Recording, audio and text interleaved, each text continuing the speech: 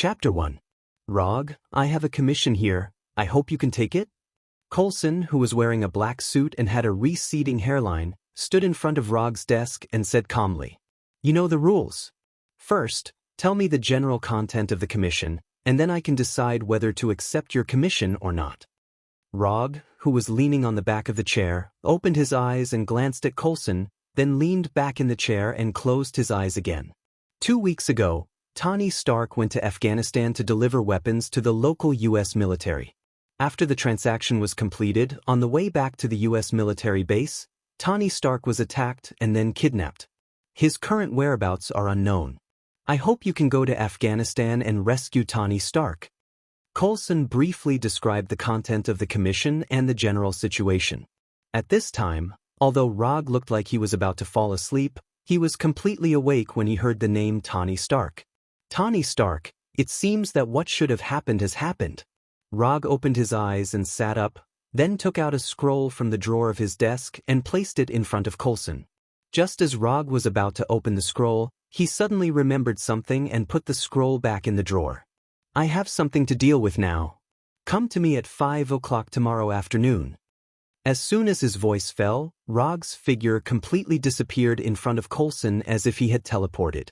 Although the scene before him didn't conform to common sense, Coulson wasn't surprised by it. After all, this was not the first time he had watched Rog disappear in an instant. Through the flying Thor technique, Rog instantly moved from his office to the roof of a warehouse next to the Hudson River. And here, there was Rog who looked exactly like him, waiting for him. "Thank you for your hard work." As soon as he finished speaking, Rog, who had been waiting here for a long time, turned into a cloud of smoke with a bang and dissipated into the air. After dispelling the shadow doppelganger, Rog received all the information his doppelganger had gathered. On the surface, Roger's identity was that of a detective with his own firm. But in reality, he is a ninja. To be more precise, he is a ninja who transmigrated to this world. To be more precise, it's a ninja who should have crossed into the Naruto world, but ended up in the Marvel world. Just like how there were all kinds of strange reasons for transmigrating, the cheats, or Goldfingers, that transmigrators had were also different. Rog's Goldfinger was very simple. It was a system called the God of Ninjas. This system was also very simple. It only had 2 functions, commission and exchange. By completing tasks entrusted by others, Rog can get something called Ninja Coin. Ninja coins can be exchanged for anything in Naruto's world except for humans. For example, ninjutsu, Kekkai Genkai, secret arts, ninja tools, tailed beast. As long as he has enough ninja coins, Rog can exchange all the ninjutsu in Naruto's world, and all the Kekkai Genkai, Kekkai Genkai, Kekkai Genkai, and even all the 9-tailed beasts, making him the real god of ninjas. The future that the system can give is very good. The only drawback is that it is not as easy to get ninja coins. Rog has been in this world for 3 years, but he still didn't get many ninja coins, and he barely exchanged 9 ninjutsu. For example, the shadow doppelganger that had just been removed was learned by Rog through the exchange. As for the advanced ninjutsu, Flying Thor, it is the system's friendly care for the newcomer, and it is one of the rewards in the newcomer gift pack. If he hadn't mastered the S-class ninjutsu, Flying Thor from the beginning, Rog wouldn't have the ability to complete the commission, and it would be impossible to exchange ninjutsu through ninja coins and enhance his strength little by little. The mission information given by Kingpin is actually accurate, which is a bit inconsistent with his character. The main reason why Rog didn't immediately accept Coulson's commission is that he still has an unfinished commission. The 4th rule of commission is that the next commission cannot be accepted before the commission is completed. This commission rule is not Rog's rule, but the system's rule. As for similar rules, in addition to this one, there are 4 other rules. As for whether there will be more commission rules in the future, Rog himself is not very clear. But in any case, the commission rules formulated by the system are relatively reasonable rules, and there will not be some extremely unreasonable rules. After understanding the general situation in the warehouse, Rog did not hesitate and jumped directly from the roof of the warehouse and came to the door of the warehouse. On the surface, this warehouse is the warehouse of a shipping company, but in fact, It is the largest base of the hand in New York, where more than 100 hand ninjas are stationed all year round. Rog doesn't know why Kingpin is against the hand, but since Kingpin's commission has passed the system's judgment, and Kingpin himself is very willing to pay for it, so Rog doesn't mind acting as Kingpin's thug. Only the commission written on the commission scroll and judged by the system can get ninja coins. The amount of ninja coins is determined by the system's judgment. This is the first rule of commission. It is because of the existence of such a rule that Rog has not received many missions in 3 years, which seriously slowed down his steps to become the god of ninja. Compared with the person next door who became a true god in less than 2 years, Rog feels that he has seriously lowered the comprehensive score of the Traverser's achievement. At the moment when Rog just appeared at the door of the warehouse, the hand ninjas disguised as idle security guards noticed his appearance for the first time. Although they are all ninjas, Rog doesn't think that these guys who don't even know ninjutsu and only know how to chop people with ninja knives are his peers. How can the welcoming ceremony be without a grand flame? Although these hand ninjas didn't know what Rog wanted to do, when they saw Rog suddenly standing in the same place and looking like he was going to blow, these hand ninjas suddenly noticed a strong death crisis. Katan Grand Fire Annihilation. Although the name of ninjutsu does not affect the power of ninjutsu, Rog still likes to read the name of ninjutsu before performing ninjutsu. There's no reason, just because it looks more handsome. With Rog's exhalation, a flame came out of his mouth. When this flame first appeared, it was only the thickness of a finger. But as the distance increased, the flame became bigger and bigger, and finally turned into a huge sea of fire of tens of meters. Like the roar of the god of fire, it slammed into the door of the warehouse, instantly breaking the door, and madly pouring into the warehouse. Uchiha Madara's Grand Fire Annihilation is really domineering.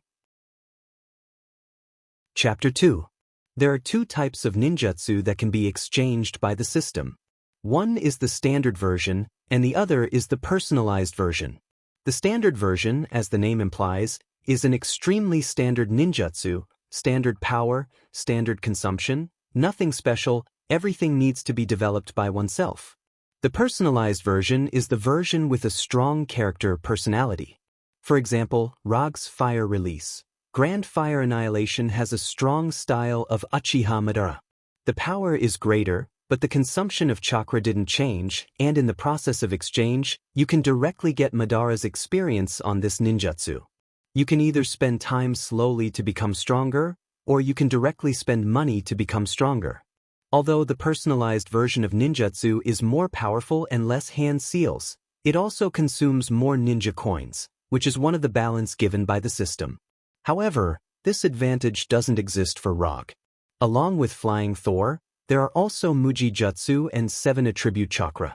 Flying Thor, Muji Jutsu, 7 Attribute Chakra, these 3 are all the rewards in Rog's gift pack. For some ordinary ninjutsu, such as Shadow Clone Jutsu, Rog exchanged the standard version. But for some ninjutsu, he exchanged the personalized version. After the raging sea of fire poured into the warehouse, it caused terrible damage. A small number of hand ninjas stationed in the warehouse were directly burned to death.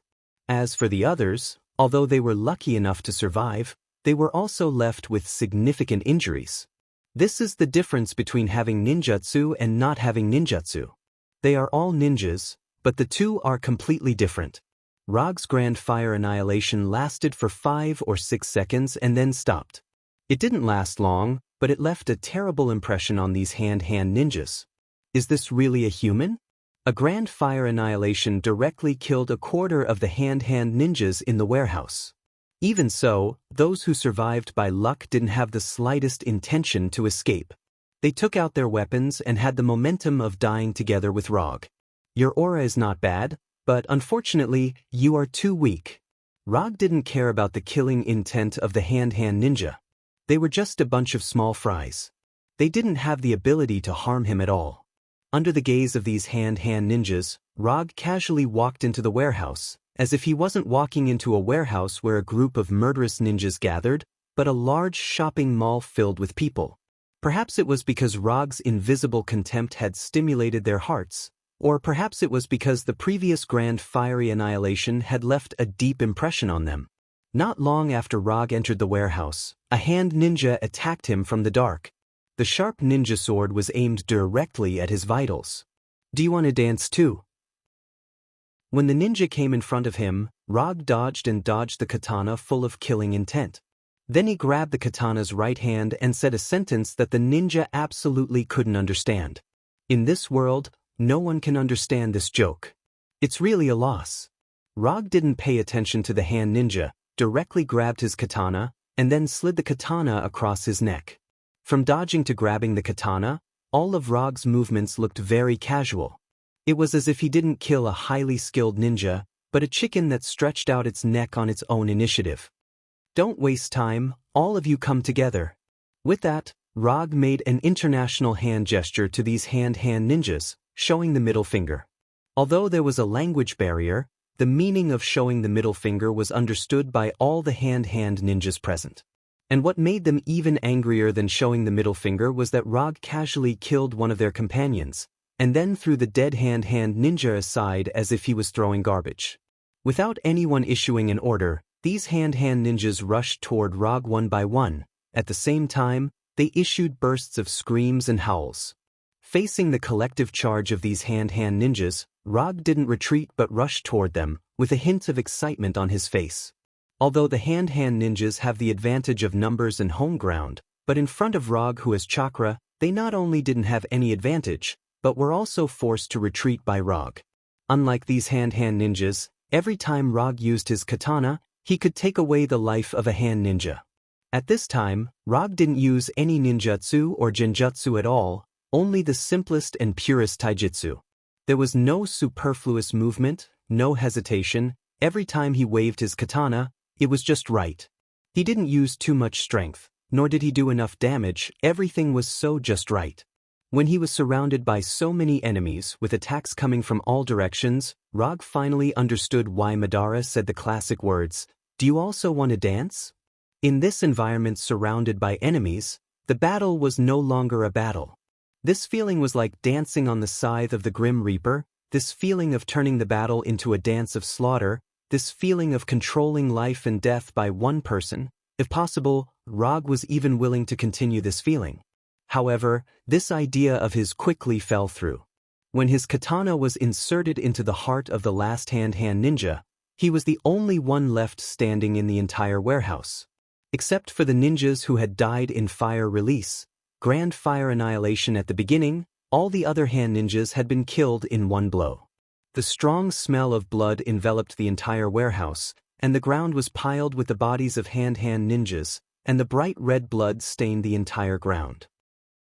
After confirming that there were no living hand ninjas in the entire warehouse, Rog took out the mobile phone he bought on the black market and dialed the number left by Kingpin. A deep man's voice answered the phone, but it wasn't Kingpin himself. "Tell your boss that the warehouse commission has been completed, and he has 12 hours to pay." After that, Rog hung up the phone directly.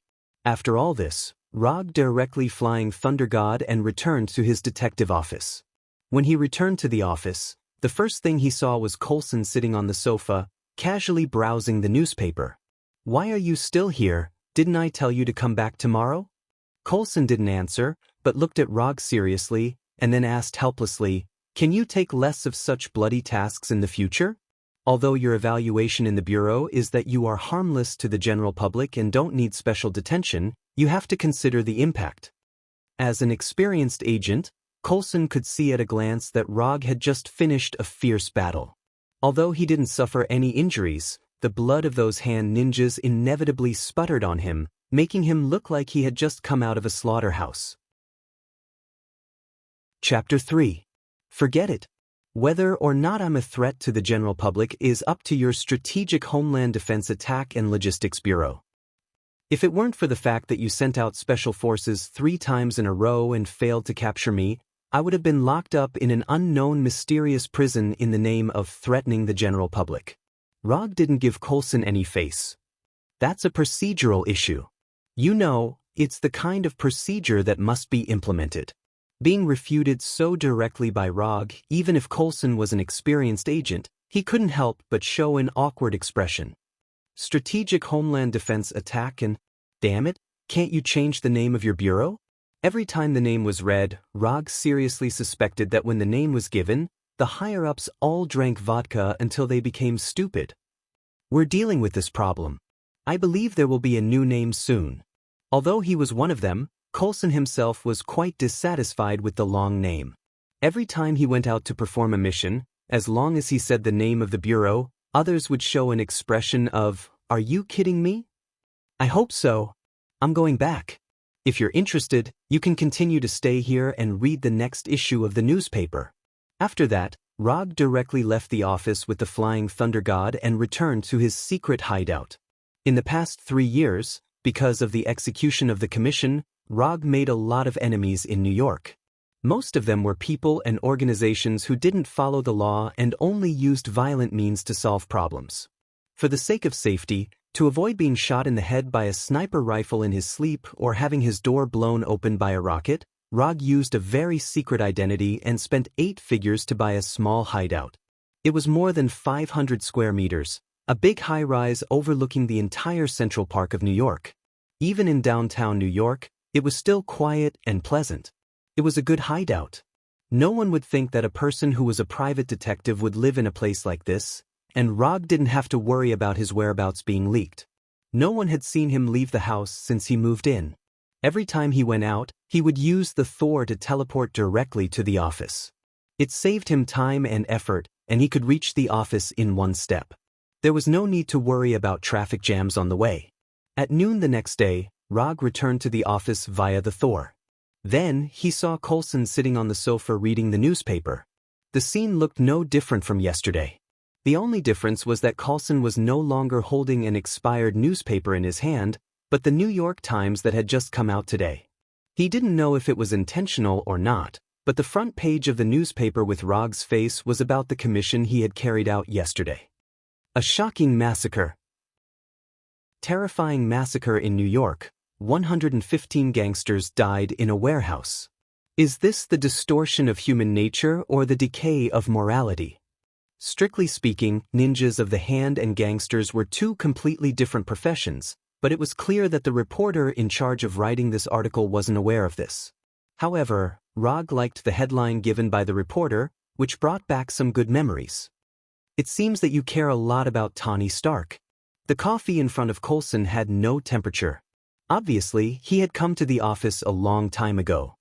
His father is one of the founders, and he is also the most important weapon supplier to the government, so we don't want any accidents to happen to him, Coulson said with a serious face, but Rog didn't believe his explanation. If they really cared about the safety of Tony Stark, they would have sent someone to rescue Tony early. The 10-ring gang hiding in the mountains of Afghanistan may be difficult for others to find, but for them, it was at most a little troublesome. Whatever you say. After that, Rog took out a commission scroll from the drawer of his desk.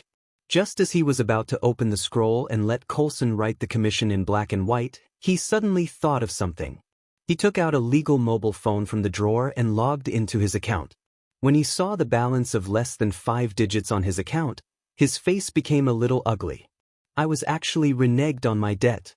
After refreshing the page several times in a row, Rog had to admit this fact. He was indeed reneged on his debt.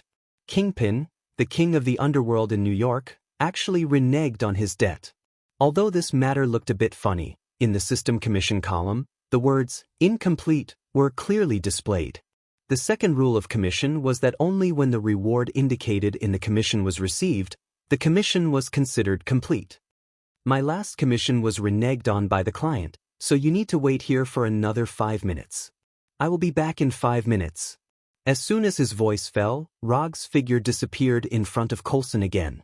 Having waited for the whole morning, it doesn't matter if he waits for another 5 minutes. Coulson had no objection to this. Although Coulson didn't know who Rog's last commission client was, he was very sure that the client was very unwise. Some people's money can never be reneged on, and it's best not to even think about reneging on your debt. Through the flying Thor, Rog directly teleported to the top of the Fisk building. The Fisk building is where Kingpin's headquarters is located, and before teleporting, Rog deliberately used chakra perception to perceive Kingpin's position. Chakra perception jutsu is one of his accumulations in the past 3 years. He exchanged it from the system. It originally belonged to 2nd Hokage Senju Tobarama. This jutsu doesn't need to be printed, and the insight is extremely accurate. Even if the target is thousands of miles away, it can accurately perceive the vitality and chakra strength of the target. Except for the need to consume a lot of ninja coins when exchanging, this jutsu has no shortcomings. Because in this world, except for Rog himself, no one else has chakra, so this jutsu was slightly adjusted by the system, and the ability to perceive chakra strength was replaced with the ability to perceive energy strength. When he commissioned, Rog and Kingpin met once, so he was very clear about Kingpin's vitality. Before the Flying Thunder God, he perceived Kingpin's position in advance and found that Kingpin happened to be in the Fisk building. As for the Flying Thor technique on the top of the Fisk building, he left it a long time ago. Not only the Fisk building, but even the top of the Stark building also has the Flying Thor technique. In the past 3 years, Rog left hundreds of Flying Thor techniques in New York, so that he can teleport to various areas of New York at any time through the Flying Thor. Chapter 4. It's a good habit to leave Flying Thor jutsu behind. Especially when needed, this habit can help a lot. And with chakra perception, even if there are a lot of Flying Thor jutsu, it doesn't affect the accuracy of Flying Thor's teleportation at all. Kingpin's office is on the top floor of the Fisk building, which is only a few dozen meters away from Rog's current position. If he uses the method of breaking the wall, then the distance between them will be further reduced. However, Rog doesn't intend to do this, because he is a gentle person. Or he is a gentle ninja. Kingpin may have never thought that someone would come down directly from the top of the building to find him, so on the way to Kingpin's office, Rog was not stopped. Even Kingpin's blonde secretary with a curvy figure directly treated him as a normal visitor. Just as the blonde secretary with a delicate face and a proud figure was about to ask Rog if he had an appointment, Rog walked directly past her and pushed open the door of Kingpin's office. "Sir, you can't enter." Before the blonde secretary finished speaking, Kingpin waved at her and motioned her to leave the office. "Mr. Kingpin, I didn't expect that you, who has a big business, would rely on a ninja's hard-earned money." Although Rog's tone was extremely calm, Kingpin and his 4 men in the office could clearly feel the anger in his words. Before Kingpin could speak, his 4 men in suits and ties decisively pulled out their pistols from their pockets and aimed directly at Rog's head. With 4 pistols pointed at his head, according to common sense, Rog should stop moving forward to avoid further provoking Kingpin and his 4 men. But Rog didn't do this. He still walked towards Kingpin unhurriedly as if he didn't see the 4 pistols at all. Just as one of them was about to move the muzzle and shoot Rog's thigh, he suddenly found that an irresistible force strangely shrouded him, restricting all his mobility. Fixed body jutsu, a basic ninjutsu that even genin can learn. Fixed body jutsu is only a basic ninjutsu. Its level is not high, and the consumption of chakra is not much, but in the hands of different people, the power of this ninjutsu is completely different. Although the fixed body jutsu that Rog exchanged is only the standard version, after 3 years of continuous tempering, his fixed body jutsu has extremely amazing power. As long as he doesn't release it in advance, the binding time of fixed body jutsu for ordinary people is at least 30 minutes. For ordinary people with worse physique, the duration of fixed body jutsu may even last for several hours. Although Kingpin's body jutsu, they are still at the level of ordinary humans. As long as Rog doesn't release fixed body jutsu, in the next half an hour, in the next half hour, they can't even blink. In the next half hour. You're the first person who dares to come to my office alone and talk to me with such an attitude. After that, Kingpin, who was sitting, stood up, showing his extraordinarily strong physique, and at the same time showing his amazing momentum as the Underworld Emperor. "That's because you haven't met me before." Rog ignored Kingpin's momentum and came to him unhurriedly, then took the phone on the side of the desk and put it in front of Kingpin. "Now, immediately, pay the reward." After that, Rog looked up at Kingpin contemptuously. Bang. Kingpin didn't answer Rog, but raised his thick right hand and slammed it on the table. The huge force suddenly made the desk overwhelmed, and cracks visible to the naked eye appeared on Kingpin's right hand. "Kid, don't think that you can do whatever you want just because you have some strange abilities. This is New York, my territory." As soon as his voice fell, Kingpin noticed a severe pain coming from his right hand. His right hand was pierced. When did he do it? I didn't even notice it. Although Kingpin is the underworld king, he is different from other Yakuza leaders. He has never stopped training because he is in a high position, and his huge body size is not because of obesity, but because his muscles are too developed.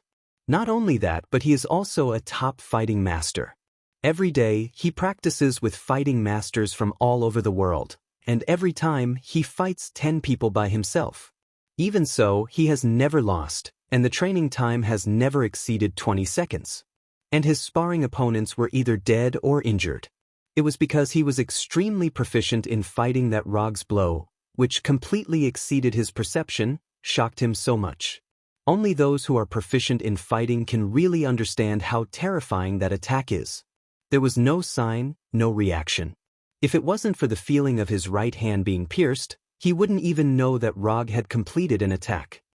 I'll say it again now, immediately, pay the reward. Kingpin looked at Roger's gaze as if he was looking at a corpse.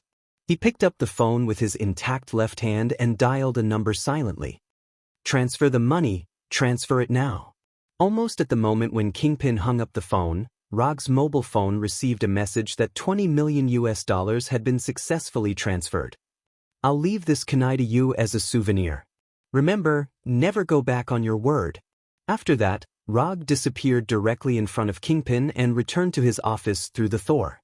When his figure disappeared from the office, Kingpin picked up the phone again and dialed a number. "Spread the news that the Hudson River warehouse case yesterday was done by a private detective named Rog." Rog didn't know what happened next. If he knew, he would also leave some gifts for Kingpin's left hand. After returning to the office, he glanced at the timer in his phone. 3 minutes and 50 seconds, no overtime, not bad. After casually tossing the phone back into the drawer, he took out the commission scroll and opened it on his old desk. You can now write the details of the commission and the reward on the scroll. At the moment when Kingpin completed the transfer, the system changed the commission to completed status and sent 10 ninja coins to Rog. Coulson quickly finished writing the content of the commission and the reward. After seeing that the reward for this commission was only $50,000, Roger frowned slightly. "Only $50,000? It seems that you don't care much about the safety of Tony Stark." Kingpin was willing to pay $20 million for the commission, and what he needed to solve was only the ninja in his hand. Tony Stark, the only son of Howard Stark, the most important weapons supplier to the U.S. military, is only worth $50,000 in the eyes of the Strategic Homeland Defense Attack and Logistics Security Bureau. Tony Stark casually picked a bottle of red wine at home, and the price was higher than this. Are you serious? Rog didn't care much about the commission reward, but when he saw that it was only $50,000, he still couldn't believe it. This is a private commission, and there is no way to reimburse, so that's all. Chapter 5. While Coulson was talking, Rog glanced at the system's commission page. Commission content: rescue the kidnapped Tony Stark. Commission status: incomplete. Commission reward: 10 ninja coins. Rog was not surprised by this result. According to the previous commissions certified by the system, the possibility of this commission being passed is very high. After all, this is a commission involving Tony Stark. The only thing that surprised him was that the commission reward given by the system was a bit low. 10 ninja coins, the same reward as Kingpin's commission to eliminate the hand ninja. The targets involved in Kingpin's commission were some unknown hand ninja, so it is normal for the commission reward to be low. But this time, the commission involved Tony Stark, and as a result, the system gave him 10 ninja coins as a commission reward. $50,000 is $50,000. When are you going to leave? Rog asked casually. If you can, I hope you can go to Afghanistan with me now. I have prepared the equipment needed there in advance. Coulson's eyes lit up, and he immediately gave an answer. I can leave now, but I won't go with you. I don't want to take a 10-20 hour flight. After that, Rog handed a flying Thor kunai to Coulson, and then continued, "You take this kunai, call me when you arrive, and I will appear in front of you." Coulson didn't expect that Rog would use such a method to set off. However, he soon realized something.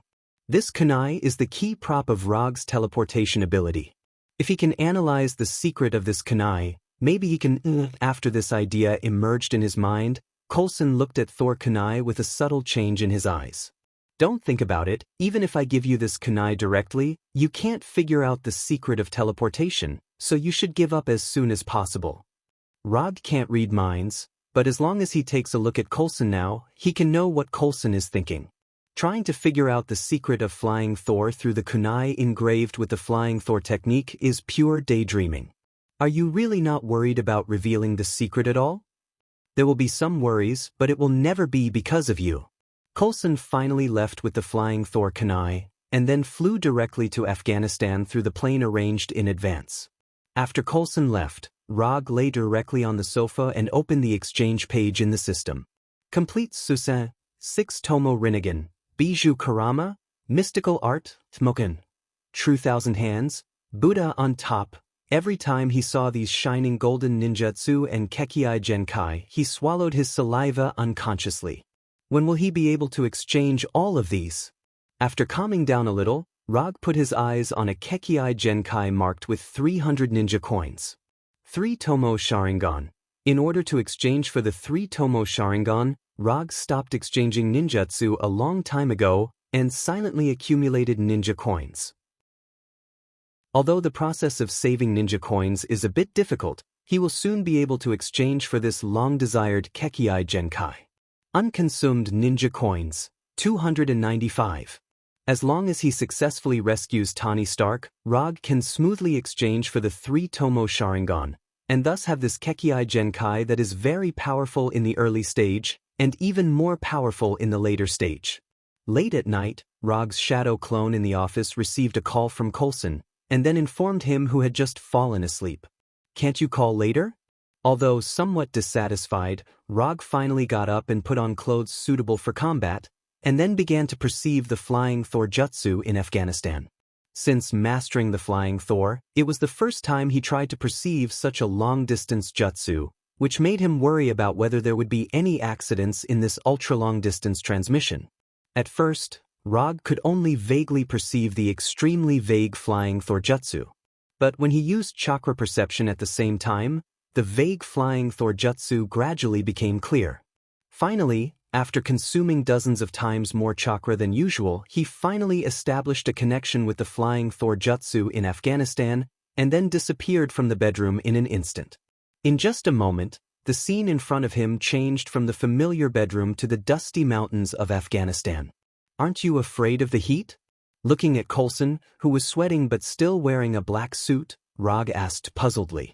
"The suit is a gentleman's armor. It can protect me from harm." Coulson answered in an extremely formal tone. Rog ignored Coulson and set his eyes on the transportation prepared by Coulson. "Isn't your organization quite rich? Can't you change to a better car? This car looks older than me." Next to Coulson was an ultra-old off-road vehicle that would not be surprising even if it was scrapped in the next second. Personal mission, it's not convenient to use the Bureau's transportation. Coulson continued to answer in an extremely formal tone. "I'd be a fool to believe you. Let's go and save that playboy." After that, Rog opened the door of the passenger seat and sat straight in. At this time, Tani, who was imprisoned in an unknown cave, looked at the pile of parts in front of him with a serious face and said with emotion, "It will take about an hour or two to assemble, and then we can leave this damn cave." Ethan, who was standing next to Tani, also had a look of emotion on his face. He never thought that even in such an environment, Tony Stark could still create such amazing works. Perhaps this was the talent that made people jealous and yearn for it. "Let's get started. Which way are we going?" "We don't know the whereabouts of Tony Stark now." Coulson, who was driving the off-road vehicle, asked Rog, who was resting with his eyes closed. "Drive north at this speed for half an hour, and then we'll have a guide." Rog answered casually without opening his eyes. Not long after setting off, He used Chakra's perception to check the situation around him. Although he did not directly find Tani's whereabouts, he found a group of rats hiding in the cave. They were deliberately hiding in the cave, and judging from their life force, all of them were adult males. Rog had no way to determine whether these people were the members of the Ten Rings gang who kidnapped Tani, but since they were all people who made a living in this place, even if they were not from the Ten Rings gang, they were at least in the same line of work as them. News between people in the same line of work was often more up-to-date. It was like a bank in New York being robbed. The New York police could not immediately determine the identity of the robber, but the New York gangs could. Chapter 6. Yellow sand billowed in the mountainous area of Afghanistan. An oversized off-road vehicle was moving quickly. The bumpy road made Rog, who was sitting in the passenger seat, completely give up the idea of resting. "Are you sure there are people here?" According to Rog's instructions, Coulson drove the oversized off-road vehicle in the mountainous area without roads for half an hour, but until now, he didn't see anyone. "You'll see them soon." Not long after Rog finished speaking, a group of terrorists with all kinds of weapons rushed out from the hill in front of them, and then fired several shots at their car. Bang, bang, bang. The bullets hit the off-road vehicle without any suspense, stopping the off-road vehicle that had been running for half an hour, and a burst of hot air came out from the hood of the off-road vehicle. "How are you going to deal with them?"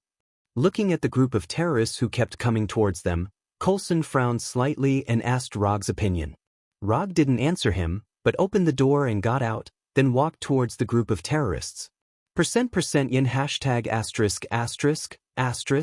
The terrorist who was walking in front shouted loudly at Rog, and at the same time waved the automatic rifle in his hand, trying to stop Rog from moving forward. Rog couldn't understand what the terrorist was saying, and even if he understood, he wouldn't stop. Just as the terrorist was about to raise the automatic rifle in his hand and shoot Rog, who didn't know what was good for him, Rog disappeared in front of him like a ghost. Body flicker technique. To deal with this group of terrorists, there was no need to use the flying Thor, the body flicker technique was enough. After using the body flicker technique, Rog's speed exceeded the limit that the human eye could capture, so it caused the effect of disappearing in an instant. When his figure reappeared, the terrorist who had shouted at him covered his neck in incomparable pain. Bright red blood continuously gushed out from between his fingers. After dealing with this terrorist, Rog did not intend to stop and used the body flicker technique several more times. Every time his figure appeared, a terrorist would fall to the ground and never get up again. From the moment the first terrorist fell to the ground to the moment the other 7 terrorists fell to the ground, only a short 3 seconds had elapsed. This kind of ghost-like killing method completely stunned this group of terrorists. A look of horror appeared on each of their faces.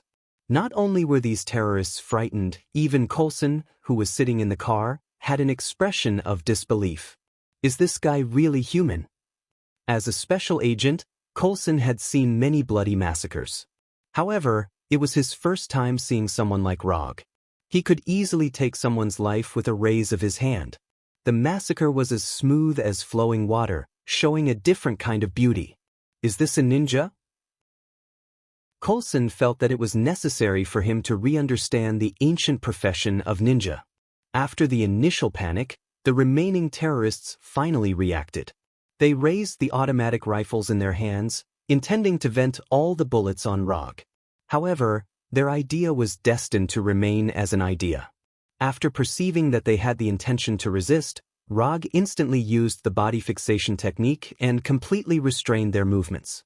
The remaining more than a dozen terrorists seemed to have lost their souls. They stayed motionless in the same place, maintaining the action of trying to raise their guns. Looking at the extremely strange scene in front of him, Coulson swallowed unconsciously, and then silently remembered this ability that he didn't know how to name. After binding all the remaining terrorists in place, Rog returned to the car without looking back and said to Coulson, "You are an agent. I will leave the matter of inquiring information to you. This kind of boring work needs to be solved by professionals." After hesitating for a few seconds, Coulson opened the door and walked out, coming to the group of terrorists who couldn't even move a finger. After removing all the weapons from these more than a dozen terrorists, Coulson motioned to Rog to remove his ability. After Rog lifted the body fixation technique, These terrorists finally regained their ability to move, and then unconsciously took a few steps back. After regaining their ability to move, the first thought of these terrorists was to escape, the farther the better. But in the end, they gave up this idea and stood silently, looking at Coulson without saying a word. After a short communication, Coulson successfully learned the whereabouts of Tony Stark from these terrorists. Although this group of terrorists is not a good person, they have nothing to do with the Ten Ring Gang who kidnapped Tony. Of course, as colleagues in the same area, they have a detailed understanding of the recent actions of the Ten Ring Gang. They don't know that the Ten Ring Gang kidnapped the famous Tony Stark. They only know that the Ten Ring Gang kidnapped an American arms dealer under the protection of the U.S. military and then imprisoned the arms dealer in a base more than 100 kilometers away from here. After repeatedly confirming the location of the base several times, Coulson returned to the car and relayed the information to Rog.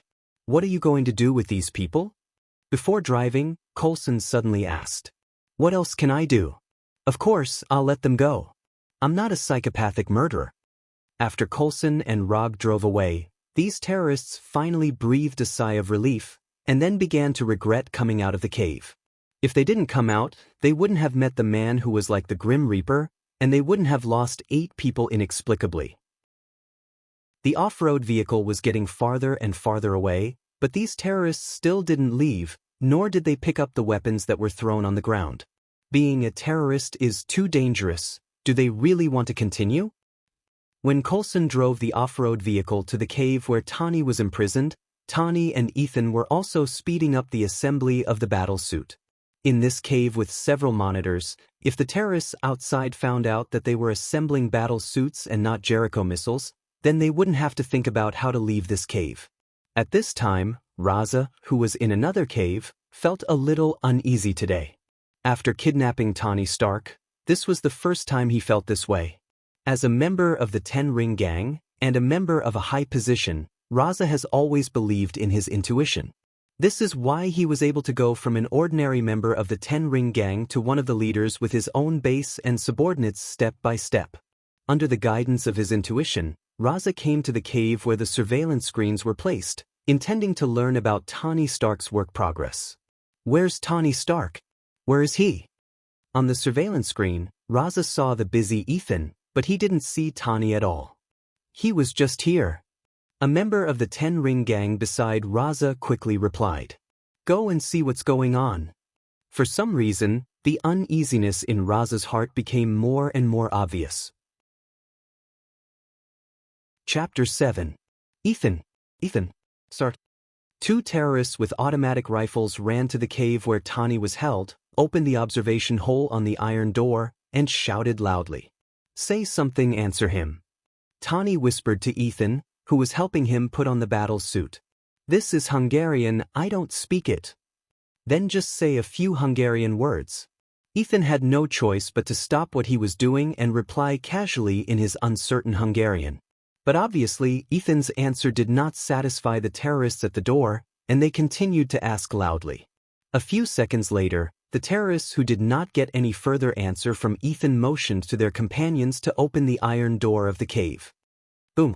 The moment the terrorists opened the iron door, a violent explosion blasted the heavy iron door and the terrorists at the door away.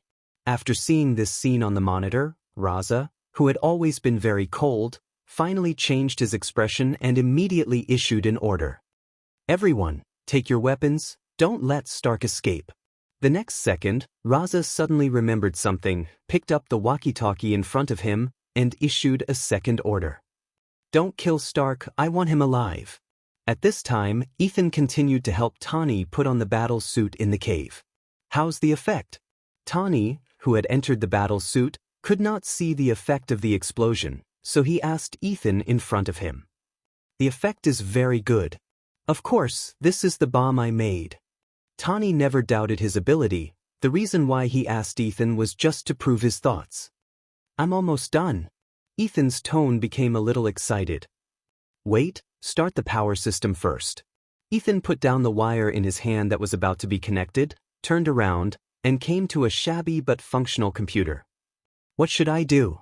The computer installed the program to start the power system of the battle suit, But this program was completed by Tani alone, so Ethan did not know how to start the program. Press the function key F11. Tell me when you see the progress bar. Under Tani's guidance, Ethan successfully activated the power system of the battle suit and returned to Tani to continue his previous work. After completing the final assembly of the battle suit, Ethan returned to the computer with an uneasy expression. We need more time. The installation of the power system of the battle suit was less than half completed, and it would take a lot of time to complete the installation. Hey, I'll go buy you some time. Then, ignoring Tani's dissuasion, he ran to the side of the dead terrorist and picked up the automatic rifle on the ground. Ethan! Tani in the Iron Man armor shouted loudly, hoping to stop Ethan from leaving. However, Ethan didn't look back. He picked up the automatic rifle in his hand and ran outside. At the same time, he pulled the trigger. Bang bang bang bang, bang bang bang, bang bang. As the gunshots got further and further away, Tani's expression became more and more serious. It didn't take long for Tani in the battle suit to hear a fierce gunshot, and then there were no more gunshots. Relying on the time bought by Ethan, the final installation of the power system of the battle suit was finally completed. At the moment when the system was completed, there was a sound of mechanical assembly in the cave, and the originally bright cave quickly dimmed and became dark. At this time, on the rugged mountain road 20 to 30 kilometers away from the cave, Rog, sitting in the off-road vehicle, suddenly felt a distinctive energy fluctuation. This energy fluctuation? Damn it, it's still too slow. Although Rog had not been in contact with the arc reactor before, he was sure that the energy fluctuation just now was caused by the arc reactor on Tani's chest. In this backward mountainous area of Afghanistan, it is impossible for other high-end technology to exist, so the energy fluctuation can only come from the arc reactor on Tani's chest. There is only one possibility for the energy output from the arc reactor to increase to this intensity in an instant, and that is, Tani activated the Iron Man armor Mark I. If Tani did not activate Mark I, Rog would not have been able to sense the energy output from the arc reactor. The amount of energy needed to prevent the shrapnel from entering the heart was too small to be accurately sensed. But now it's different. When Mark I was activated, the arc reactor on Tani's chest output a huge amount of energy, which allowed Rog to perceive Tani's location. Something happened to Tani, I have to go first. As soon as his voice fell, his figure disappeared from the off-road vehicle. Although he sensed Tani's location, Rog was a little depressed because Tani was now more than 20 kilometers away from him. Without the flying Thor technique, he could only rely on the body flicker technique to hurry on his way. Although the body flicker technique can make the caster's speed exceed the limit of what the human eye can capture, causing the effect of flashing. But in the end, this ninjutsu is just gathering chakra on the feet, and then relying on the strengthening of chakra to move at high speed. In other words, you still have to run on your own, but the body flicker technique can make you run a little faster.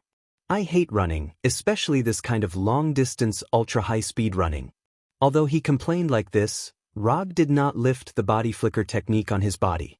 His whole person disappeared like a flash, and then appeared hundreds of meters away, and then kept repeating this process. While Rog was using the body flicker technique to rush on his way, Tani was wearing the Iron Man armor and fighting terrorists. Although Mark I looks a bit rough from the outside, this does not affect its power. The guns in the hands of the terrorists were simply unable to penetrate the outer shell of the Mark I. Tony, who was wearing the Mark I, was like an invulnerable god of war as he rampaged through the dark passageway, continuously walking towards the exit outside. When Tani solved the terrorists in the passage, he finally saw the exit and saw Ethan, who was shot and fell to the ground. Be careful! Ethan, lying in a pool of blood, shouted at Tani. Ethan's warning was accompanied by a grenade fired from a rifle. Boom! The grenade flew dozens of centimeters in front of Tani, blowing a big hole in the wall in front of him. The one who fired the grenade was none other than Raza. After seeing Ethan rush out alone regardless of life and death, Raza roughly guessed Tani's plan. As a top weapon inventor, Tani Stark would never be unprepared. So, when all his men went in to arrest Tani, Raza himself did not go in, but stayed at the hole with his weapon, waiting for Tani to come out by himself. I don't know if Raza's marksmanship is too bad or Tani's luck is too good. The grenade did not cause any damage to Tani. In return, Tani activated the small missile on the left hand of Mark I and gave Raza a more powerful gift. Chapter 8. Boom! Just like Raza's grenade, Tani's small missile also missed its target. Instead, it hit the wall behind Raza. The huge explosion blasted a big hole in the wall, and the splashing gravel buried Raza. Although the small missile didn't hit Raza directly, it also made him unable to fight and move. Tani didn't care too much about Raza's situation. He quickly walked to Ethan, who was constantly bleeding, and opened the steel helmet's visor. "Stark!" Ethan called out to Tani weakly. "Get up, let's go." Tani looked at Ethan, who was getting weaker and weaker, and said slowly, "Even if it's for me, you have to get up and follow our plan." "Actually, this is my plan." Ethan's voice became weaker, and his breathing became more difficult. "Get up, you still have to see your family." Although Tani didn't have much experience in battle, he knew very well that once Ethan's spirit relaxed, Ethan would never be able to stand up again. "My family is dead, I'm going to see them soon." Tani was silent. He didn't know what else he could do now. "Don't worry, I have nothing to worry about." After hearing Ethan's answer, Tani was silent for a few seconds with a solemn expression. Then he sighed weakly and said to Ethan very seriously, "Thank you for saving my life. Then cherish it, don't waste your life." After that, Ethan took a few painful breaths and then slowly closed his eyes. Watching Ethan die, Tani's heart surged with an uncontrollable anger as he controlled Mark I to walk toward the cave entrance. In the dark cave entrance, the figure of Mark I became clearer and clearer. Outside the cave, there were dozens of terrorists with rifles in their hands, aiming their muzzles at the entrance of the cave. When Mark I walked out of the cave, these terrorists shouted and pulled the trigger at the same time. The bullets hit Mark I like a bomb, and the sound of metal hitting metal rang out continuously. The impact of the bullets made Tani, who was wearing Mark I, shake a little, but none of the bullets penetrated the armor of Mark I. After shooting for a few seconds, the terrorists stopped shooting and looked at Mark I at the entrance of the cave with a panicked expression. "It's my turn now." As soon as he finished speaking, Tani activated the flamethrower on Mark I's hands. Flames flew out like two torrents, igniting the terrorists gathered at the entrance of the cave. Under the shocking flame attack, these terrorists retreated one after another, trying to avoid the flame attack. Even so, many terrorists were still hit by the flames, and their bodies were covered in flames. Tani's target was not only these terrorists, but also the weapons placed everywhere, the weapons from Stark Industries. The boxes containing all kinds of weapons were ignited one by one, and the sound of explosions rang out continuously. Just as Tani was about to destroy all the weapons from Stark Industries, the terrorists on the mountainside pulled the trigger of a heavy machine gun. The power of a heavy machine gun was far greater than that of an ordinary rifle. Mark I, which was hit by a heavy machine gun bullet, finally stopped moving forward. Even Mark I, which was made of steel, could not withstand the continuous attack of a heavy machine gun. Tani raised his right hand in front of him to avoid being hit directly in the head by a heavy machine gun bullet. At the same time, the terrorists who were not hit by the flames also began to fight back, and bullets flew from all corners to Mark I. The dense bullets hit Mark I, and several of them hit the right leg track of Mark I, which was not covered by steel. As the right leg track was broken, Mark I, which weighed hundreds of kilograms, instantly lost the ability to move forward. The huge weight pressed Tani to one knee. Even so, Tani still had no intention of leaving immediately and continued to attack the boxes containing weapons with the flamethrower. Explosions continued to sound in this unknown valley. After barely standing up, Tani raised his left hand and pressed the jet button on his left arm.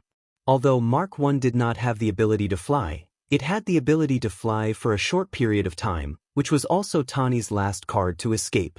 After pressing the injection button, the Mark I didn't fly up as Tony had imagined. Instead, it stayed in place without any reaction. Mechanical failure. This word quickly flashed through Tani's mind.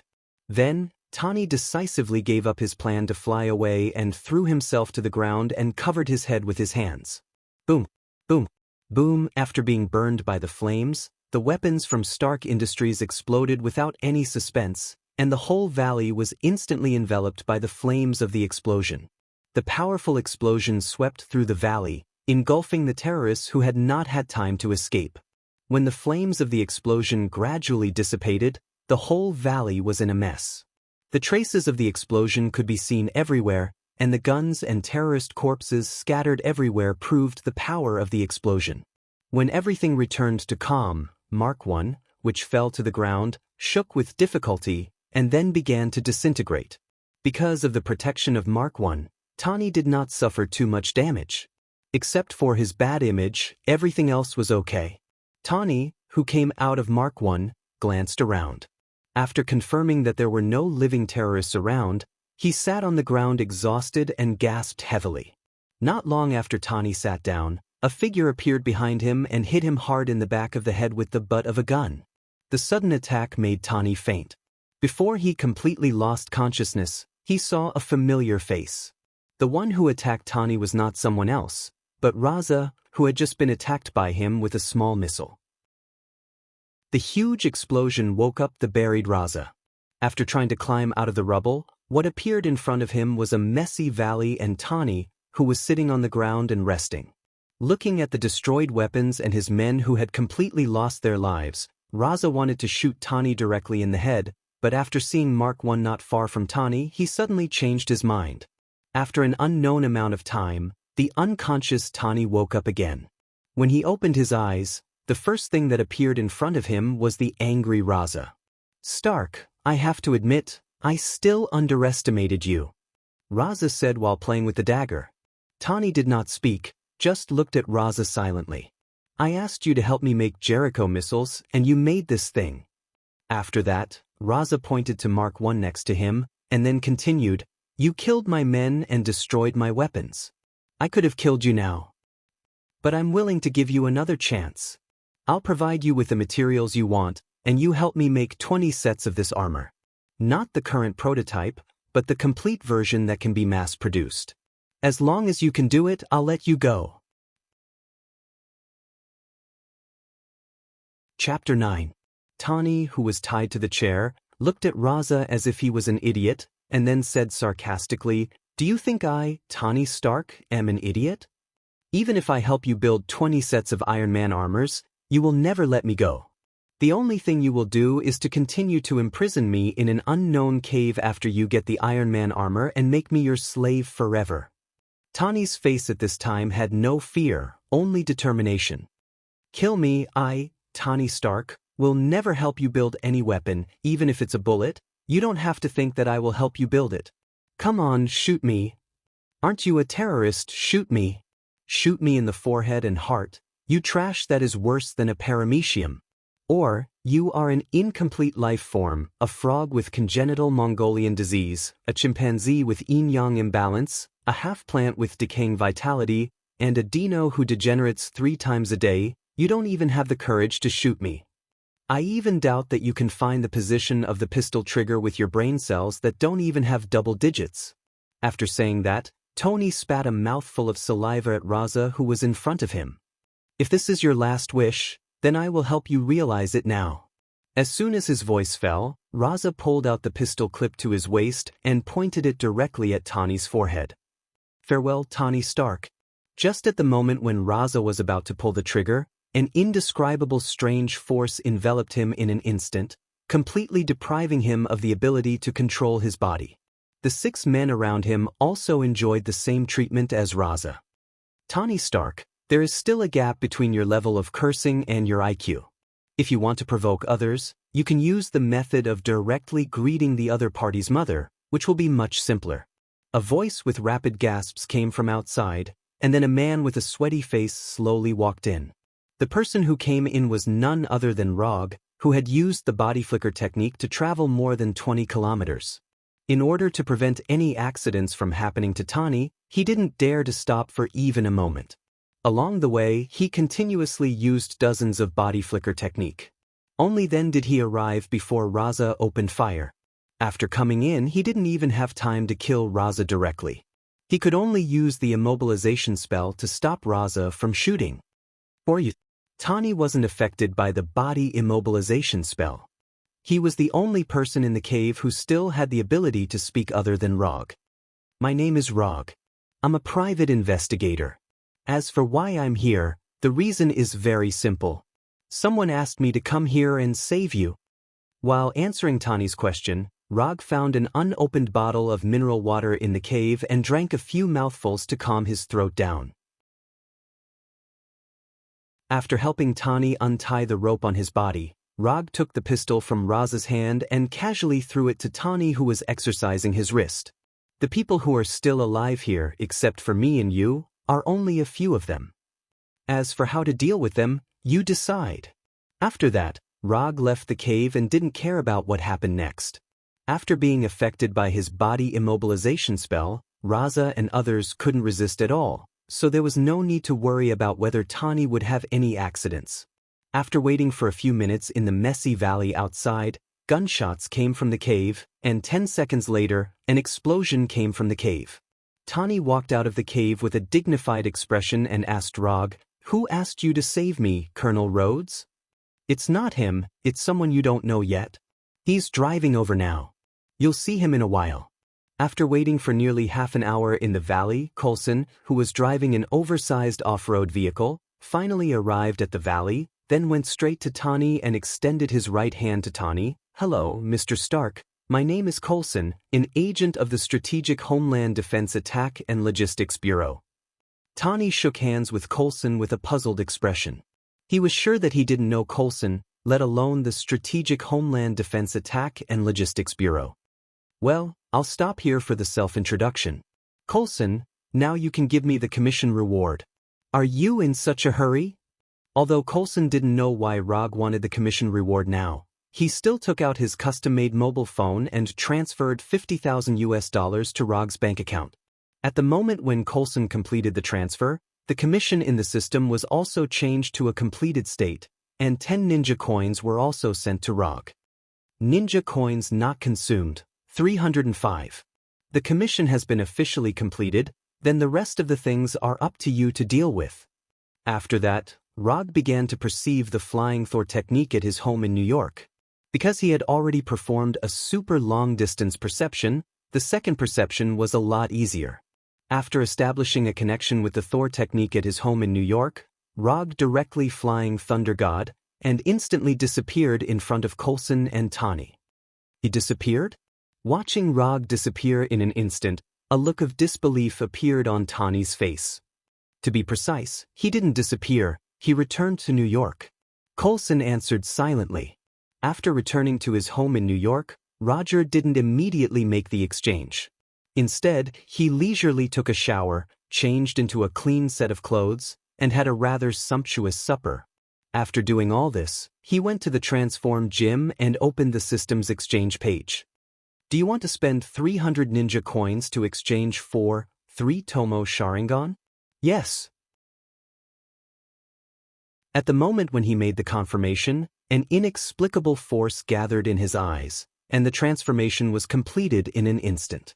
When he opened his eyes again, he saw his eyes in the gym's mirror, which were completely different. Blood red 3 Tomo. The Uchiha clan's Kekkei Genkai is finally in his hands. Sharingan has the ability to observe, copy, hypnotize, and so on. It can give the holder extraordinary insight, observe the flow of chakra, apply and see through genjutsu, and copy taijutsu and ninjutsu that are not Kekkei Genkai. This is the real Sharingan, or the ability of Sharingan in Naruto's world. Because Rog is not in Naruto's world, but in Marvel's world, the system also made some small adjustments to the Sharingan's Kekkei Genkai. The ability to observe the flow of chakra has been changed to observe the flow of energy, and the ability to copy ninjutsu that is not Kekkei Genkai has also been adjusted to copy the extraordinary ability that is not given by genetic mutation and racial bloodline. Chapter 10. Rog wasn't surprised that the system adjusted the ability of Sharingan. He had already experienced it once when he exchanged the chakra perception of second Hokage Sensei. Moreover, The system adjusted the ability to copy the ninjutsu without Kekkai Genkai to copy the extraordinary ability without genetic mutation and racial bloodline, which is also a good thing. In this world, he is the only one who has chakra and ninjutsu, and he can't copy his own ninjutsu. So he is quite satisfied with the system's adjustment. Copying the extraordinary ability without genetic mutation and racial bloodline, that is to say, he can't copy the abilities of Spider-Man and Groot. As for whether he can copy Thor's ability to summon lightning and Doctor Strange's magic, he can't be sure for the time being. After a little adaptation to the newly acquired 3-Tomo Sharingan, Rog opened his property panel. Host, Rog Profession, Ninja Talent, No Seal Casting, 7 Attribute Chakra Kekkai Genkai, 3-Tomo Sharingan Ninjutsu, Substitute Technique, Flicker Technique, Fixed Body Technique, Shadow Clone Technique, Flying Thor, Chakra Perception Lightning Release, Chidori Fire Release, Great Fire Annihilation Water Release, Water Iron Cannon Genjutsu, Dark Walk Chakra Amount, 5 Kalon Consumed Ninja Coins. 5 There is an additional Kekkai Genkai with 3-Tomo Sharingan. Other attributes have not changed, and the amount of chakra has not increased. The only thing that he cares about now is that the amount of ninja coins is a little pitiful. 5 ninja coins can't even be exchanged for the most basic ninjutsu. The only thing that can be exchanged are some common ninja tools and the system's special commission scrolls. The scroll that Roger used to accept the commission wasn't made by him, but it was exchanged from the system. 1 ninja coin was exchanged for 1 scroll. The reason why he chose the commission carefully is because the commission scroll also needs to consume ninja coins. If the request is written on the scroll, but it doesn't pass the system's judgment, it means that he wasted a ninja coin. Therefore, before deciding whether or not to accept the commission, he would ask the client to describe the commission's content and judge whether or not it was possible for the commission to pass the system's judgment. He would not write down everything on the scroll. Of course, his judgment might not be accurate. Only the system could decide whether the commission would pass the judgment. Next, should I exchange for the Manjikyu Sharingan or Hashirama's Wood Release? It's a bit of a dilemma. Whether it is Manjikyu Sharingan or Wood Release, both are abilities that Rog yearns for. But the price of these 2 abilities is not cheap. Manjikyu Sharingan costs 200 ninja coins, and Mokutan costs 500 ninja coins. In terms of price, Manjikyu Sharingan is much cheaper, but this exchange price is based on the fact that you already have 3-Tomo Sharingan. If you don't have the 3-Tomo Sharingan, the exchange price of Manjikyu Sharingan is 500 ninja coins, the same price as Wood Release. Forget it, let's not think too much about it. I only have 5 ninja coins now, no matter which one I exchange, it will take a long time, I'll think about it later. After familiarizing himself with the 3-Tomo Sharingan in the transformed gym, Rog returned to his bedroom and began his interrupted sleep. New York, in a secret base of the hand. Now we can confirm that the person who slaughtered more than 100 of our ninjas is the private detective named Rog. Murakami said while wiping his katana. Let's do this. I propose that we use all the strength of the organization to kill this audacious boy. The dignity of the hand will not be trampled by anyone. Savant, sitting on the right-hand side of Murakami, said with a roaring tone while slamming his hands on the table in front of him. I agree. Boto, sitting opposite Savant, agreed with Savant's opinion. It's easy to say, you have seen the battle scene in the warehouse and the scars on the corpses. That kind of amazing flame attack and the artistic way of killing, which one of you can resist? Alexandra, next to Boto, said disdainfully. We still have hundreds of fearless ninjas. We still have Kuroku. Savant fiercely refuted. Looking at Savant, who was getting more and more agitated, Mrs. Gao, who had been silent, slowly said, even if Kuroku makes a move, he may not be able to kill Rog. And I suspect that Rog is the bait thrown by the Holiness Church in order to make us come out in full force. After hearing the name of the Holiness Church, even the most irritable Savant couldn't help but be silent.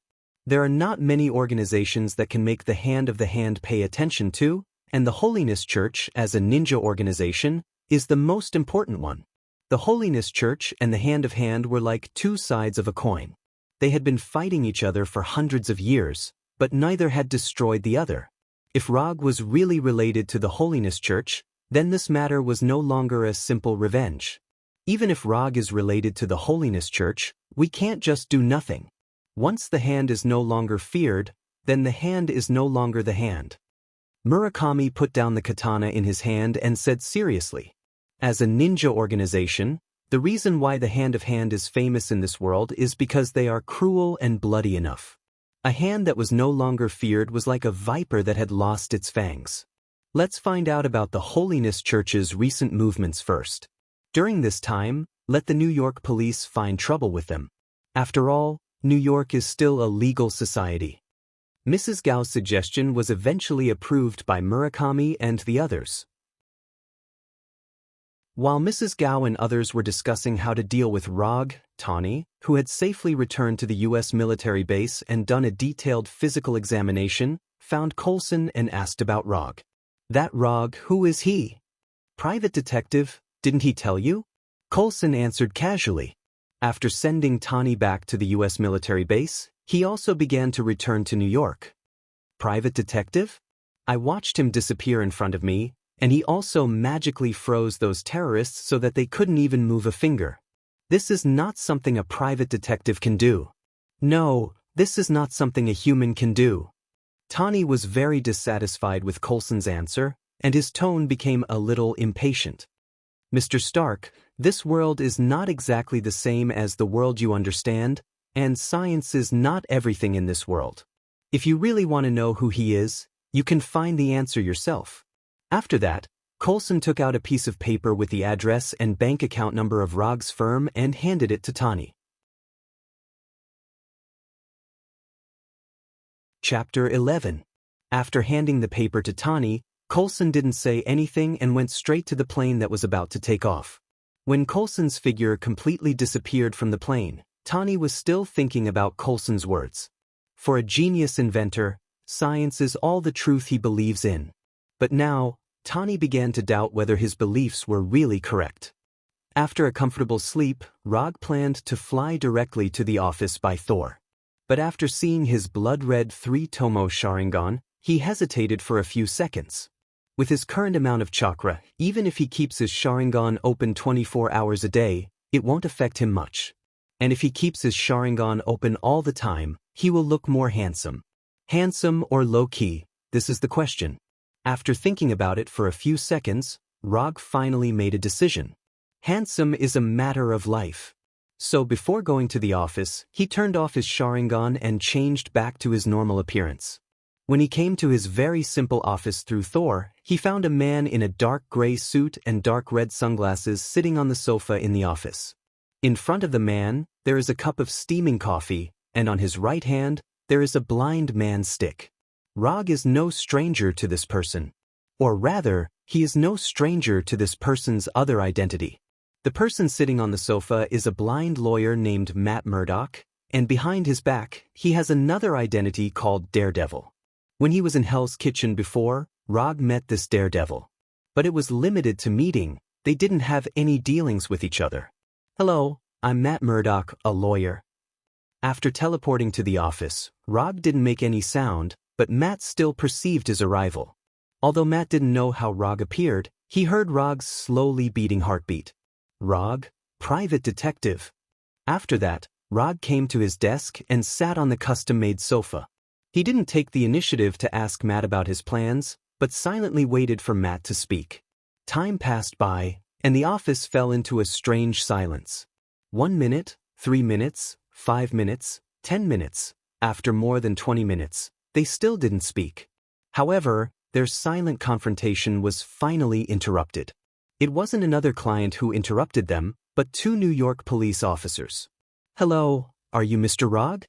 The leading white male police officer asked Rog very politely. Seeing the white male police officer's attitude, the black partner next to him was taken aback for a moment, but he quickly reacted.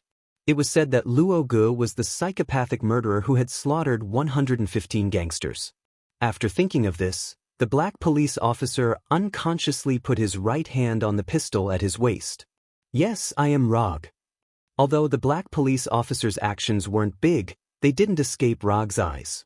After seeing this scene, a few thoughts quickly flashed in his mind. Why would he appear at such a time, and in such a polite and vigilant manner? If he guessed correctly, these two police officers should be here for the warehouse case.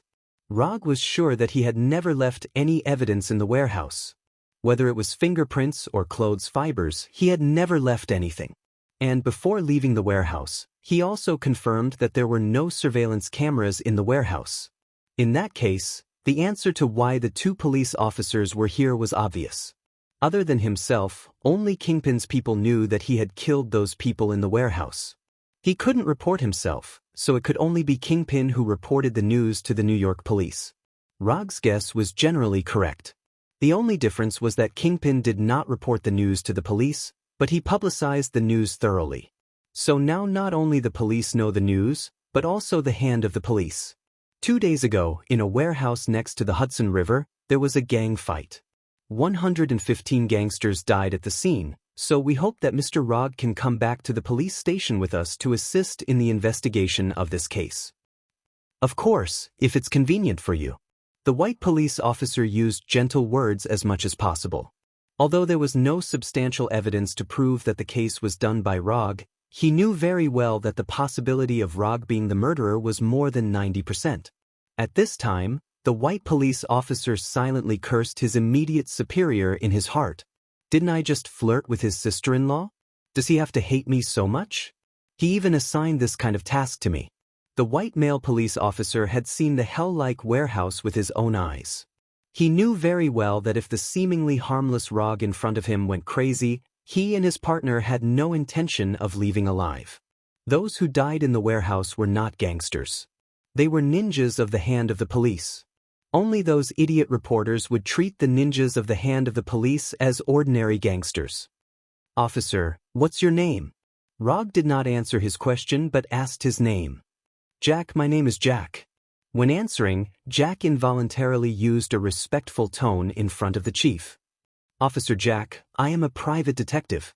I am personally happy to assist the police in the investigation of the case. After all, I am also a person who is willing to cooperate with the police. But you see, I happen to have a client here now, so—" Rog didn't say it clearly, but he was sure that Jack understood what he meant. "Understood, I understand. Since Mr. Rog is not convenient for you now, then I won't bother you. If it's convenient for you, you can come directly to our police station. Then I won't disturb your work. Goodbye." After that, Jack bowed slightly to Rog, then left the office with his partner as quickly as possible and carefully closed the door of the office gently. "Since you admit that I am your client, can I commission you now?" When Jack and his partner left, Matt, who was sitting on the sofa, stood up and went straight to Rog. "First, tell me the content of your commission, then I will decide whether to accept your commission or not."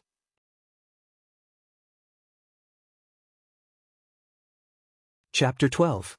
I hope you can come with me to save my girlfriend, Erica. When he heard the word girlfriend, Rog suddenly felt that he didn't want to work today. But after thinking about the only 5 ninja coins he currently has, his patience has increased a lot.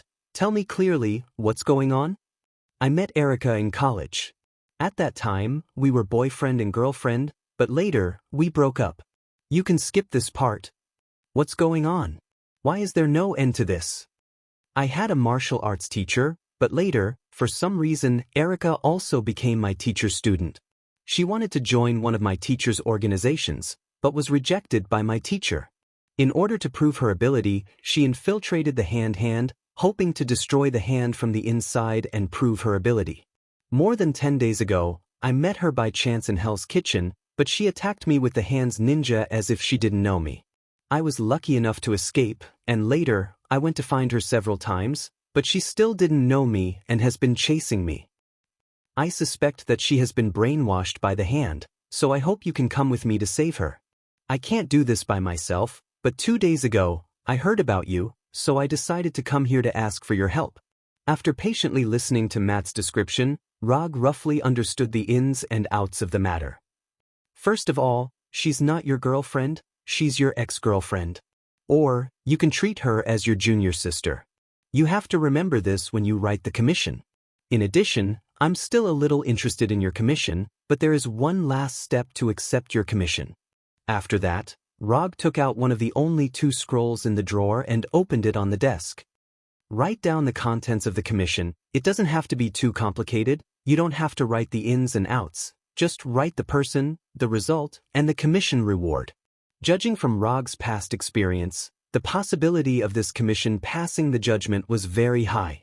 Not only did it involve the Hand of Hand, but it also involved the Holiness Church, Erica, and Daredevil Matt, so if nothing unexpected happened, there should be no problem in passing the judgment.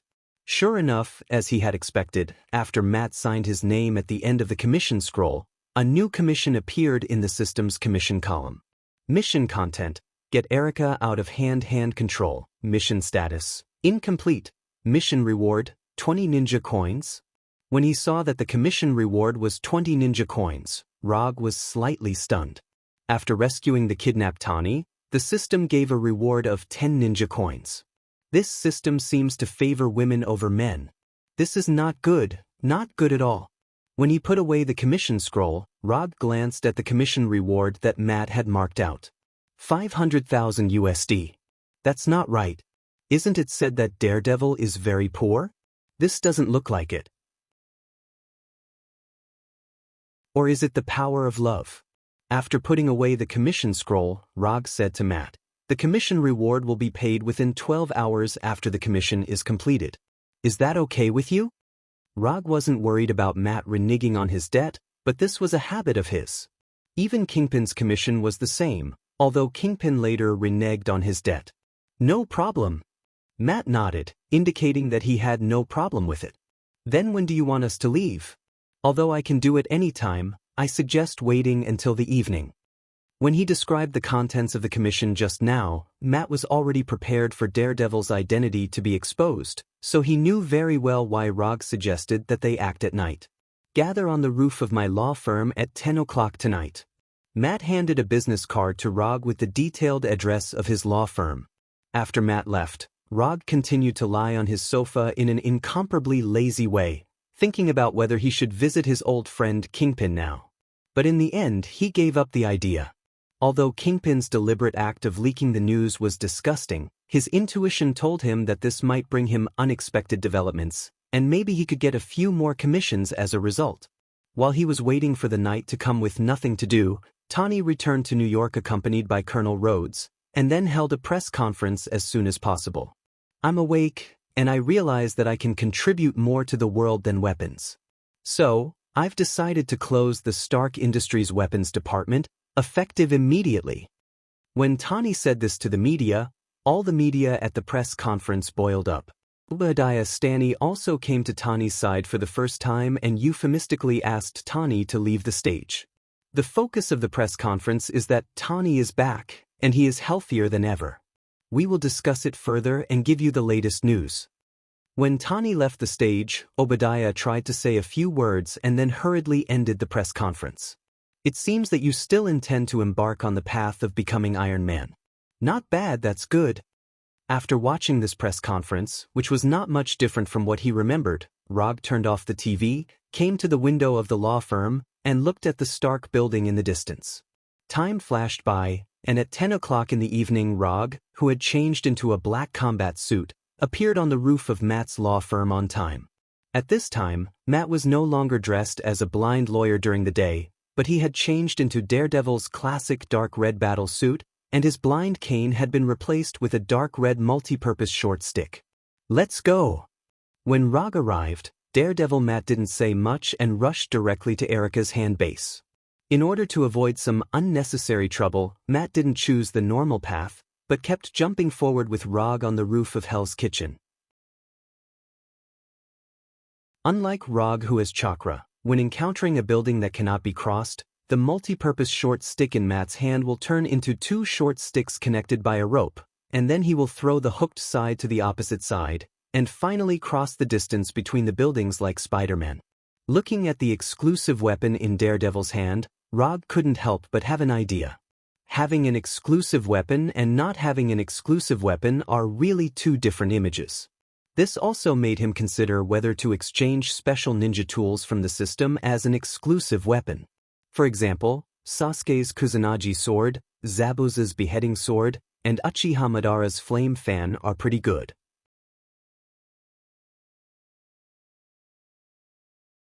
Chapter 13. With Daredevil Matt leading the way, Rog and Daredevil soon came to a secret base in Hell's Kitchen of the Hand. Looking at the office-like base in front of him, Rog imagined the scene of the hand-of-hand ninja changing into a formal suit and clocking in to work every day. When they go out to perform tasks, they may have to submit an application to the logistics department before they can get a ninja sword used to cut people. Are you sure it's here?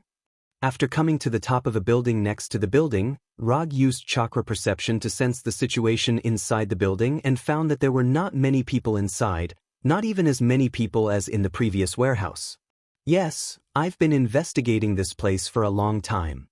On the surface, this is the office base of a Japanese transportation company, but in fact, this is one of the most important bases of the Hand in Hell's Kitchen.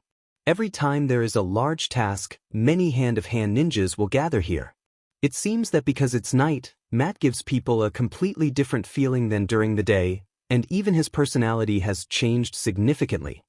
It's good that you've confirmed it. I don't want anything to go wrong when the time comes. Rog glanced at the front desk on the first floor of the building and immediately came up with a bold plan. What are you going to do? Although Daredevil Matt has never fought with Rog, he knows very well that the seemingly harmless man in front of him has strength far beyond his own. Matt even doubts whether he can survive for a minute when Rog is completely serious. I have two plans now, you can choose one you like more. First, I'll go in with you from the gate on the first floor of the building, and then I'll cut everyone I see all the way to the top floor. In this way, I can ensure that you will meet Erica halfway. Are you sure you want to do this? Although Matt hopes to save Erica from the Hand, he has never considered such a simple and straightforward plan with crazy intentions. This is not a plan at all. This is pure recklessness, simple and crude recklessness. It seems that you don't like the first plan very much. I have a second alternative. The second plan is for me to enter the building from the first floor and kill everyone I see, all the way to the top floor. As for you, you can choose to enter from another place and search for Erica. With me distracting them from the front, they shouldn't notice your presence, so you can look for Erica very calmly. After hearing Rog's second plan, Matt began to wonder if it was a mistake for him to seek Rog's help. In Rog's mind, there was no such thing as infiltration, and he didn't care about the impact it would cause. Roger looked at Matt and didn't rush him. Instead, he silently waited for him to make a decision. The customer is God. As a private detective, Rog respected his clients very much. Except for those who would go back on their word. Use the second plan. If you meet Erica, I hope you can keep her safe and not hurt her. Matt had fought Erica several times, so he was well aware of her strength. Naturally, he didn't think that Erica could hurt Rog. No problem, I'll take good care of your ex-girlfriend. As soon as he finished speaking, Roger used the body flicker technique and directly arrived on the first floor of the building. He then pushed open the door and walked in casually. The building was brightly lit, and the receptionist on the first floor and the security guards next to the lobby were all wearing the uniforms for the roles they were playing. If it weren't for the obvious calluses on their hands, this place would look no different from a normal office building. Hello, sir, who are you looking for? Rog had only taken a few steps when a hand-hand ninja in a security uniform came over and blocked his way. As a ninja, your disguise isn't good enough. The moment he heard Rog's words, the hand-hand ninja's face suddenly changed, and his right hand reached directly for the explosion-proof stick at his waist. However, before the hand-hand ninja's right hand touched the explosion-proof stick, he felt a huge force coming from his neck, and then he instantly lost consciousness. After easily twisting the neck of the hand ninja, Rog moved his neck a little, and then opened his newly acquired 3-tomo Sharingan. The moment the 3-tomo Sharingan was opened, the world in front of Rog's eyes also changed significantly. If the world before the Sharingan was in standard definition, then after the Sharingan was opened, the clarity of the world was upgraded to blue light, and the whole world was much clearer. However, This is only the super insight given by the Sharingan. After strangling the first hand ninja, Rog didn't immediately launch an attack, but gave the other hand ninjas time to come. It's too troublesome to find them one by one, so it's better to wait for them to come and then kill them all. It has to be said that the efficiency of hand ninja is very high. In less than a minute, more than 30 hand ninjas rushed over, and without exception, all of them were fully armed. Come on, you bunch of scum. Looking at the group of vigilant hand ninjas in front of him, and exuding an amazing killing intent, Rog silently stretched out his right hand, and then raised his middle finger. Raising the middle finger is always a simple and crude provocation, and the effect is full points. The behavior of raising the middle finger even transcends the limits of race, region, and culture. Sure enough, as Rog expected, these hand ninjas who seem to never know what is the meaning of reason, after seeing his arrogant behavior, one by one rushed up, as if they are slow, there is no way to cut him a few times. Since you have the title of a ninja, I'll let you experience what real ninjutsu is. With a thought, Rog displayed the only genjutsu he has learned so far. Genjutsu, dark walking technique. At the moment when the dark walking technique was launched, all the light in the eyes of these hand ninjas completely disappeared, and instead, there was endless pure darkness. After using the dark walking technique, Rog had no intention of provoking them, and walked straight towards the panicked hand ninjas, and started his own killing moment. While Rog was killing on the first floor of the building, Daredevil Matt also entered the building from a corner on the 5th floor. After entering the building, Matt used his extraordinary hearing to the limit, and he quickly swept through the building like a ghost, looking for Erica's trace. In the process of looking for Erica, Matt paid special attention to the situation in the lobby on the 1st floor from time to time. There were no overly exciting sounds of fighting, indicating that the destruction and impact of the battle was not great. After discovering this, Matt breathed a sigh of relief. It seems that Rog still cares about the aftermath. However, what Matt didn't expect was that at this time, the 1st floor was already covered with blood and corpses. The reason why there was no fierce sound was that the hand ninjas who could make a sound had turned into corpses that could no longer make any sound.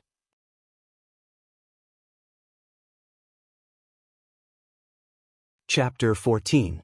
In the office on the top floor of the building, Savant and Murakami's faces were extremely ugly. In front of them was the real-time monitoring screen of the lobby on the 1st floor.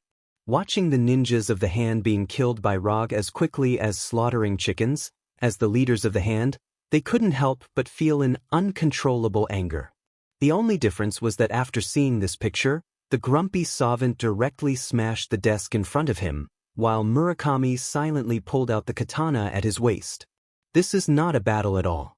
This kind of death is a shame for a ninja. Although Savant and Murakami could see the real-time monitoring screen of the lobby on the 1st floor, they didn't know what the hand ninjas had experienced. In their eyes, these highly skilled and experienced ninjas took the initiative to come to Rog, and then begged Rog to end their lives. This is not right, their behavior is very abnormal. After watching carefully for a while, Murakami was sure that the hand ninjas in the lobby on the 1st floor were in an abnormal state. But what he couldn't be sure was what kind of abnormality it was. Let Kuroku and Erica do it. If they can't do it, we can only give up here. Murakami made the final decision. The furious Savant glared fiercely at Rog on the screen, and then left the room. Savant came to a secret room on the top floor, and then rudely woke up a little boy who was sleeping. When the little boy opened his eyes, the grumpy Savant involuntarily stepped back a few steps, and then slowly said, "A powerful enemy has come here. You go and kill him and bring his head back." After that, Savant quickly left the room, unwilling to stay in the room for a second longer. The little boy who looked to be in his early teens was Kuroku, the sharpest blade in the hand, and the most powerful warrior in the hand. At the moment when Kuroku opened his eyes, Rog, who was heading to the 2nd floor, and Daredevil Matt, who was on the 5th floor, both felt an inexplicable coldness for the first time. Interesting, it seems that tonight won't be too boring. Although the awakening of Kuroku brought a different coldness to Rog, it did not make him worry. With the 3-Tomo Sharingan, he is not afraid of any close combat. What's more, he also has ninjutsu including Flying Thor, Body Flicker, Chidori, and so on. Even if Kuroku has extraordinary strength, it can't stop him from completing the commission. Unlike Rog, who didn't care, after feeling Kuroku's awakening, Daredevil Matt stopped moving forward and silently clenched the multifunctional stick in his hand. While Savant awakened Kuroku, Murakami also issued an order to Erika on the top floor to eliminate the intruder at any cost. "Your will is my mission." Erika, wearing a tight red ninja suit, knelt down on one knee to Murakami, and then walked towards Rog on the second floor. Until this time, Savant and Murakami had not discovered that there was an intruder hiding on the 5th floor of the building. Perhaps it was because rogues had left a deep impression on them, or perhaps it was because they didn't realize that rogues had companions at all. After Daredevil Matt snuck in, he didn't encounter any hand ninjas, nor did any battles break out. The 1st floor of the building is a standard hall, and the 2nd floor is decorated like a normal office area. As far as the eye can see, there are common office cubicles. The only difference from the normal office area is that standing in these cubicles are not white-collar workers in formal suits, but a group of ninjas with katanas in their hands. It's so late and you're still working overtime, it seems that you really love this job. As soon as Rog finished speaking, the originally brightly lit 2nd floor fell into darkness. Hand-of-Hand Ninja turned off all the lights on the 2nd floor and actively created a dark environment, trying to use the darkness to kill the intruder Rog. That's a good idea. Unfortunately, your strength can't keep up with your ideas. In Russell's hand was a katana that he snatched from the Hand-Hand Ninja on the 1st floor. Bright red blood was constantly dripping from the tip of the katana. The hand ninja on the 2nd floor obviously didn't intend to talk nonsense with Rog. While turning off the lights, they threw smoke bombs one after another, making the already dark 2nd floor suddenly shrouded in smoke. For a normal person, the pitch-black environment combined with the smoke was enough to put him in an extremely disadvantageous situation. Unfortunately, these hand-hand ninjas weren't normal people. With the super insight granted by the 3-Tomo Sharingan, the dark environment and smoke didn't affect Rog too much. He could still clearly see the movements of these hand ninjas.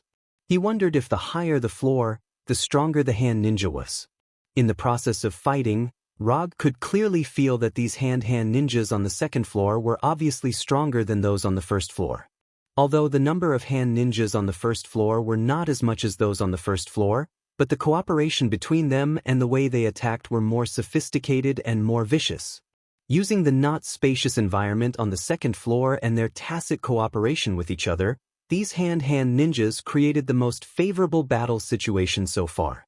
After fighting with each other for a few minutes, Rog suddenly stopped, no longer chasing these ninjas jumping up and down, but abnormally stayed in the same place. Just as Rog stopped moving forward, a fierce attack like lightning struck towards his neck. The edge of the katana was only a few centimeters away from his neck. When the katana was about to cut Rog's neck, Rog's figure instantly flashed, and the katana cut across his neck, bringing out a beautiful line of blood. Substitution Jutsu. When perceiving the sudden attack from behind, Rog decisively used Substitution Jutsu, and instantly changed his position with a hand ninja not far in front of him. This hand ninja didn't expect that he would become the replacement target of Rog's substitution jutsu. He didn't have time to react. Until the katana cut across his neck, he didn't know what happened. Rog didn't know many ninjutsu, so he particularly cherished each of his ninjutsu. He spent a lot of time and energy to hone and familiarize himself with each ninjutsu, and these ninjutsu were almost instinctive. For him, the level of ninjutsu is not the most important thing. The most important thing is how to use ninjutsu. Even if it is an E-class ninjutsu, as long as it is used properly, it can also play a miraculous effect.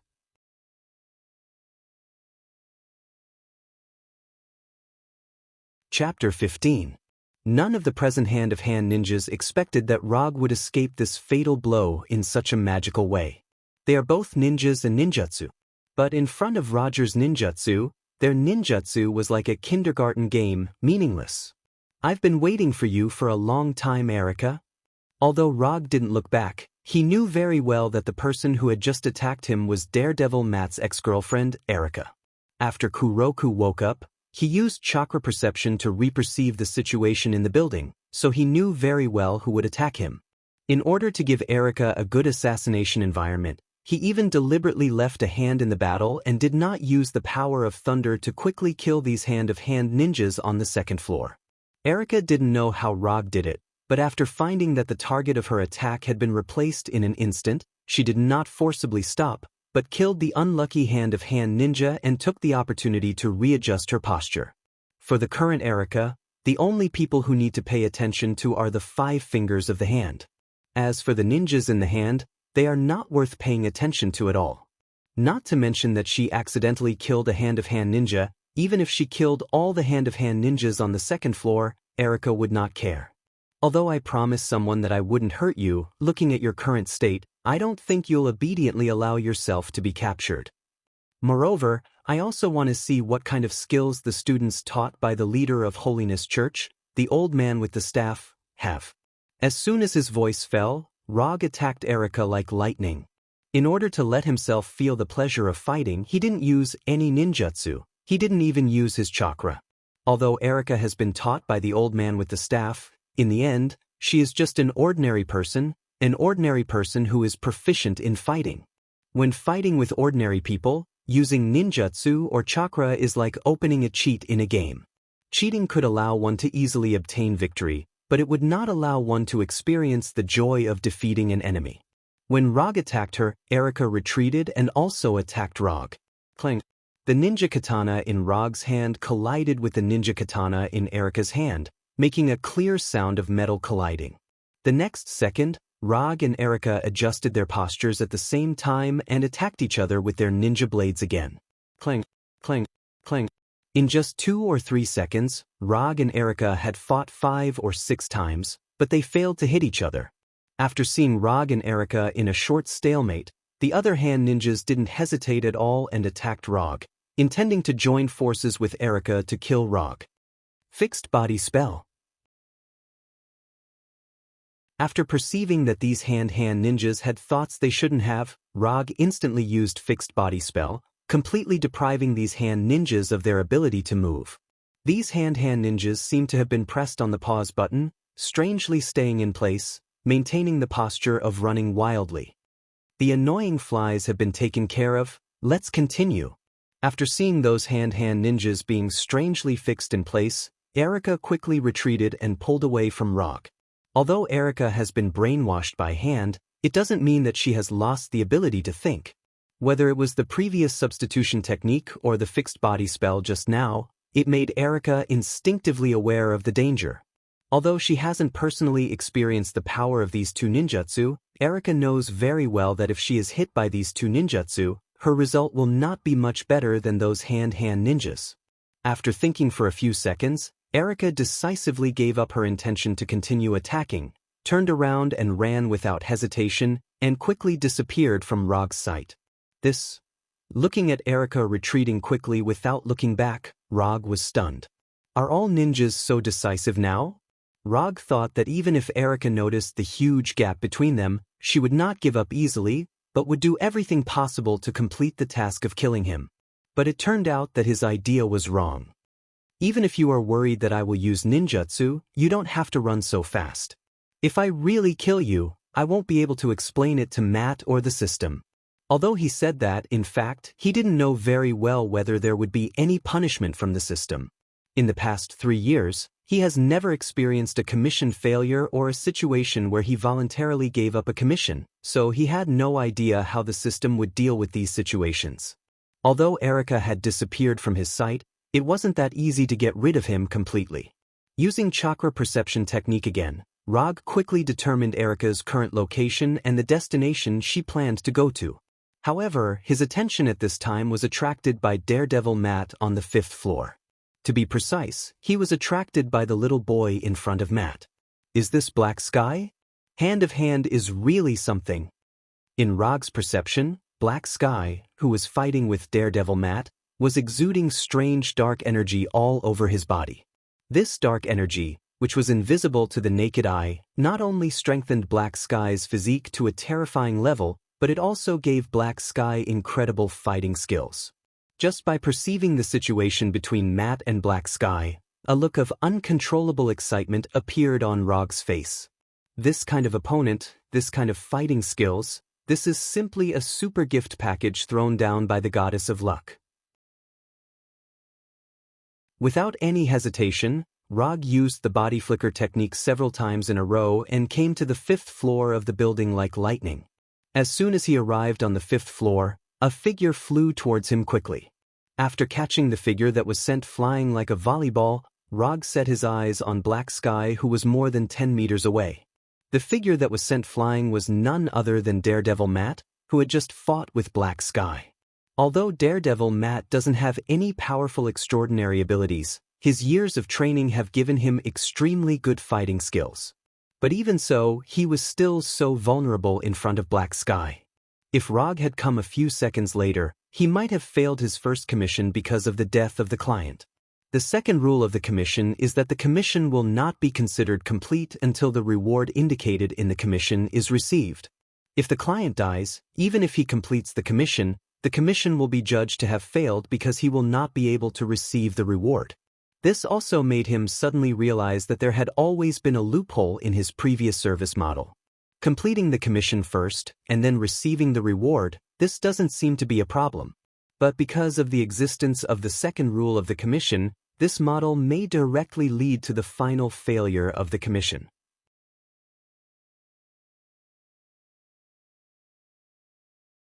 Chapter 16.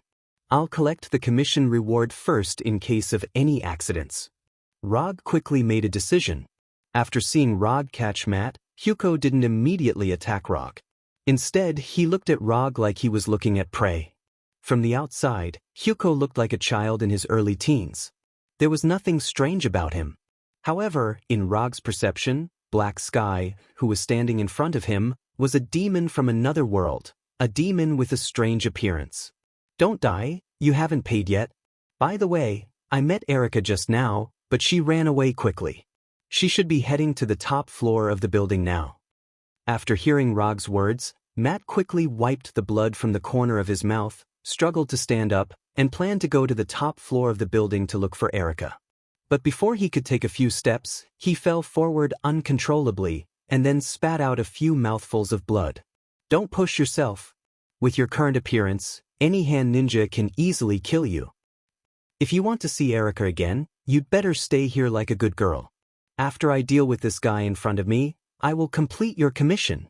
After that, Rog ignored Matt and walked straight toward Hugo. After a few exchanges with Erica, several nicks appeared on the ninja sword in Rog's hand, but he didn't care about this. He waved his sword a few times as he walked. The distance between Rog and Hugo was getting shorter and shorter. In front of people like them, this short distance of a few meters could be covered almost in an instant. But even so, they didn't attack. When Rog came to a meter in front of Hugo finally moved. Hugo jumped up and grabbed Rog's throat with his right hand like a sharp claw. Hugo's speed was as fast as lightning, even exceeding the limit of the human eye. According to common sense, Hugo would tear Rog's neck and take his life without any suspense. But the problem was that the person Black Sky was facing this time wasn't an ordinary person. In terms of speed, Rog had never been afraid. Just as Kuroku's right hand was about to touch Rog's neck, the ninja sword in Rog's hand had already struck his right hand. When the ninja sword touched Kuroko's skin, Rog found that something was wrong. Without any hesitation, he instantly used the body flicker technique and flashed behind Kuroko. Kuroku's right hand didn't tear Rog's neck, and Rog's ninja blade also didn't cut off Kuroku's right hand. He had actually strengthened his body to such an extent. Although he only felt it for a moment, Rog was 100% sure that the ninja blade couldn't cut off Kuroku's right hand. To be more precise, he couldn't even truly hurt Black Sky. A steel-like body was originally just a description. However, this was a fact when it came to Heikong. Could a beast's strength strengthen a human body to such an extent? Rog began to wonder if there were any mistakes or omissions in his previous memory. However, he quickly threw this question out of his mind. Even if a beast could really strengthen a human body to a steel-like strength, he wouldn't have the slightest fear. Even if it's real steel, I can still cut it. After the attack failed, Kuroko in midair adjusted his posture in an incredible way and attacked Rog again. Kuroko's attack speed was not slow, but in front of Rog, this speed was far from reaching the point where he couldn't fight back. Kuroko was like a real beast, constantly attacking Rog with his hands and feet, and even creating afterimages. In the distance, Daredevil Matt tried to use his super hearing to perceive the battle between Rog and Kuroko, but he couldn't perceive anything. The only thing he could be sure of now was that the speed shown by Rog and Kuroko had completely exceeded the limit of his perception. Matt originally thought that Black Sky had already used all his strength when he fought with him, which was why he appeared to be unable to resist at all.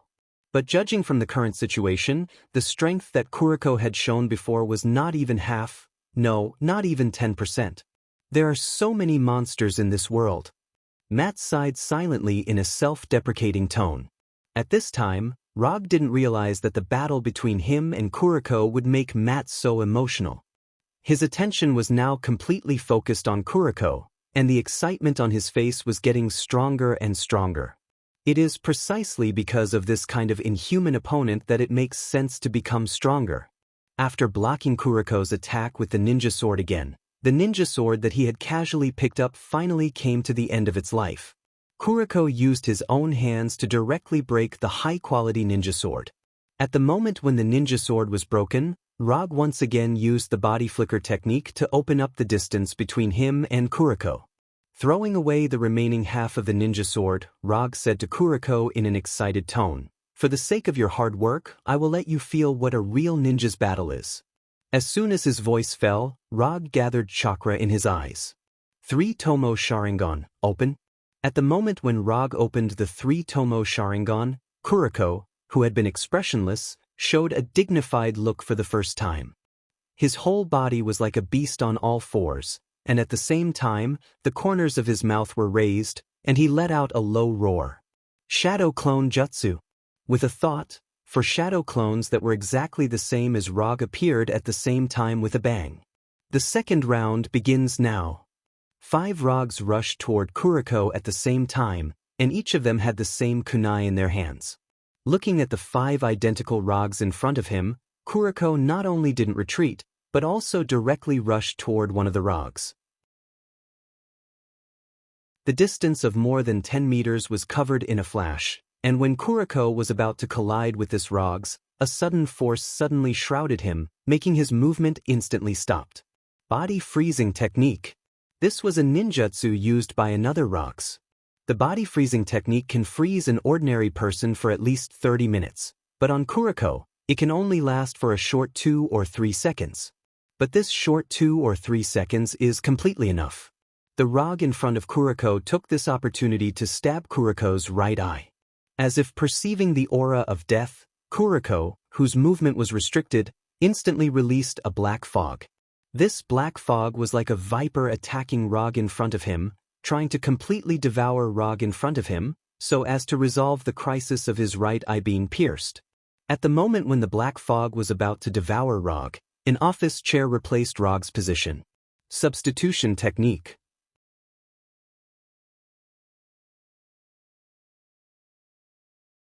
Chapter 17. The Rog in front of Kuroko used substitution jutsu to change the position of the office chair with himself, so that the target of the black mist swallowed was the office chair instead of himself.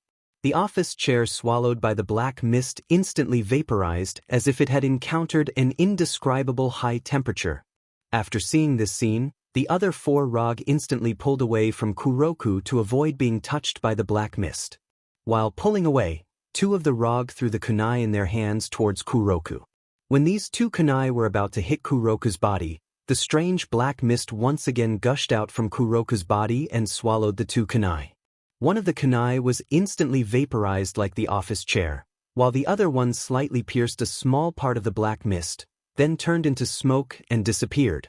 After seeing this scene, one of the Rog showed a smile and silently said, "It seems that there is no way to engage in close combat, but ninjas can do more than just close combat. Genjutsu, Dark Walk Jutsu." The Rog who spoke took the lead in using ninjutsu. Unlike the fixed body jutsu that deprives the ability to move, Dark Walk Jutsu is an illusion that specifically targets vision. Although in the face of Dark Walk Jutsu, there is also a possibility that the effect of Dark Walk Jutsu will be weakened, but this does not affect Rog's next plan.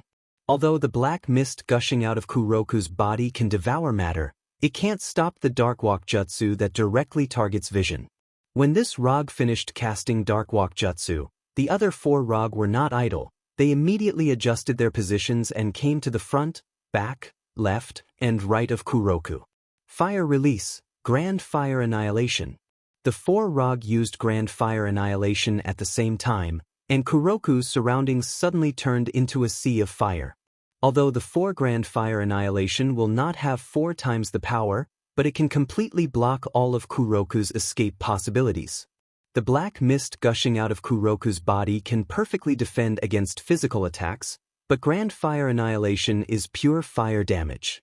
Grand Fiery Annihilation from 4 different locations struck Black Sky, who had temporarily lost his vision without any suspense, causing him, who was at the center of the attack, to let out an intense scream that did not belong to humans. While the other 4 Rogs were casting Grand Flame Extinguishing Spell, the Rog who first cast Dark Sneak Technique didn't stay idle. He cast Body Fixing Technique on Black Sky one after another.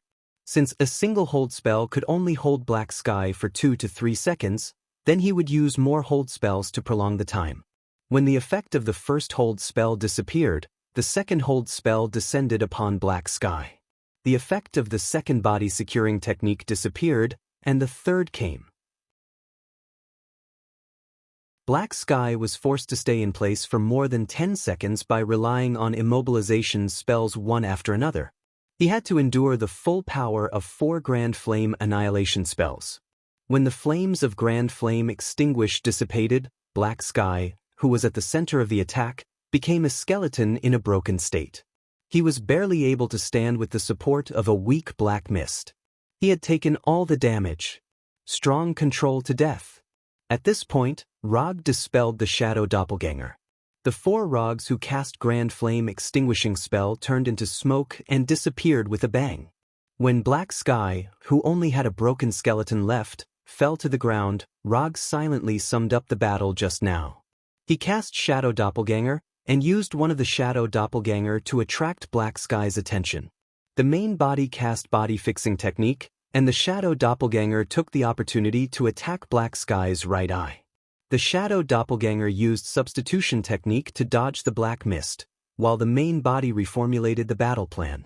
The main body and the Shadow Doppelganger simultaneously threw out 2 kunai, 1 real and 1 fake, to determine the nature of the black mist. After understanding the nature of the black mist, the main body used Dark Sneak Technique to deprive Black Sky of his vision, and the 4 Shadow Doppelgangers simultaneously cast Grand Flame Extinguishing Spell from 4 directions. The main body continued to cast Body Fixing Technique, forcibly controlling Black Sky, making Black Sky take the damage of the 4 Grand Flame Extinguishing Spells. Although this set of combo couldn't be considered very beautiful, but the effect was very good. It quickly took care of Black Sky, who was protected by the black mist. Looking at the remaining broken bones of Black Sky scattered on the ground, Rog sighed with satisfaction. This was the best battle he had enjoyed in the past 3 years. If Black Sky didn't know nothing about his ninjutsu and was so reckless, he may not have been able to use this set of tactics so smoothly. In any case, Black Sky allowed him to enjoy the pleasure brought by the battle. Now Rog was in a good mood, but the mood of Savant and Murakami on the top floor of the building was as bad as it could get. First, Erika fled in fear, and then Black Sky died. Erika was just an outsider. After all, she was just a tool brainwashed by the Hand of Hand. But Black Sky was completely different. Black Sky was the strongest weapon carefully made by the Hand of Hand. In a sense, Black Sky was the strength ceiling of the Hand of Hand. Otherwise, as one of the 5 fingers, Savant had no need to be afraid of a 10-year-old child. I can now be sure that he is definitely not the bait of the Holiness Church. Murakami tried to calm his mood and said slowly.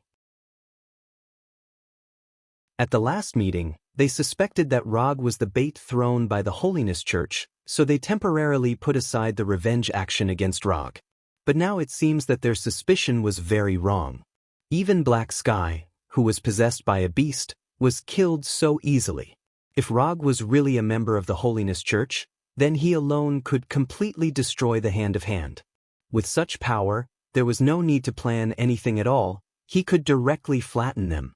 Let's go, we can only give up this base. Murakami turned to Savant and said.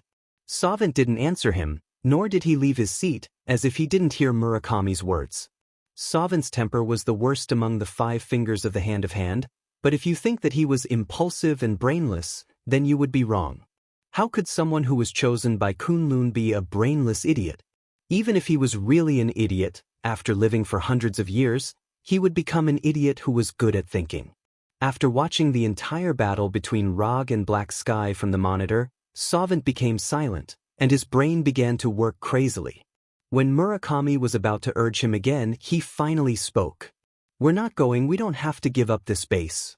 As he spoke, Savant stood up and looked at Murakami with a serious face. What do you mean? Don't tell me you want to stop that monster. Yes, I will stop him, but not by fighting. Looking at Murakami, who was still confused, Savant spoke again. Before he killed our people in the warehouse, did you know him? Murakami shook his head. Then did we offend him before? Murakami wanted to continue shaking his head, but in the end he said, it's hard to say, maybe his friends or classmates died in the Hand of Hand's hands. After hearing Savant's answer, Savant sighed helplessly. If the Hand of Hand really killed his friends or classmates, do you think he would do nothing?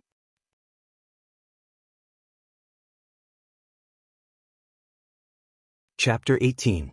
After listening to Savant's words, Murakami shook his head again. That's right. This means that before the warehouse was attacked, we didn't have any grudges with this Rog. According to the information we have, he is a private detective who suddenly appeared in New York 3 years ago and has mastered magical ninjutsu.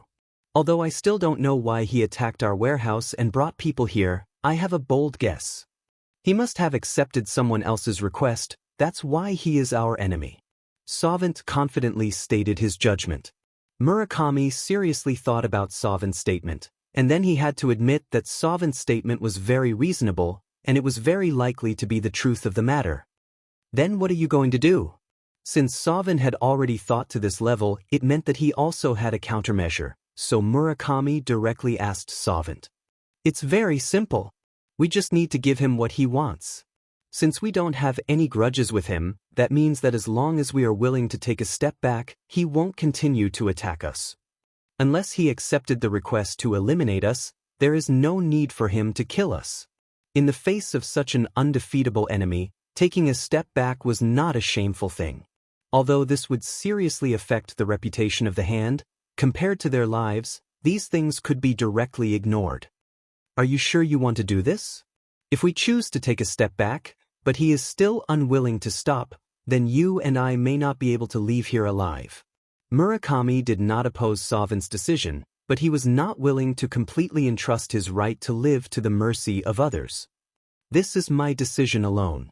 You can take this chance to leave now.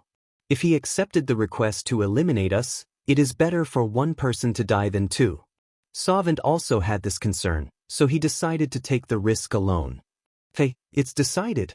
If you really die in his hands, I will definitely find a way to avenge you. After that, Murakami left the room and walked toward the top of the building. A private helicopter was parked on the roof of the building. After Murakami left, Savant looked at the monitor again. You must be the client this time. Savant left the room and found Erica, who had just escaped to the top floor of the building. Can you still stand up? Rog asked Daredevil Matt, who was still lying on the floor. Sure. It's just that I won't be able to continue fighting. Daredevil Matt tried to stand up and walk towards the elevator. Looking at Matt's staggering figure, Rog sighed helplessly. This guy was really affectionate. It was clear that Matt still had no intention of leaving. Although he had no fighting ability now, he still had to find Erica. Rog came to Matt's side, helped him up, and then took him to the elevator. Erica is on the top floor now, you can think about paying her. With that, Rog pressed the number for the top floor and the elevator began to rise. The process of going to the top floor went smoothly. Rog and Matt did not encounter any attacks and they easily came to the top floor of the building. When the elevator door opened, a tall black man in a suit and Erica in a tight red ninja suit appeared in front of them. The moment he saw Erica, Matt wanted to rush out of the elevator directly, but Rog held his shoulder and he helplessly stayed in the elevator. Let me introduce myself. My name is Savant, one of the 5 fingers of the hand. As for the one next to me, I don't think I need to introduce him. Savant introduced himself with a natural face, as if he didn't know what Rog and Matt had done before. The scene in front of him was beyond Rog's expectations. He didn't expect that Savant and Erica would be waiting for them here and act so harmless. In his imagination, when they came to the top floor, they would be greeted by a large group of hand-of-hand ninjas. It seems that you are not worried about your life at all. After confirming with chakra perception, Rog found that there were no hand-of-hand ninjas on the top floor of the building except for the 4 of them. This also meant that the scene in front of them was not a trap. I was a little worried at first, but after hearing what you said, Mr. Rog, I was completely relieved. As a man who has lived for hundreds of years, Savant is now 100% sure that his judgment is correct. Rog didn't come to the hand for revenge, and the commission he received was definitely not to eliminate the hand. After confirming this, Savant's expression became more confident, and he said slowly, "If you don't mind, Mr. Rog, let's talk in my office." After arriving at Savant's office, Rog looked around the office and then sat down casually. Although he only took a glance, he could already confirm that the picture displayed on the TV wall was the real-time monitoring picture of the 5th floor. After Rog and Matt sat down, Savant sat on the sofa opposite them and asked calmly, "Mr. Rog, what is your purpose this time? If there is anything I can help you with, Mr. Rog, you can ask directly and I will do it." Savant's performance at this time was not like the notorious leader of the hand at all, but like a very kind businessman. Is he admitting defeat? Judging from Savant's performance, this possibility is very high. Thinking of this, Rog's evaluation of Savant couldn't help but rise a little. He knows when to yield and when to stand tall. This evaluation came to Rog's mind involuntarily. Since you are so sincere, I'll be straightforward. She is the reason why we are here. No problem, since Mr. Rog is here for Erica, from now on, Erica is yours, Mr. Rog. Savant was not surprised at Rog's purpose. After recognizing Daredevil, he already understood why Rog and the others were here this time. Savant originally didn't know the true identity of Daredevil Matt. Although the hand had been investigating Daredevil before, they had never obtained any useful information. But after Erica was brainwashed by the hand easily learned the true identity of Daredevil Matt, and also knew the things between Daredevil Matt, Erica, and Holiness Church.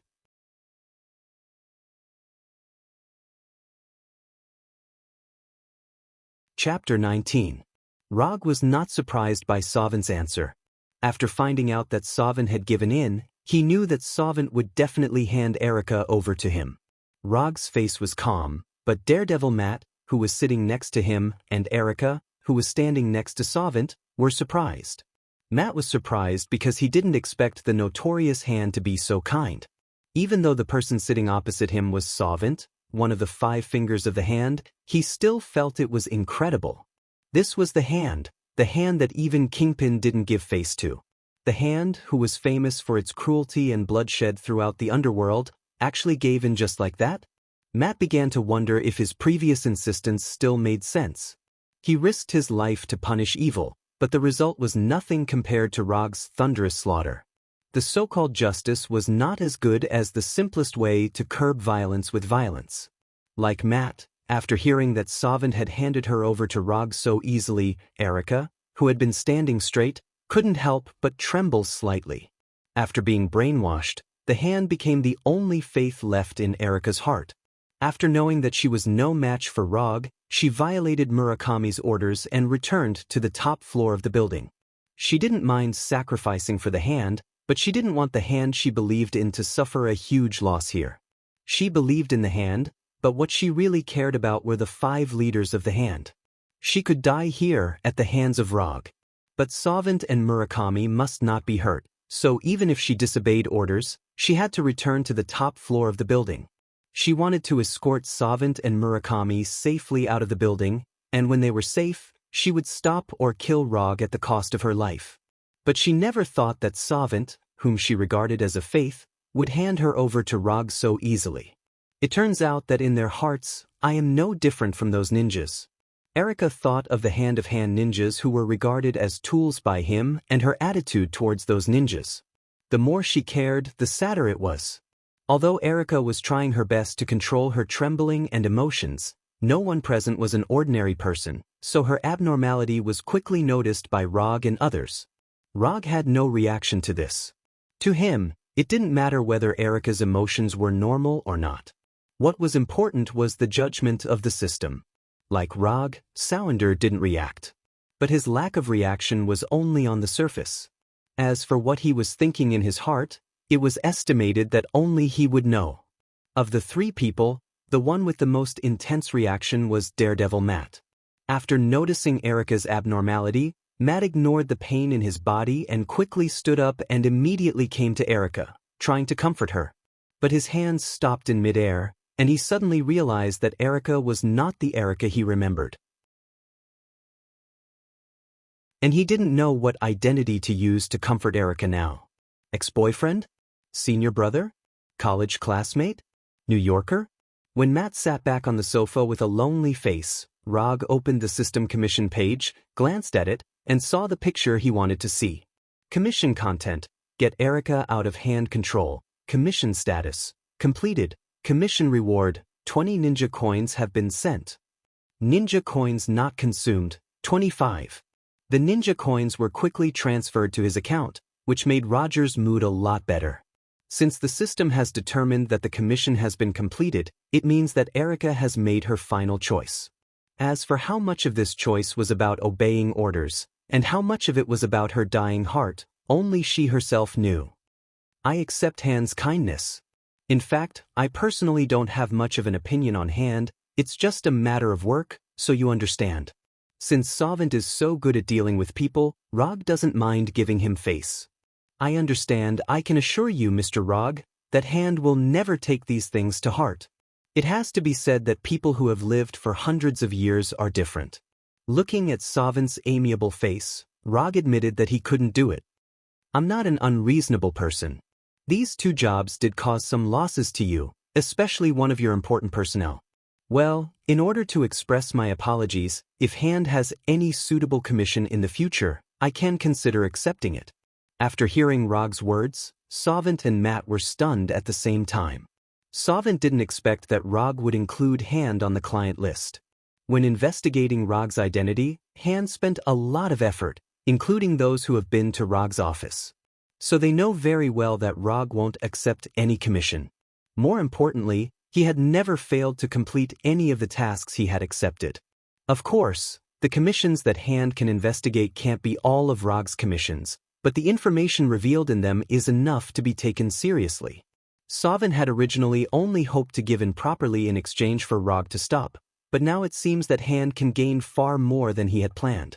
Even if Rog was extremely picky about commissions, even if he only accepted one commission from Hand in the end, it would still be a huge gain for Hand. Unlike Savant, who was secretly delighted, Matt's mood became extremely complicated. Although Matt knew from the beginning that Rog wasn't a so-called hero, he didn't want Rog to get entangled with Hand, or even directly help Hand. But Matt knew very well that he had no personal relationship with Rog. What Rog wanted to do and what kind of commission he wanted to accept was his own freedom, even if the client was Hand. Rog himself didn't think too much about it. To him, there was nothing strange about including Hand on the client list. He could even accept a commission from Kingpin, let alone a commission from Hand. As long as Hand's commission could pass the system's judgment, Hand could become his client. As for whether he would be called a hero or a villain, he didn't care at all. The title of a superhero sounded good, but the price to pay wasn't low at all. After chatting for a while, Savant handed a bank card with $5 million to Rog with a smile on his face, and then personally walked them to the door on the first floor of the building. As for the ninja corpses in the hall on the first floor, they had been cleaned up by hand while they were talking. Not even a drop of blood was left.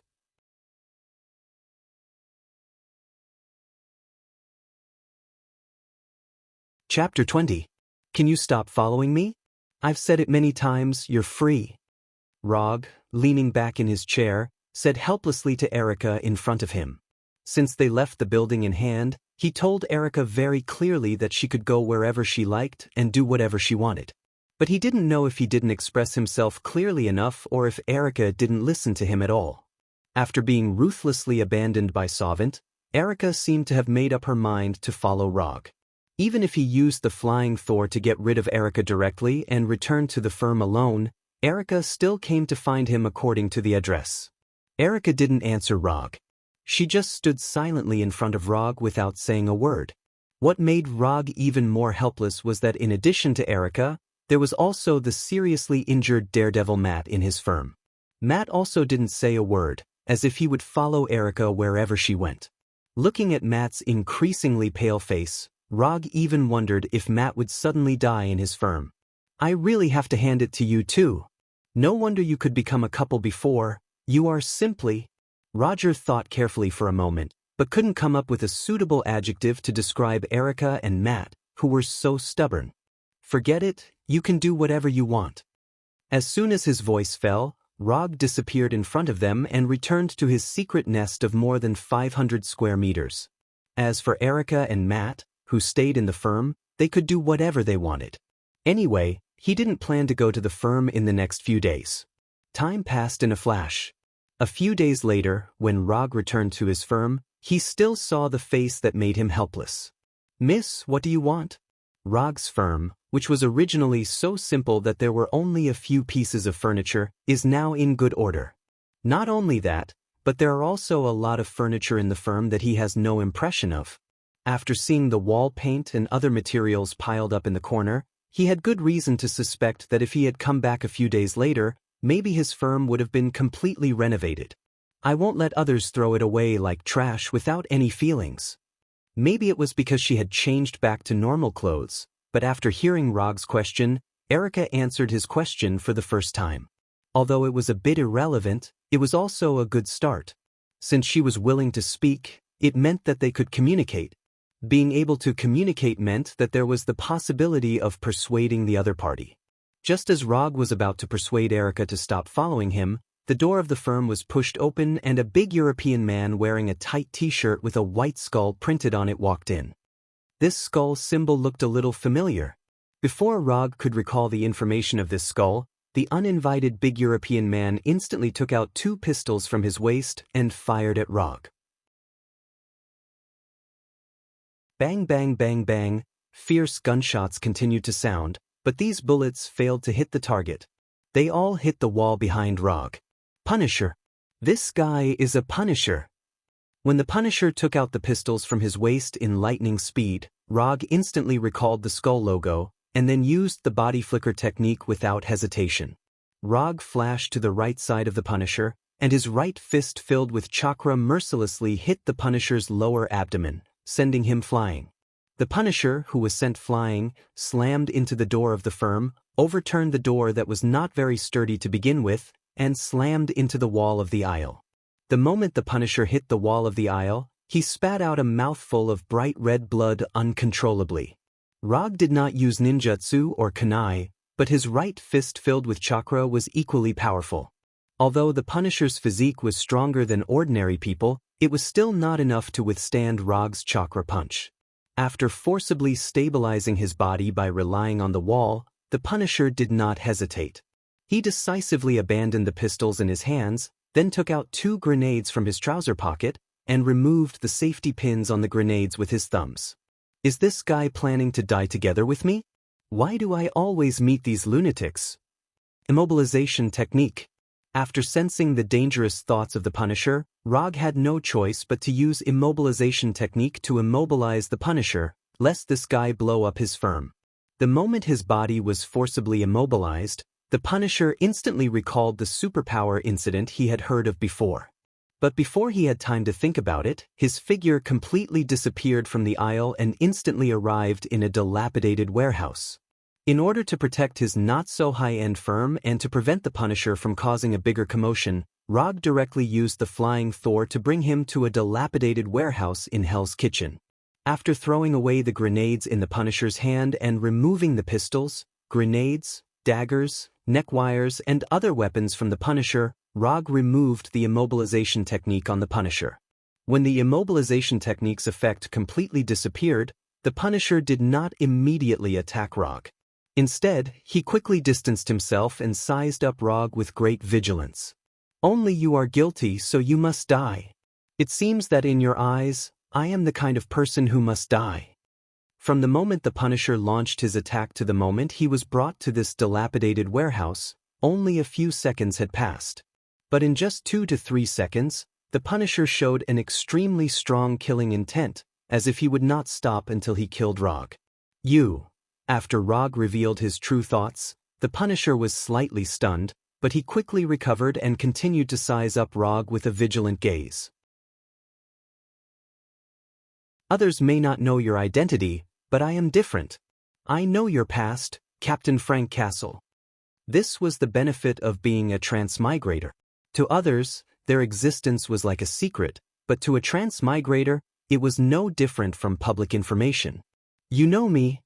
The Punisher was now 100% sure that Rog really recognized him. But he remembered very clearly that he had never seen Rog before. Of course, who doesn't know the famous Punisher? But even if you are the Punisher, you can't shoot me without saying anything. Because it will make me very unhappy. At this point, Rog's aura also changed. From a seemingly harmless young man, he instantly became a tyrant who held supreme power and slaughtered countless lives.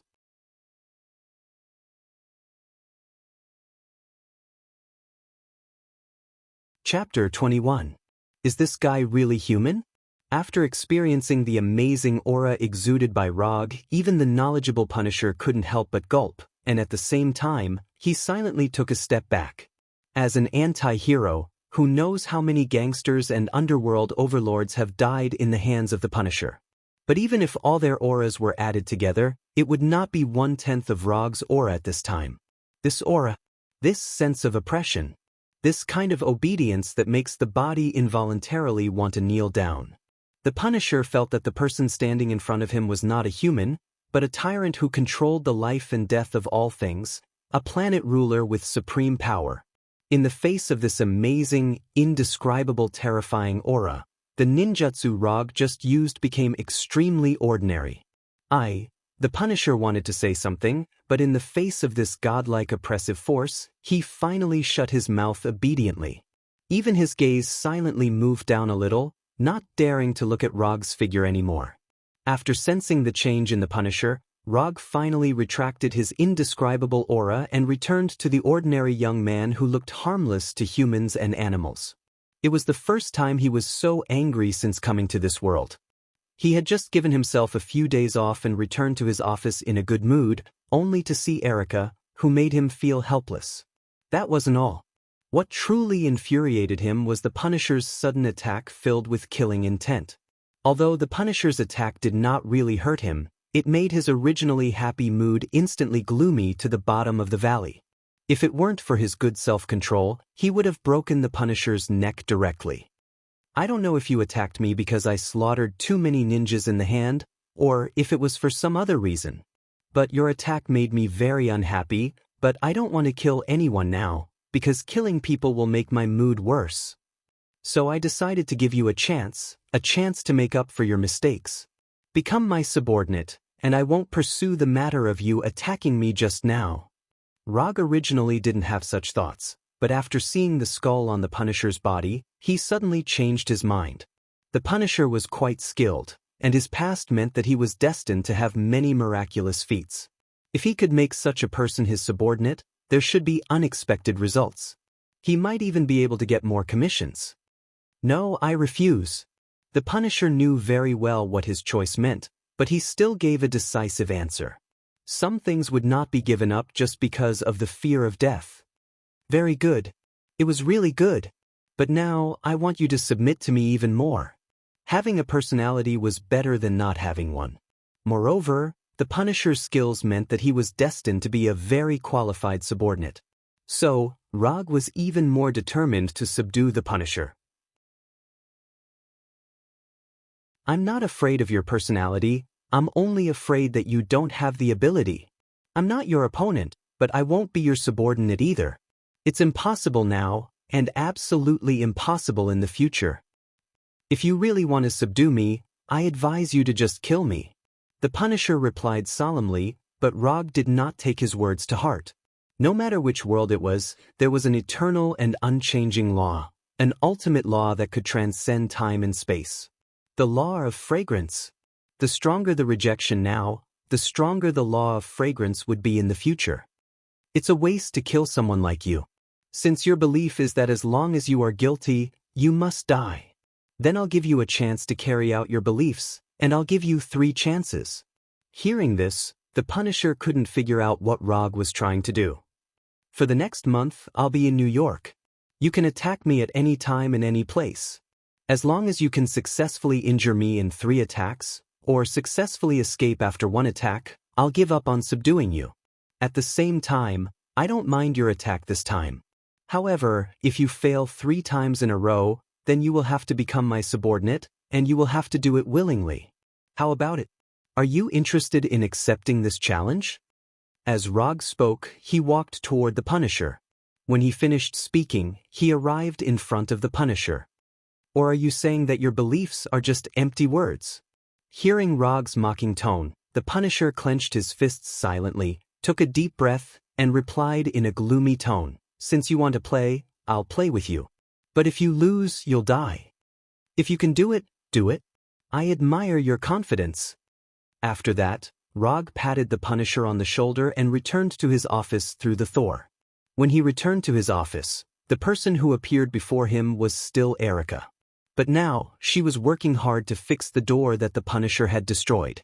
Erica noticed Rog, but she did not speak to Rog. She continued to fix the door, trying to restore it to its original state.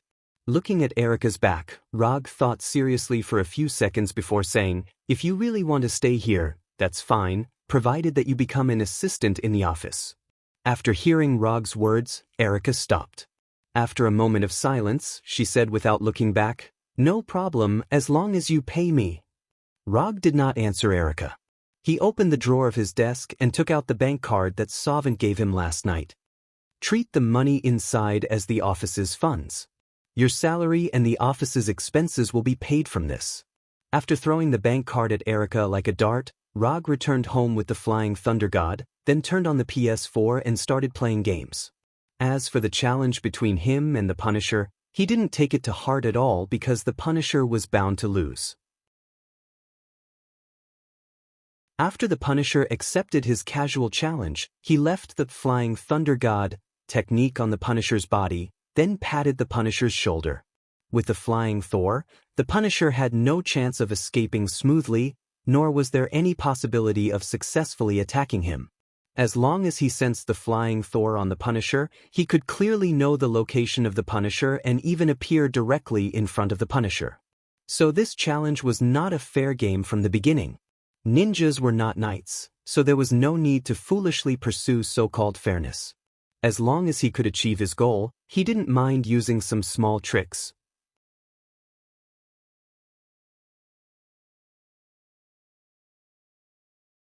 Chapter 22. In the next few days, Rog will go to his office every day to see if there is any suitable commission that can be judged by the system. He doesn't know if the previous tasks have used up his good luck. The number of clients coming to his office these days is not only small, but the content of the commission is also difficult to explain in a few words. Looking for a lost pet cat, looking for an old classmate from more than 10 years ago, protecting a group of rich second generation to go to the Amazon forest. For these clients, Rog didn't even have the interest to answer them and directly signaled Erica to let them leave. Is there no better commission? Rog, lying on the sofa, stared at the ceiling of the office with a bored face, holding a balloon filled with water in his right hand. The water in the balloon was constantly bulging as if it was boiling, making the smooth surface of the balloon constantly bulging. Erica, sitting on the other side, looked curiously at the water ball in Rog's hand and then asked doubtfully, "Is this your ninjutsu training method?" Erica is also a ninja, but she has never seen a ninja like Rog, nor has she ever seen a ninja with ninjutsu like Rog. Erica has a very deep impression of Rog's ninjutsu and a strong yearning for it. "It's not training, it's learning. I'm learning a new ninjutsu." Rog's original plan was to exchange ninjutsu Rasengan directly in the system, but after having 3 Tomo Sharingan, he changed his mind. The principle of Rasengan is very simple. It is to gather chakra in the hand, then control the chakra to flow in an irregular direction, and compress it, and finally form a palm-sized chakra ball. So if you want to master Rasengan, in addition to the direct exchange from the system, you can also master it through continuous practice. For the control of chakra, Rog can be regarded as a master. After all, in the past 3 years, the most practice he has done is the use and control of chakra. He has mastered things like walking on water or hanging himself upside down on the ceiling a year or 2 ago. Even if he imitates Spider-Man to climb the outer wall of the building or the glass, there is no problem. But not long after Rog answered Erica, the water ball in his hand boiled violently and then shattered with a pop. After the water ball in his hand shattered, Rog sat up and took out a palm-sized ball from the drawer of his desk. The first stage of learning Rasengan was gathering chakra in the palm, and the second stage of practicing water ball. For him, there was no difficulty. Therefore, after breaking the water ball in his hand, he immediately started the third stage of the rubber ball practice. A rubber ball was much sturdier than a water ball. To break a rubber ball, it was far from enough to rely on chakra's continuous flow and compression. Only by materializing the chakra ball in his hand could he break the ball. After completing this stage, the prototype of the Rasengan was basically formed. After getting the ball, Rog went back to the sofa to lie down and began to practice Rasengan. As time passed, the rubber ball in Rog's hand began to bubble like a water ball, but it remained intact and showed no signs of breaking. It seems that it's still a little difficult. The rubber ball in his hand refused to break, and the casual look on Rog's face finally disappeared, and he began to become serious. When Rog began to get serious, Erica also focused all her attention on the ball in his hand, hoping to see something from it. However, Rog's seriousness lasted less than 10 minutes and was interrupted by a frivolous tone. "I didn't expect you to still be playing with a rubber ball when you're so old." Tani, wearing a designer suit and dark brown sunglasses, walked in and then looked at the ball in Rog's hand with a little curiosity. "Why don't you recover at home at this time? Why do you suddenly have time to come to my small firm?" Rog was not surprised that Tani could find this place. When he rescued Tani, he did not hide his identity.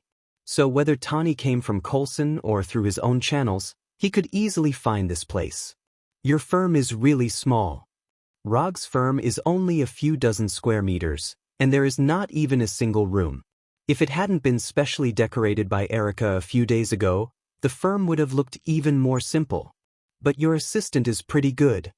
Tani didn't change his playboy nature and looked at Erica carefully from head to toe. After discovering that Rog and Tani knew each other, Erica poured a cup of coffee for Tani and then brought it to Tani, who was still standing. "I don't like to be handed to me." Tani shook his head and had no intention of taking the coffee from Erica's hand. "Let's get straight to the point. What's the matter with the famous Tani Stark?" Rog doesn't hate Tani, but he wants to practice Rasengan in peace. "As my savior, your attitude towards me is really more than a little cold. Can't you be a little warmer?" Tani came to Rog and said in an exaggerated tone, and then took the ball in his hand. "If you have nothing else to do," before Rog could finish his words, Tani continued, "I have made a new toy in the past few days and I want to invite you to enjoy it." Although Tani didn't say it explicitly, Rog quickly guessed the so-called new toy of Tani. Unsurprisingly, the new toy in Tani's mouth is the Iron Man armor. It's just that he doesn't know whether it is Mark II or Mark III.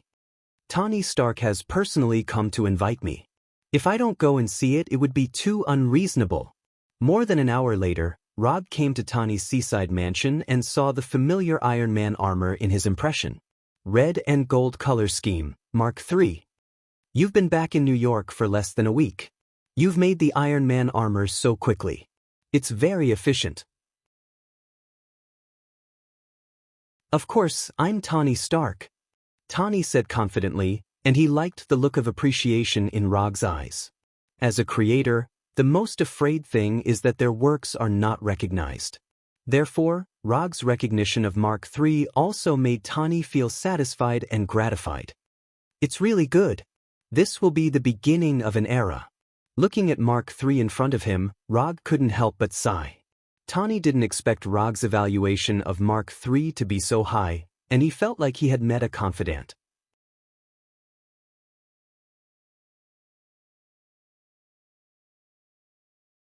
Chapter 23. Fight with me. I want to see how strong the so-called ninja is. When Rog felt the cold metal texture from Mark III with his right hand, Tony suddenly said, "No, I refuse." Rog didn't look back and directly refused Tony and continued to focus on Mark III.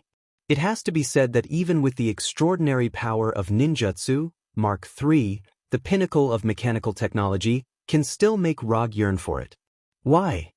Tony came directly to Rog's side and asked, "It's not good to fight with you, and it's a waste of energy, so I refuse." After observing Mark III closely, Rog gave his answer. "Your new toy is really good. If you have nothing else, then I'll go back." After satisfying his curiosity, Rog didn't plan to continue to stay here. Seeing that Rog was about to leave, Tony quickly flashed an idea in his mind, and then said very seriously, "You are a ninja who will accept commissions. I have a commission now. I don't know if you dare to accept it." Although it was clear that Tony was using provocation, after hearing Tony's words, Rog stopped the flying Thor that he was about to use. The content of the commission is very simple. That is, you fight with me wearing a battle suit. No matter if you win or lose, I will give you a generous reward. How about it? Do you want to take it? Or are you afraid of my Mark III, so you don't dare to fight with me? Tony deliberately said in a sarcastic tone, and his face was also full of confidence.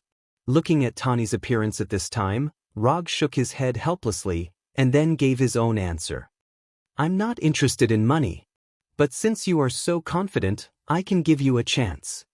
As soon as his voice fell, Rog's figure disappeared in front of Tony. Although it wasn't the first time he had seen Rog disappear in an instant, Tony was still a little afraid of his ability to appear and disappear unpredictably. A few seconds later, Rog's figure reappeared in front of Tony, and in his hand he held a scroll. The scroll in his hand is the necessary commission scroll for accepting commissions. I have a strong sense of ceremony, so if you want a commission, you have to write the content of the commission and the reward on it first, and then I will give you the final answer. If you lose, I want a set of Mark III with an arc reactor. After that, Rog pointed to the arc reactor on Tony's chest. No problem. Tony quickly wrote the content of the commission and the reward on the commission scroll, and then threw the commission scroll back to Rog. When Tony signed his name on the scroll, a line of information appeared on the commission page in the system. Commission content: fight with Tony Stark wearing Mark III. Commission status: incomplete. Commission reward: 5 ninja coins. After seeing that Tony's commission passed the judgment, Rog's face also showed a satisfied look. Finally, there will be ninja coins again. Although there are only 5 ninja coins, no matter how small a mosquito's leg is, it's still meat, so Rog doesn't mind. The difficulty of the commission is very low, and it doesn't take much time and energy, and he can also get a set of Mark III as a trophy. This is a very good commission, and it can even rank in the top 3 of all the commissions Rog has performed. I accept your commission. When and where do you want to start this battle? Now, the battle site is here. Tony originally wanted to say that they would fight here, but after taking a look at his garage, he decisively gave up the idea. You decide the location of the battle. In that case, let's fight outside. Rog pointed out the window casually and quickly set the location of the battle. Outside? It's the sea outside. You want to fight me in the sea? Tony asked with a puzzled look. No, I'm not going to fight you in the sea. I'm going to fight you outside. You can fly in the air or dive in the sea. It's your freedom. Looking at the sea outside, Tani didn't understand how Rog was going to fight in that place, but he still agreed. Tani quickly finished wearing Mark III, and then flew out of the garage and directly over the sea a few kilometers away. Just as Tani planned to look back to see how Rog came to this place, Rog's figure appeared in front of him out of thin air, and then fell quickly under the influence of gravity. Tani, wearing Mark III, didn't fly very high, but he was dozens of meters away from the sea level. Looking at Rog's rapidly falling figure, Tani wanted to fly over to save Rog, but he finally gave up the idea. He wanted to see how this ninja who has mastered mysterious ninjutsu would resolve the situation in front of him. 30 meters, 20 meters, 10 meters, 5 meters. When Rog was about to fall into the sea, he seemed to have landed on the ground and stood firmly on the sea. If it weren't for the ripples on the sea under his feet, Tani would even doubt that it was still the sea. How did he do it? The scene in front of him was not scientific at all, not scientific at all. He didn't know why. Looking at Rog standing on the sea, Tani remembered some myths. But he quickly put these strange thoughts in the back of his mind, ready to let Rog see what is the power of science and technology. Without any hesitation, Tani flew directly towards Rog and began his attack. Obviously, he can rely on his flying advantage to attack from a distance, but he chose the simplest and most violent melee. It seems that I have been underestimated. The distance of dozens of meters, for Tani flying at full speed, can be crossed in an instant. After arriving in front of Rog like lightning, Tani's right fist punched out and hit Rog's chest. Bang! Tani's right fist hit Rog without any suspense, but Rog turned into a cloud of smoke and quickly dissipated in the air.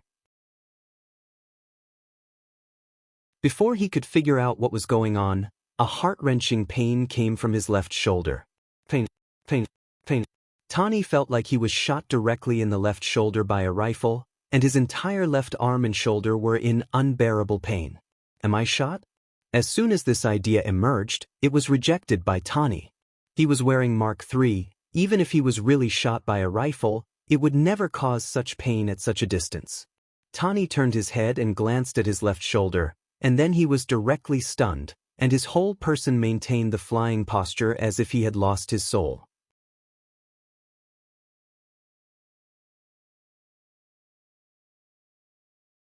Chapter 24. He saw a finger-sized hole on the left shoulder of Mark III. In the hole, there were bursts of electric sparks from time to time. Mark III's left shoulder was directly penetrated.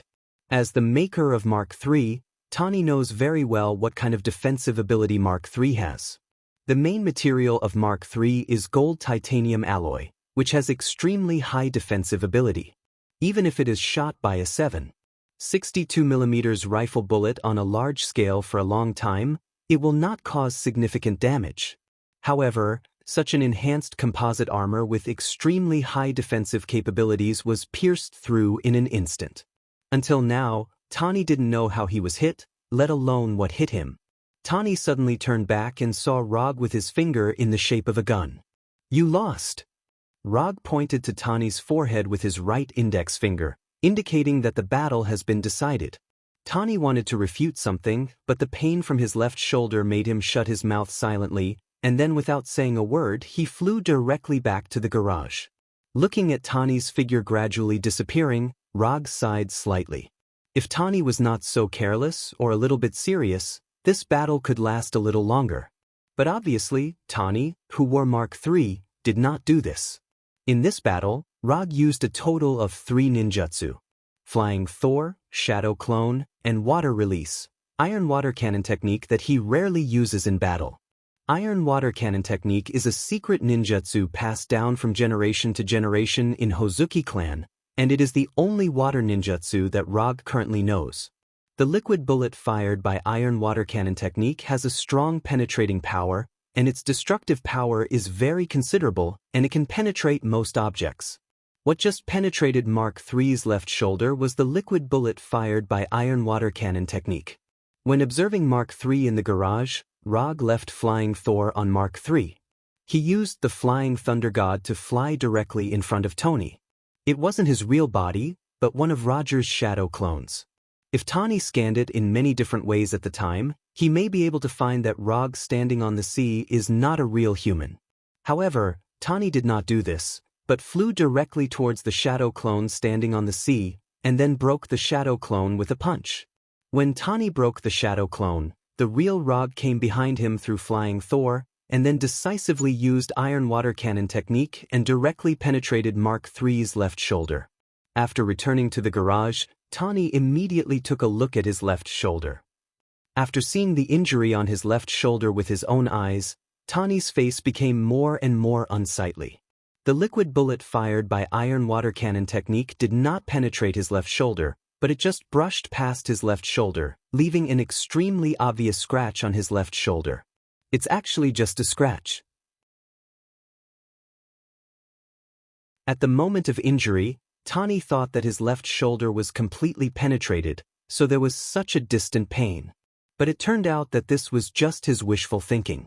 When using Iron Water Cannon technique, Rog deliberately avoided Tani's shoulder. The liquid bullet of Iron Water Cannon technique only brushed past Tani's shoulder, but did not really penetrate his shoulder. After all, if it really penetrated Tani's shoulder, then the time for him to receive the loot would be greatly delayed. Looking at the scar on his left shoulder, Tani sighed with extreme annoyance. If he understood this at the time, maybe he wouldn't have lost so quickly, and he would still have a chance to fight back. However, Tani quickly thought of the scene where Rog's right index finger pointed to his forehead. Are you trying to tell me that if the target of the shot was my forehead, I would have died long ago? After a wry smile, Tani came to Mark III, removed the entire left shoulder of Mark III, and put it on his workbench. Just as Tani was about to study the hole on his left shoulder, Rog's figure appeared in the garage. It seems that you have recovered. I thought you would be lost for a while. Looking at Tani, who was about to start studying, Rog said with a little relief. This time I was just too impulsive. Next time I will never give you such an opportunity again. Although Mark III did not resist Rog's attack, Tani knew very well that the real reason for his defeat was not Mark III, but his own carelessness. I hope so. By the way, remember to inform me after you make the Mark III I want. I am still very interested in an Iron Man armor like Mark III. After that, Rog's figure once again disappeared in front of Tani, as if the person who had just spoken to him was just a phantom. I will win next time. Technology is the strongest power. Tani said silently in his heart, and then turned his attention back to Mark III's left shoulder. Although he still doesn't know what penetrated Mark III's left shoulder, he is sure that he will be able to study the reason. This is the confidence of a genius and the confidence of a top inventor. Because Tani has not paid the reward yet, the quest in the system is still in an uncompleted state for the time being. Rog is very confident in Tani's work efficiency. As long as there is no accident, it will not take long for Tani to complete the commission reward. After returning to the office, Rog took out the ball again and started his Rasengan practice. Before practicing Rasengan, he also deliberately used chakra perception to perceive the current location of Punisher Frank. Several days have passed since the date of the challenge, but during this period, Punisher Frank not only did not launch any attacks, but he also did not even approach Rog's office. Frank had been several kilometers away from the office, the closest he had been to. Since Frank did not show any signs of launching an attack for a while, Rog did not have to worry too much about Frank making any big scene. After practicing very seriously for several hours, the ball in Rog's hand finally showed some signs of damage. Boom! With Rog's continuous efforts, the ball in his right hand collapsed, making a sound that was not loud but enough to make him gratified. When the ball broke, Rog did not rest, but directly began the fourth stage of the practice. Because there was no cover, Erica on the side finally saw what Rog's hand was. It was a chakra ball emitting a light blue light. If you look closely, you can see the chakra flowing in different irregular directions in the ball. This is... Looking at the chakra ball in Rog's hand, Erica asked doubtfully. This is chakra ball, an unfinished prototype of ninjutsu. The energy flowing in it is called chakra.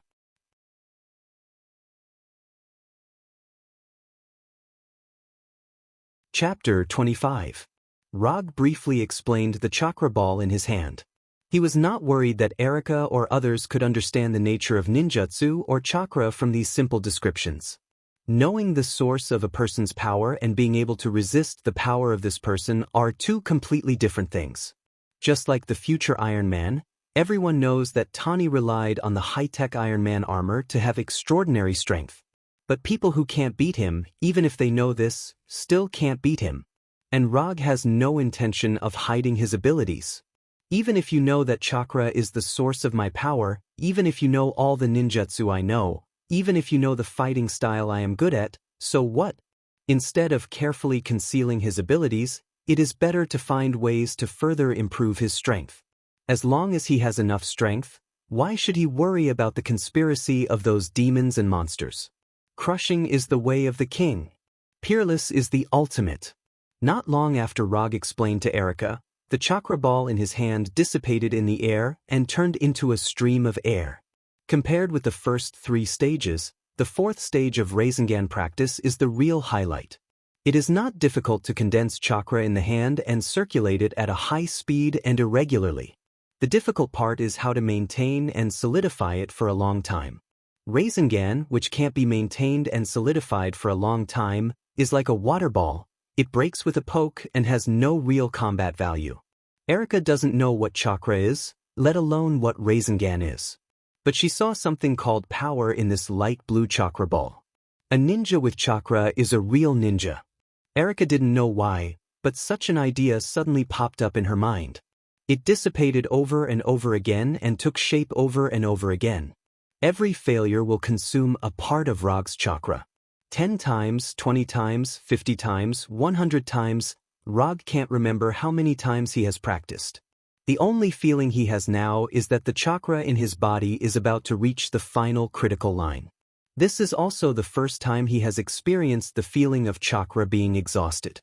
This is the last time, whether it succeeds or not, it's over today. Like the previous practice, the last attempt failed without any suspense, and there was no miracle because it was the last time. After moving his stiff body, Rog looked up at the clock on the wall. It was 3:45 in the morning. Just as he planned to use the last chakra to return home with the flying thunder god, he vaguely heard the faint sound of fighting coming from the alley below the office. As a weapon master of cold weapons, although the sound of fighting was very weak, he could tell at once that it was the sound caused by katana collision. In a place like New York, it was not strange to hear gunshots. But in the middle of the night, only those famous crazy ninjas would use katana to fight. In his impression, only those crazy ninjas would use hand. Could it really be those crazy ninjas with hand? Driven by curiosity, he came to the window and looked in the direction of the fighting sound. It was indeed ninjas fighting in the alley below the office, but not the hand ninjas he imagined. One of the parties fighting was none other than Erika, who had just become an assistant in the office not long ago. At this time, Erika was still dressed as a woman in the workplace during the day, but what she was doing now was not similar to a woman in the workplace. Erika, holding a katana, was fighting against 3 enemies wearing different colors of ninja clothes. Just looking at it for more than 10 seconds, Rog saw that something was wrong. Whether it was Erika or the 3 unknown guys on the opposite side, although their offensive looked extremely fierce and every move was aimed at the vital points, Rog did not see any killing intent from them. Although he didn't know what the relationship between Erika and the 3 guys on the opposite side was, as Erika's current boss, Rog felt that it was necessary for him to go down there. Erika, stop. You are no match for the 3 of us. If you insist on being stubborn, don't blame us for being merciless. Erika, come back with us. We can solve the things in hand slowly. As soon as Rog came to the alley, he heard the words of the 3 ninjas and figured out the origin of the 3 people. No one would say such words to Erika except the people of the Holiness Church. Erika acted as if she didn't hear the words of the 3 people, and her attacks became more and more fierce, and at the same time, she was silently preparing to retreat. However, the 3 Holiness Church ninjas on the opposite side quickly noticed Erika's plan, and they no longer held back, forcing Erika into a situation of defeat in an instant. When Erika was about to be defeated and then forcibly taken away, Rog, who had been in the shadows of the alley for a while, finally came out. Do people of the Holiness Church only know how to bully people with numbers? And bullying a woman, don't you feel ashamed?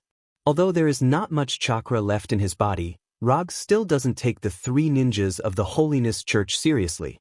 Through the observation just now, he can be 100% sure that even if he doesn't use chakra, the three Holiness Church ninjas are not his opponents at all. Or you, since you know that we are from the Holiness Church, how dare you mock us? One of the ninjas in a dark yellow ninja uniform said sternly. Puma, I am Erica's boss. You attacked my assistant under my office. You people of the Holiness Church are a bit too arrogant. Rog said as he walked, and when he finished, he just came to Erica's side and took the katana in Erica's hand. If you want to take Erica away, beat me first. Or do you people of the Holiness Church only dare to bully women when there are many of you? Being ridiculed by Rog again and again, even people who don't have a temper can't help but feel a little angry now. Kid who doesn't know the immensity of heaven and earth, don't think that you can insult the Holiness Church just because you know some martial arts. The one who spoke was the guy in the dark yellow ninja uniform. Kid, my name is... Just as he was about to report his name, Rog interrupted him in time. I'm not interested in knowing the names of some small characters. Your names are not worth wasting any of my brain cells. You're courting death. It's estimated that this Holiness Church ninja has never been ridiculed like this before. After hearing Rog's words, his uncontrollable anger completely broke out. He rushed towards Rog like an angry beast, and the katana in his hand also directly chopped towards Rog's head like lightning, with the momentum of wanting to behead Rog.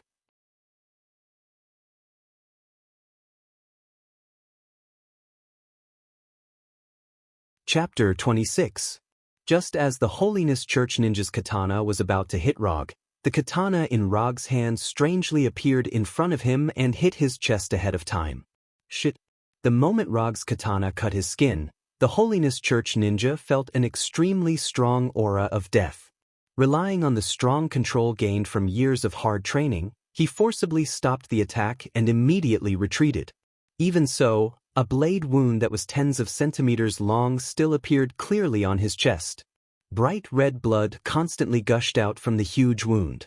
If he retreated a little slower, the katana in Rog's hand would have cut his throat without any suspense, completing a true one-hit kill.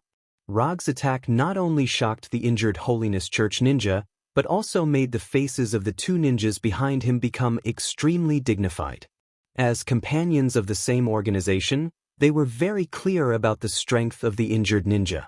Among the three of them, the injured ninja was the strongest and the most impulsive. You actually avoided it. It seems that you are a little stronger than the hand ninja. Hand ninjas usually only need one hit. As for you, it's only about 2 hits. Before he made a move, the three Holiness Church ninjas only thought that he didn't know the immensity of heaven and earth. But at this time, not only did they not have the slightest contempt, but they also regarded him as the most dangerous kind of enemy, the kind that can take their lives at any time. This time we admit defeat, but do you really want to be the enemy of the Holiness Church? Another Holiness Church ninja said in a calm tone. In fact, I have always hated those guys who use their background when they can't win.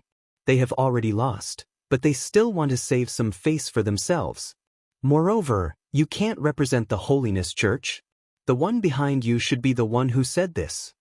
After that, Rog pointed to the dark alley behind them with the katana still dripping with blood in his hand. Erica and the three Holiness Church ninjas didn't find that there was a person hiding at the end of the alley. After hearing Rog's words, they carefully observed the dark, gloomy end of the alley where faint dripping sounds came from time to time.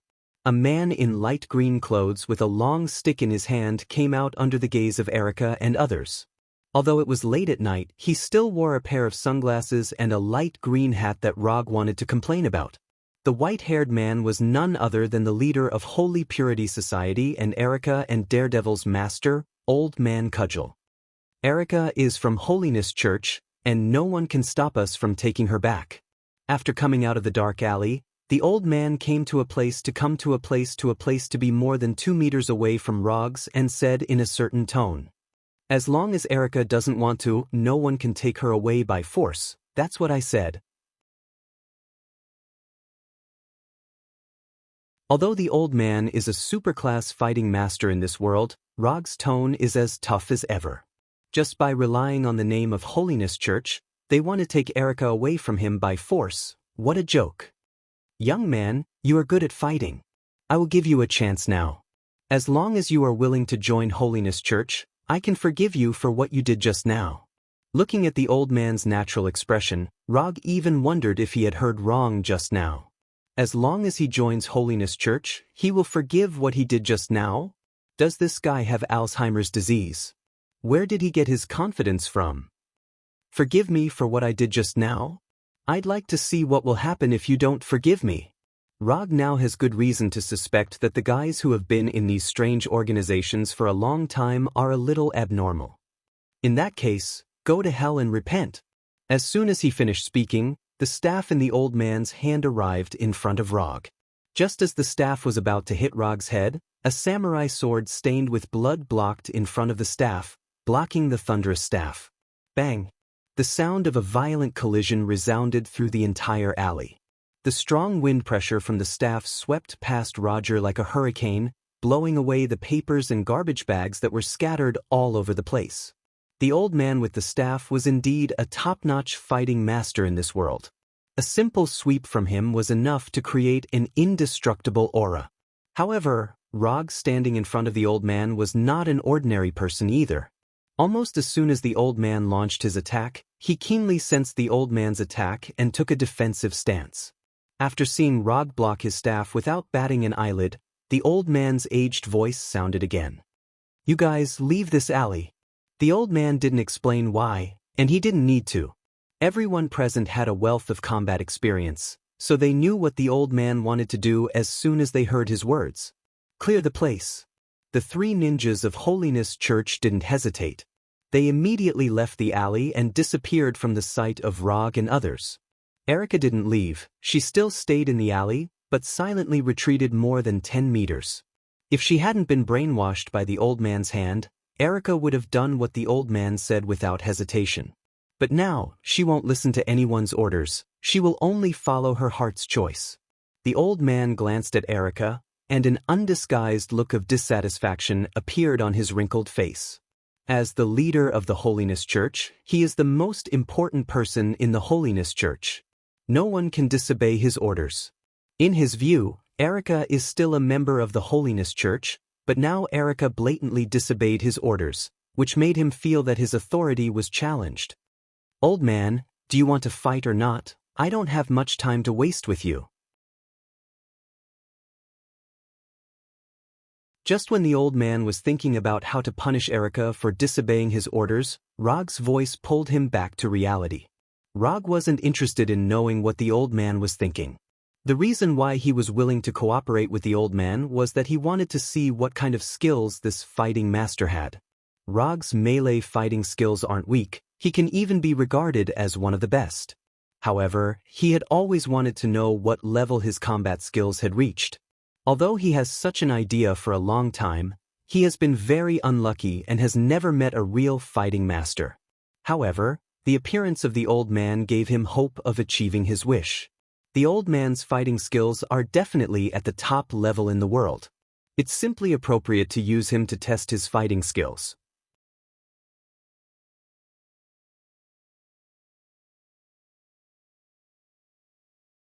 Chapter 27. Before the old man could answer, Rog attacked first. Defense had never been something he liked to do. Fighting was the best defense. Rog only needed a moment to cover the distance of a few meters. Although the old man with the staff could not see, his battle instinct as a mixed martial arts master warned him immediately. Bang! Rog's lightning-fast attack was blocked by the old man, but he did not hesitate. He twisted his wrist slightly and the katana attacked the old man from another angle as if it had a life of its own. After blocking Rog's first attack, the old man knew that Rog's attack would not stop there. As a blind man who could become the world's top combat master, the old man had an unimaginable talent in close combat. Otherwise, he wouldn't have been able to become a master in the field of combat without his sight. When Rog's katana suddenly changed its attacking trajectory, the old man took a step back and changed his two-handed grip to a single-handed grip. The old man's right hand slid to the middle of the long staff accurately. The long staff, which was not good for close combat, was like a short staff. Rog's attack was blocked by the old man again. However, he did not expect to injure the old man in 1 or 2 attacks. If the old man was hit so easily, he would not have survived the attack of the hand until now, let alone become the leader of the Holiness Church. Rog did not want to injure the old man in the beginning. He wanted to force the old man to step back with his attack. Even if the old man only took a step back, he would be able to control the rhythm of the battle. When the old man with the staff took a step back to defend himself, Rog's sword-wielding posture suddenly changed, and his movements became unpredictable. If his initial posture of holding the katana was the most orthodox way, then now he was using the katana in his hand like a dagger. Poke, stab, lift, chop. Heck, the katana in Rog's hand flew up and down, drawing out a series of sharp and strange arcs. The old man did not expect Rog's fighting style to be so wild. Being in the center of Rog's attack, he was like a small fishing boat in a stormy sea. He could be completely swallowed by the waves that came out of nowhere at any time. If it was not for his decades of fighting experience, the old man would have been hit by the katana again and again under Rog's unconventional attacks. At this point, the old man had completely stopped looking down on Log. He now regarded Log as his most dangerous and most terrifying opponent. Although he was not injured yet, the old man knew very well that if he continued to stay in Rog's attack range, his movements would be slowed down due to the decline of his physical strength. He would not be able to block Rog's attacks from then on. The old man wanted to distance himself and put himself in the most suitable combat distance, but Rog did not give him any chance. No matter how much he retreated, Log would follow closely behind him like gangrene, not giving him a chance to open up the distance between them. After being attacked by Rog dozens of times like a sandbag, the old man finally made up his mind. Even if you cut me, I'll get out of your attack range. With this in mind, the old man no longer defended blindly and began to try to fight back. Rog immediately noticed the old man's thoughts, but he still had no intention of slowing down his attacks. The old man's idea was very good. He was trying to get out of his attack at the cost of some small injuries. But his attack could not be avoided with some small injuries. If the old man really had such an idea, he did not mind killing him with one strike. Erica, who was on the other side of the alley, watched the battle between Rog and the old man intently. Her face became more and more serious. She always thought that the only difference between her and Rog was that Rog had mastered ninjutsu. But after seeing Rog's fighting skills at this time, she realized that Rog did not use his full strength at all in the building of hand. If Rog was like this at that time, she would not have been able to exchange so many moves with Rog. Under such an attack, she estimated that she could not even block 10 strikes. No, she could only block 5 strikes at most. As the old man's student, Erica knew very well what kind of strength he had. But even the old man, who was far stronger than her, was suppressed by Rog at this time. He could only choose to defend himself. At first, Log only wanted to test his combat skills through the old man with the staff. However, when the old man blocked all of his attacks with his impenetrable defense, Log slowly became excited.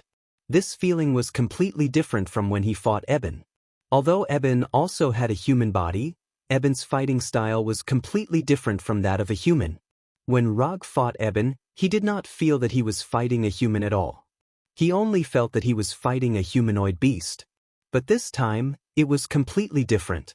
The old man had a completely human body, and the fighting skills he displayed were completely moves that a human body could do. So when he fought with the old man, Rog could also learn a lot of fighting skills that he had never thought of before from the old man. This kind of battle where he could fully display his fighting skills was the most exciting game in the world for people who liked to fight. In the past, Rog did not understand why some people would become a pure battle maniac. But now, not only did he completely understand it, but he also had the tendency to develop in this direction. Regardless of the consequences, regardless of life and death. Bet your life, give everything you have. He would use everything he had to fight a spectacular battle between the pinnacle. Even if you lose this kind of battle, you can walk into hell with a smile on your face. This was the highest honor that belonged to a warrior. While Rog was getting more and more excited, the old man opposite him was getting more and more shocked. The old man could clearly feel that his stamina was decreasing rapidly. Soon, his stamina would reach a critical point, and then he would no longer be able to keep up with Rog's rhythm. However, Rog opposite him did not seem to be exhausted at all. The speed and frequency of his attacks did not decrease at all. Instead, they became faster and fiercer. If this goes on, I'll really die in this kid's hands. The old man came to a shocking conclusion. Just when the old man was thinking about how to leave this place alive, an unexpected scene happened. Clang. After a forceful swing, the katana in Rog's hand was on the verge of collapse. It was broken by the old man's staff. This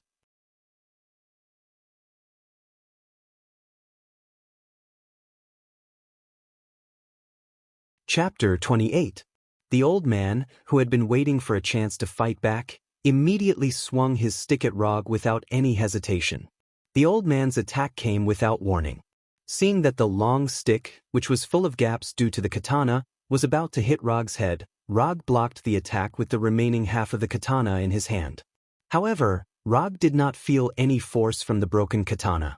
Although the old man launched a counterattack immediately, it was just a feint.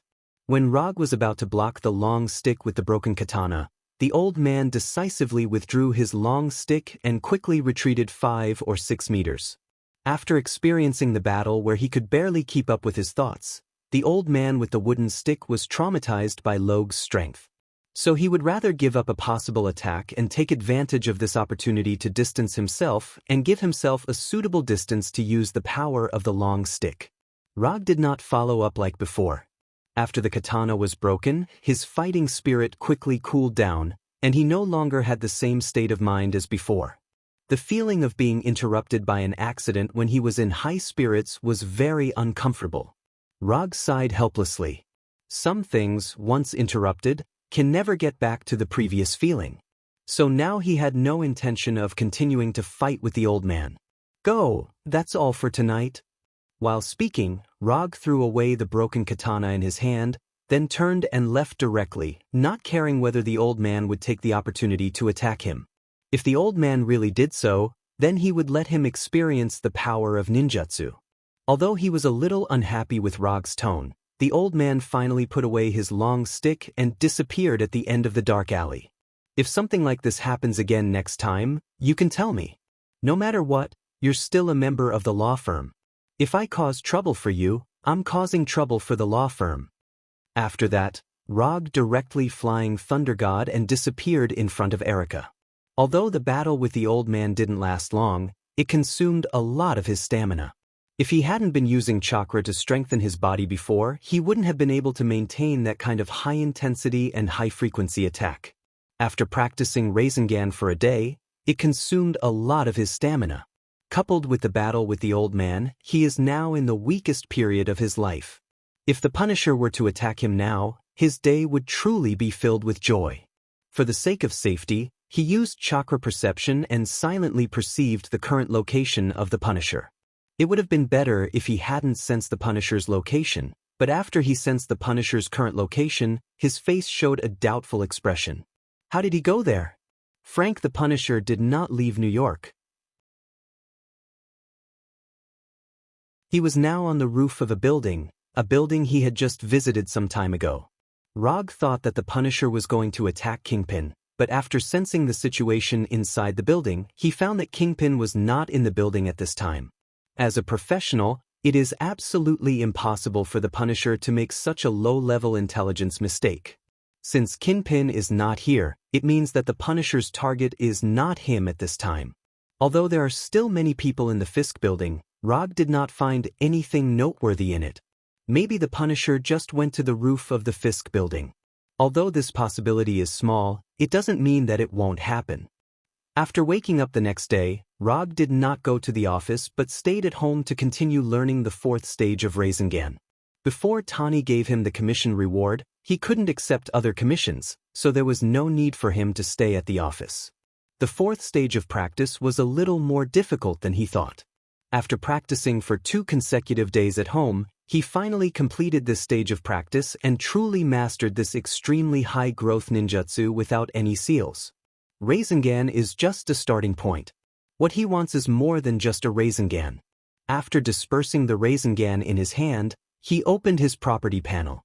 Host, rock profession, ninja talent, no seal technique, 7 attribute chakrakekei genkai, 3 tomo sharingan ninjutsu, substitution, flicker, hold, shadow clone, flying Thor, chakra perception, Rasengan, self-taught, lightning release, Chidori fire release, grand fire annihilation water release, water iron cannon genjutsu, dark walk chakra amount, 5 Kalon consumed ninja coins. 25 There is one more Rasengan in the property panel. Because it is self-taught, the system also specially noted the word self-taught behind Rasengan.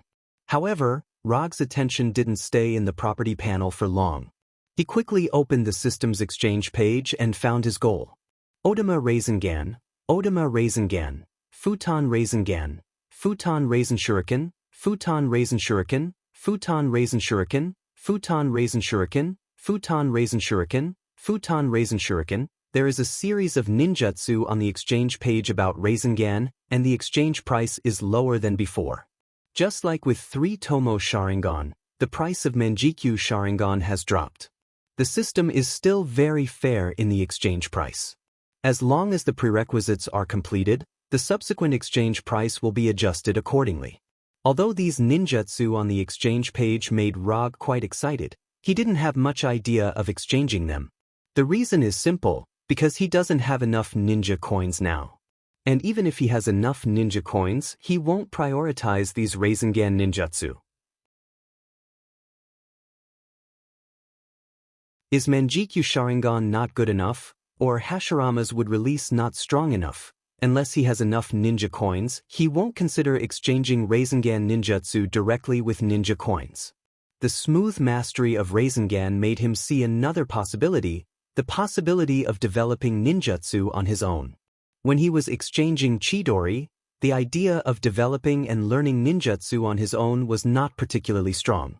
But after mastering Rasengan through self-study, developing and learning ninjutsu on his own may become an important way for him to master new ninjutsu in the future. As for ninja coins, he can leave it to exchange for Kekei Genkai and existence that can't be obtained through learning. For example, Hashirama's would release Eternal Manjikyu Sharingan, Kyubi Chakra.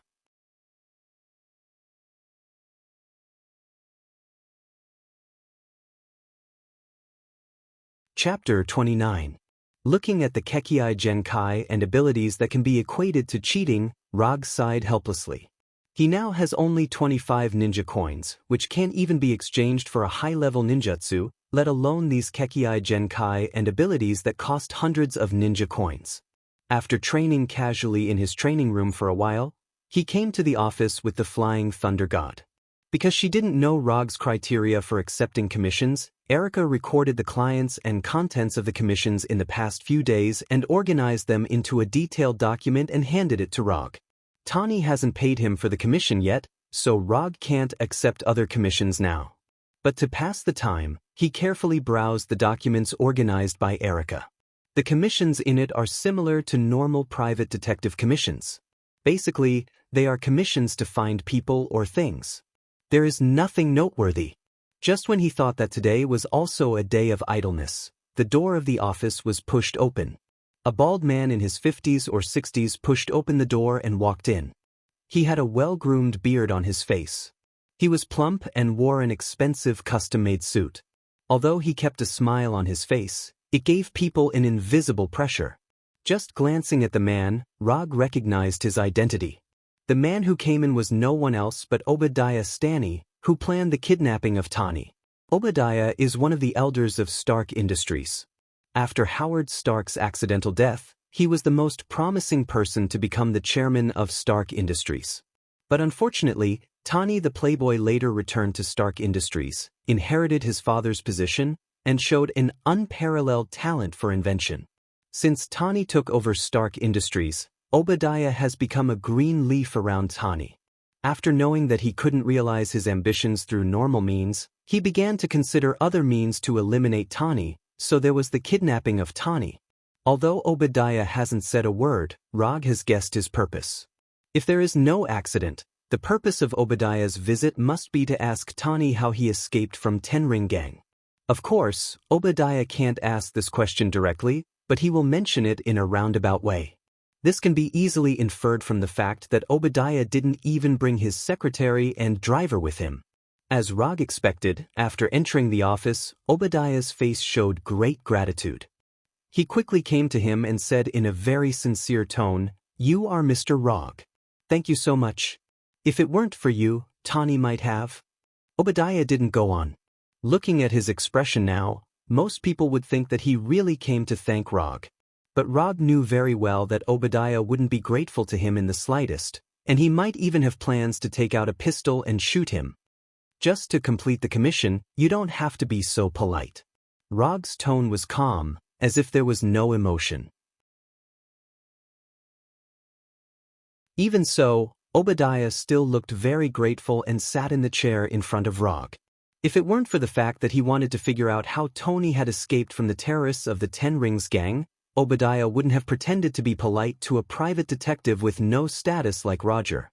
On the day Tani returned to New York, Obadiah sent someone to Afghanistan to find out what happened.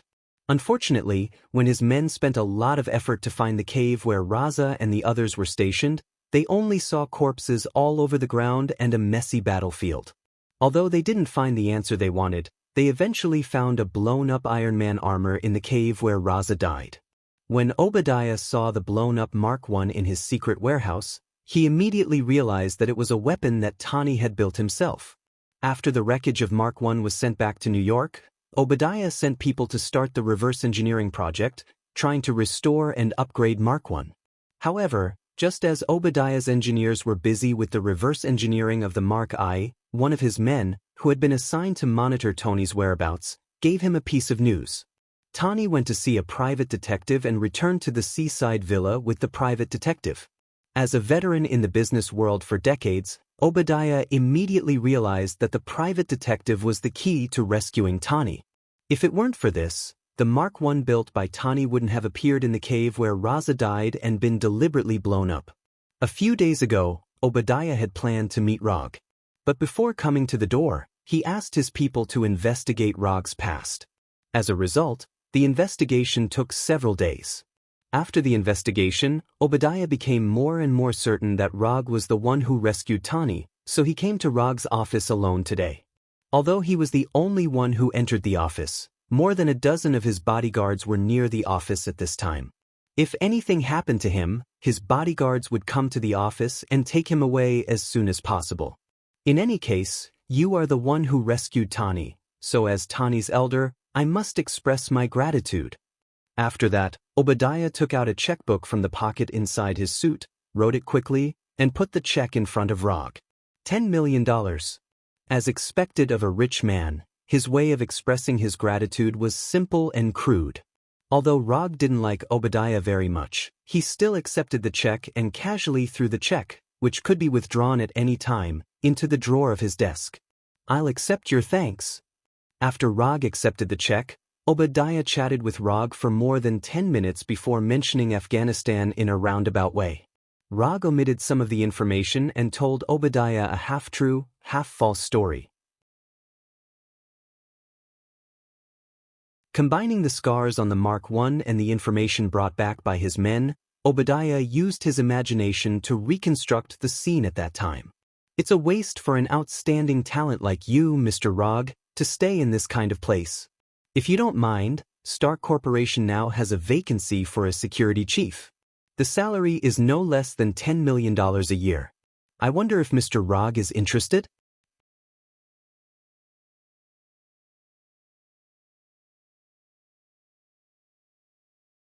Chapter 30. In the beginning, Roger had thought that Obadiah was quite generous and had written a check for $10 million without even thinking about it. But after hearing Obadiah's words, he took back his previous evaluation. $10 million a year. This salary was indeed a sky-high price that only existed in the imagination of ordinary people. But for him, this price was simply an insult. So he didn't even have the interest to answer Obadiah and shook his head casually. When Obadiah left, Rog handed the check in the drawer to Erica and said, "Go and cash this check and use the money in it for the operating expenses of the firm." After hearing Rog's words, Erica froze for a moment. A few days ago, Rog just gave her a bank card of $5 million. Just a few days later, Rog gave her another check of $10 million. The reason was the same as before: operating expenses of the firm. Although Erica didn't know what Rog was thinking, she was now sure of one thing, that is, Rog definitely didn't open this firm to make money. After Erica left, Rog picked up a newspaper on his desk and flipped through it in boredom. The date of the newspaper was the latest. Obviously, this was prepared by Erica. Erica didn't have any experience as an assistant, not even a decent job, but she still worked hard to learn how to become a qualified assistant. Of course, if ninja was a profession, then her experience was quite rich. Rog originally planned to read the newspaper to pass the time, but a report in the newspaper attracted his attention. The biological laboratory of the Fisk building was invaded in the middle of the night, and 15 security guards died. Fisk building? Could this be the work of Frank the Punisher? Thinking of Punisher Frank's inexplicable appearance in the Fisk building last night, Rog became more and more sure that he was the one who did this invasion. After he made the 3 duels with the Punisher, he had been waiting for the Punisher to make a move. However, the Punisher seemed to have completely forgotten about this matter. It had no intention of attacking him at all. It didn't even have the slightest interest in approaching the firm. Although Rog didn't know what the Punisher was up to, he wasn't worried about his safety at all. If he could be so easily ambushed, he would have died in those strange vengeance long ago. Just as Rog was considering whether he should ask Erica to bring some Chinese food back, the door of the firm was pushed open again. The person who came in was not a client, but a delivery man wearing a Federal Courier uniform. "Are you Mr. Rog? Here's a delivery for you." It was a very normal thing for a courier to deliver a package to someone's door. But after hearing the courier's words, Rog immediately noticed that something was wrong. There might be a lot of people who knew the address of his office, but none of them would send a package to him. Roger appeared in front of the delivery man in a flash and took the package directly. Then, he opened the package with the kunai that he always carried with him. "Sir, you haven't signed yet, don't you?" Before the delivery man finished speaking, he saw the time bomb in the box that was counting down. A time bomb with less than 3 minutes left to explode. "I won't sign my name. If you don't want to, you can take it back." After hearing Rog's words, the shocked delivery man finally recovered from the shock. He quickly shook his head and ran away without looking back. After seeing the time bomb, Rog's first reaction was that the bomb was sent by the Punisher. But then he thought about it. He felt that the Punisher wouldn't attack him in such an idiotic way. Just as he was about to take the bomb to ask the Punisher himself, he saw the newspaper he casually placed on the table. An almost instinctive thought instantly emerged in his mind. After sensing the flying Thor technique on the Punisher, Rog, with the bomb, appeared directly in front of him. The Punisher didn't seem surprised by Rog's arrival at all, as if he had already expected Rog's arrival. When he saw the bomb in Rog's hand, which was only a few seconds away from exploding, the Punisher took out a remote control and pressed the red button on it. The moment the Punisher pressed the button, the timer on the bomb instantly went to 0. There was no explosion, no flames, only smoke that looked like a prank. After the timer reached 0, the hidden holes on the bomb spewed out white smoke, and at the same time, a Christmas song sounded. Amidst the cheerful rhythm of the song, the Punisher stood up from his chair and silently walked up to Rog, taking the prank bomb from his hand. "This is a prank bomb I bought from a player's shop. I gave it to you because I want you to come over personally." The Punisher's tone was calm, as if he was just joking with Rog. Rog didn't say anything. He just looked at the Punisher, who was acting a little strange. "I've seriously considered your suggestion last time. I asked you to come over because I want to tell you my decision," the Punisher said as he walked to the corner of the room. Said the Punisher as he walked. He then made his way to the fridge in the corner of the room. Retrieving 2 bottles of beer from the fridge, he tossed one of them to Rog. After receiving the beer from the Punisher, Rog found a random chair and sat down. He wanted to know what decision the Punisher had made. The Punisher didn't tell Rog directly. Instead, he sat on a camp bed not far away from Rog. This is an abandoned freighter. The owner of this place was originally a Russian mafia. After punishing them, I thought this place was pretty good, so I turned this place into a secret base of mine. After saying that, the Punisher opened the bottle of beer in his hand and took a few sips. He then continued, "The environment here isn't great, but the good thing is that it's quiet and no one will disturb me." The Punisher seemed to be reminiscing about something. When he said those words, a trace of gentleness appeared on his face. Looking at the Punisher's expression, Rog didn't know what to say all of a sudden. All he could do was continue to play the part of a listener. In the next few minutes, the Punisher continued to talk, but he didn't mention what his decision was. Rog didn't know if it was because he was in the cargo ship's cabin, but he felt a little hot. In order to relieve the uncomfortable heat, he opened the bottle of beer in his hand and took a few sips.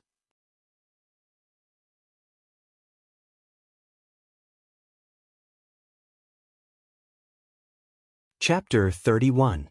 After seeing Rog finally open the can of beer and take a few sips, the Punisher showed an unnoticeable smile on his face. "I don't want to interrupt you, but you've been talking for so long and you still haven't said what your decision is. Let's get to the point. What's your final decision?" After saying that, Rog picked up the can of beer and took a few sips in silence.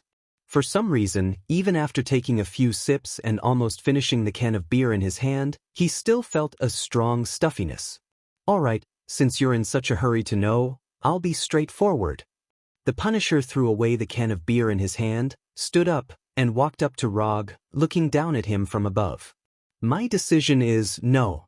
I will never become the subordinate of someone like you, and I will drag you down to hell with me." The Punisher was now emitting an extremely strong killing intent, as if he was a completely different person from before. "Is that so? If that's the case, then it seems like our previous agreement will be voided." Facing the Punisher's strong killing intent, Rog still looked calm, as if he didn't notice the Punisher's killing intent at all. "Are you going to resist first, or are you going to obediently wait to be captured?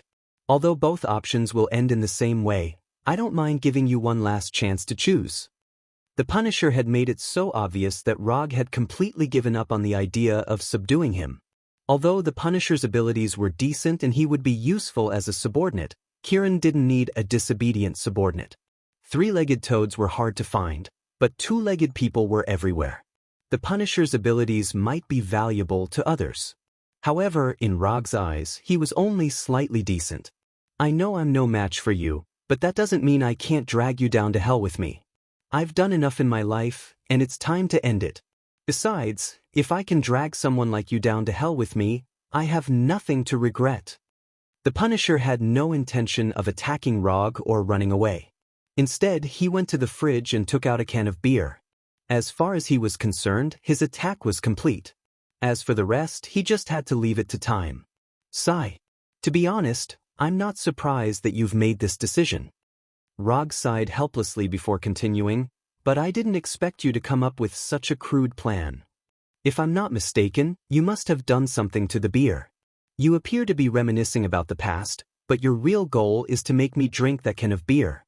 Rog didn't know if it was an illusion, but the stuffy feeling was getting stronger and stronger. He even felt some obvious discomfort. "That's right, I did tamper with the beer. However, the beer isn't the real point. It would be better if you drank the beer." After saying that, the Punisher, who had been leaning against the fridge, suddenly showed an expression of extreme pain. His whole body trembled violently and uncontrollably. "Time's up. Seems like I'll have to leave before you. No matter what, I'll be waiting for you in hell." The Punisher said loudly to Rog in a painful and frenzied tone. His eyes were also bloodshot because of the intense congested blood. "The beer is just a cover. 10 seconds after you came here, your ending was already decided." How can I kill someone like you without paying a price? For this operation, I specially modified the environment here. If you stay here for more than 10 seconds, you'll definitely die. Ha! Looking at the Punisher, who was in extreme pain but still laughing maniacally, Rog shook his head helplessly again. Actually, before I came here, I knew you had other intentions this time. Rog changed his sitting position and continued, so, the person who came here wasn't me. After hearing Rog's words, a puzzled look appeared on the Punisher's painful face. Let me guess. There are actually 3 aspects to the preparations you made this time. If I'm wrong, you can correct me. First, the time bomb. It's normal that there are no explosives in the bomb, because if there were, you wouldn't have been able to send it. However, this bomb isn't your so-called prank toy. Although the gas coming out of it doesn't look strange, I'm guessing that the gas should be some kind of deadly gas. It's very likely that it's the thing you stole from the biological laboratory in the Fisk building. Of course, you didn't expect this bomb to be effective because there are too many uncontrollable factors. For example, it might be damaged midway, delayed delivery, or not delivered to me at all. These are all possible. If I could receive it in time, that would be for the best. If I couldn't, you would think of other ways to inform me again to ensure that I would come here. After saying this, Rog took a few deep breaths to relieve the discomfort in his body, and then continued, when I came here, your 2 preparations began. This is a sealed space. You modified this place in advance. After I came here, you seem to have turned off the timer on the bomb, but I think the remote control signal should have also turned on other devices at the same time, such as some kind of device that can release deadly gas. In this kind of sealed space, as long as the settings are reasonable, the poisonous gas can quickly cover the entire space in a very short time, poisoning the people inside unknowingly.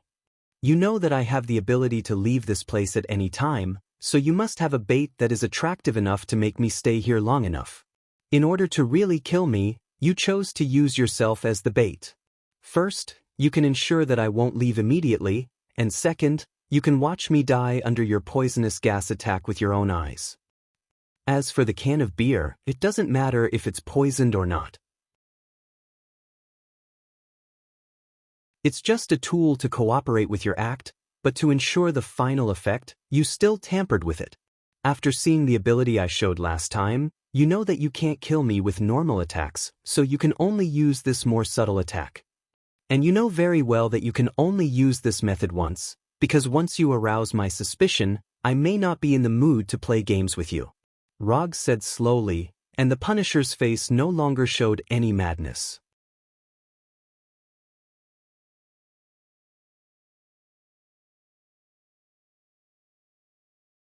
Chapter 32.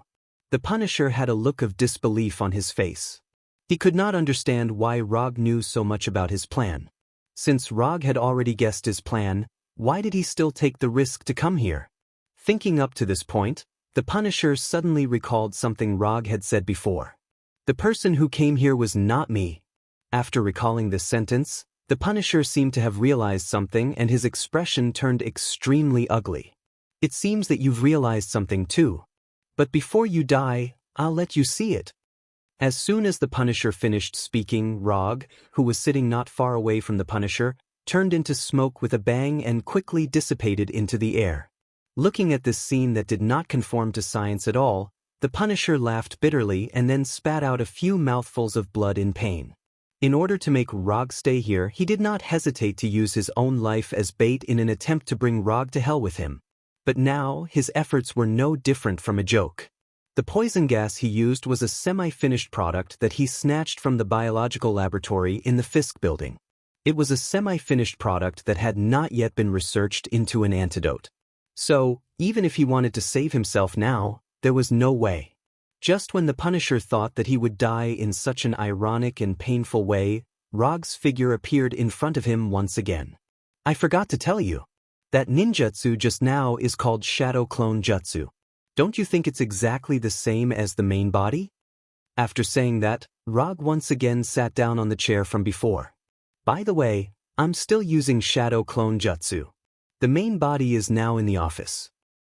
For safety's sake, the main body did not want to come here himself, so I came here. Also, The main body wants to see what you'll look like in the final moments of your life. The main body also wants me to pass on a message to you. Don't think that you can be free just because you're dead. Although the Punisher did not know the true meaning of Rog's words, he was sure of one thing, and that was that Rog was definitely not joking. Under the constant corrosion of the poison, the Punisher finally died, dying in an extremely painful manner. After the Punisher died, the Shadow Clone went to the Punisher's corpse and took away a part of it. Then, the Shadow Clone Flying Thunder God left the cabin filled with deadly poison gas. When the Shadow Clone reappeared, it was in an abandoned warehouse, and the person in front of it was Rog himself. After placing the Punisher's corpse on the ground, the Shadow Clone turned into a cloud of smoke and disappeared. Looking at the corpses on the ground, Rog took a few deep breaths, then opened the exchange page of the system. Quickly swiping through the Ninjutsu and Kekkai Genkai exchange pages, Rog's eyes stopped on a special scroll. Edo Tensei Scroll. In the information bar, besides the name of the scroll, there was also a brief introduction about the scroll. Edo Tensei Scroll. Once exchanged, one can use the S-rank forbidden art, Edo Tensei. When exchanging the scroll, it comes with a living but unconscious male body that has been engraved with a control technique in advance. The original price is 100 ninja coins, and the novice trial price is only 20 ninja coins. There are many strange scrolls in the system, and the Edo Tensei scroll is one of them. Because he has never exchanged for the Edo Tensei scroll, Rog only needs to pay the novice trial price of 20 ninja coins when exchanging this scroll. Without hesitation, Rog directly exchanged this Edo Tensei scroll that only costs the novice trial price, and got a living and unconscious male body that has been engraved with a control technique in advance. The use of the Edo Tensei scroll is very simple. It can be used by inputting chakra. After putting the Punisher's corpse and the reincarnated body together, Rog opened the Edo Tensei scroll in his hand and inputted his chakra. After the seemingly ordinary Edo Tensei scroll received Rog's chakra, a formation full of complicated techniques suddenly emerged and then emitted a strange black light. After a few seconds, the male body on the ground slowly stood up. Clouds of dust appeared around the male body that stood up, and under the cover of the dust, the body began to transform into the appearance of the Punisher.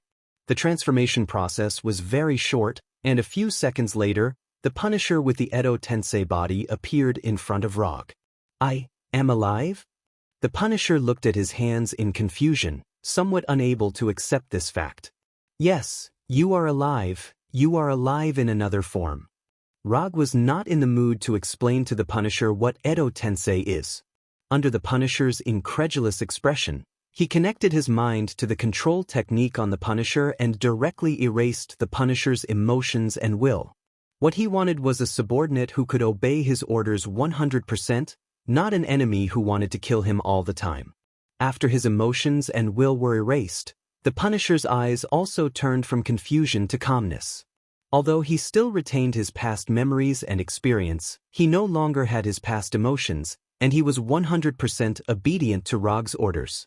Test this body and see how much of its previous abilities it retains. After hearing Rog's order, the Punisher did not hesitate and immediately moved his body to test his condition. After more than 10 minutes of testing, the Punisher gave his answer. Strength, speed, and technique are all weaker than before, but stamina is far greater than before. I don't feel tired at all. Moreover, there seems to be other abilities hidden in this body. When the Punisher was reincarnated, Rog used chakra to sense him in detail. Although it was an Edo Tensei body, there was no chakra in the Punisher's body.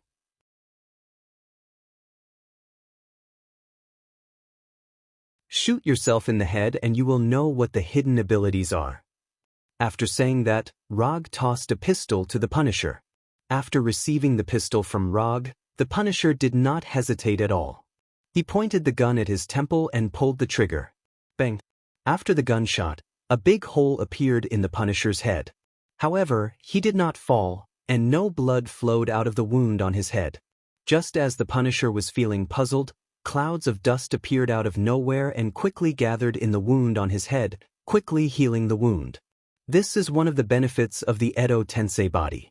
Not only will you not feel tired, but you also have a certain degree of immortality. You still have the possibility of dying, but it is not something that can be done through conventional means, so you don't have to worry too much.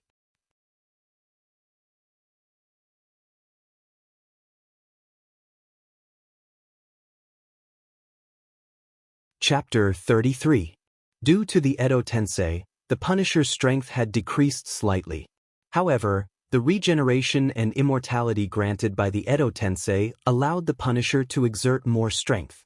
As a warrior with rich experience, the Punisher knew very well how terrifying such a near-immortal body could be in battle. Your current appearance is very different from normal people, so I suggest you consider wearing a mask or something. Of course, if you don't care what others think, it doesn't matter. Although the Punisher reincarnated by the Edo Tensei still looked the same, his eyes were completely different from a normal person's.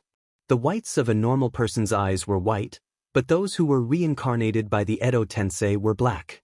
Moreover, there would be obvious cracks on the faces of those who were reincarnated by the Edo Tensei. It looked like cracks on a clay puppet. I'll pay attention to this. Although the Punisher hadn't seen his current appearance yet, he would seriously consider any suggestion that came from Rog. As for what else is different about this body, you'll have to explore it yourself. If there's a need, I'll contact you again.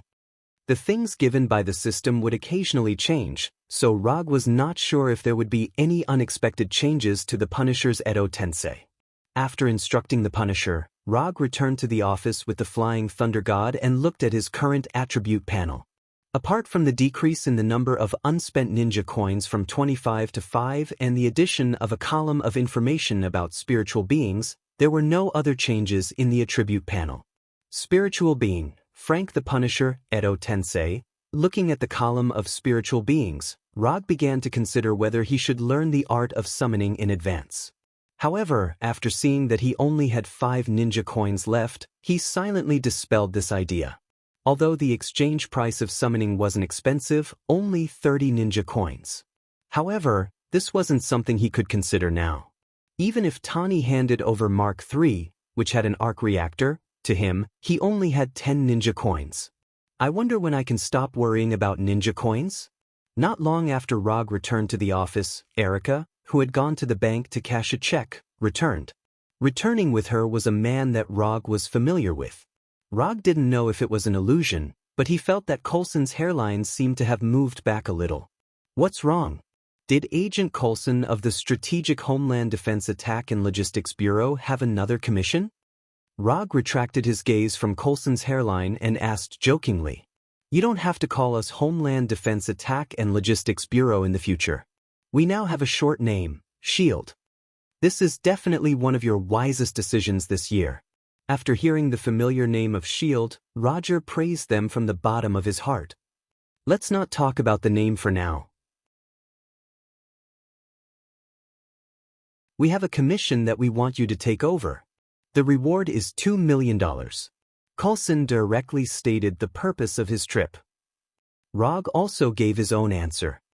You don't even know the content of the commission. Isn't this a bit too casual? Coulson didn't expect Rog to give such a simple and rude answer.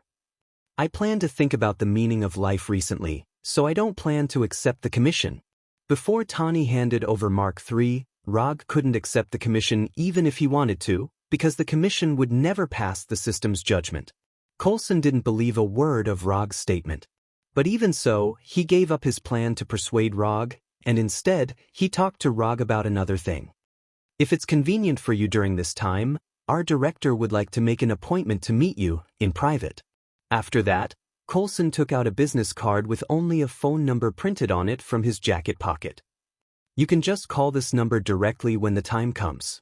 Coulson put the business card in front of Rog and then left the office. Time flew by in a flash.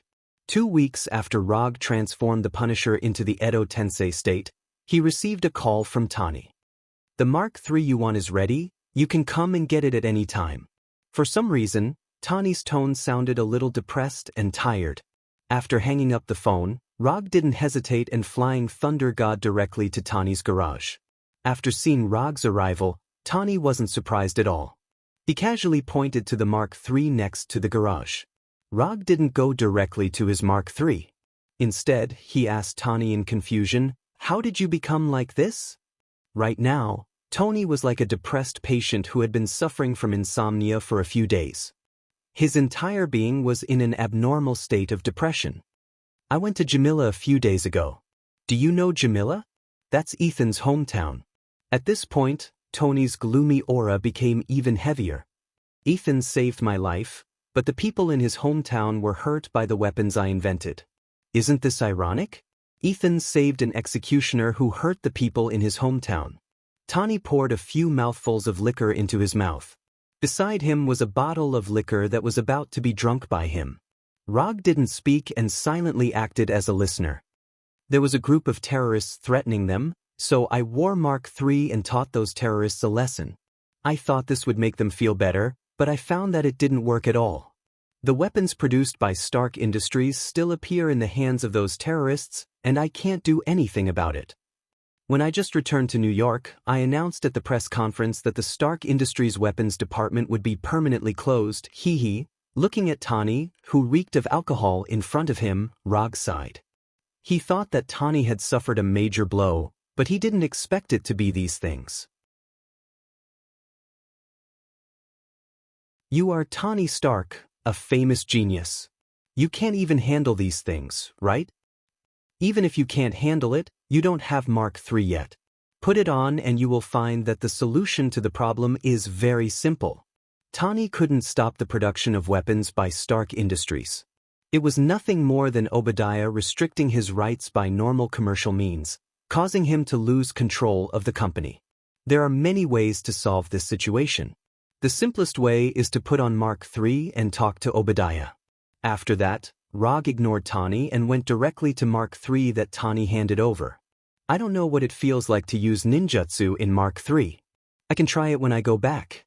Rog doesn't care much about the combat power of Mark III. For him, Mark III is more like a souvenir than a weapon.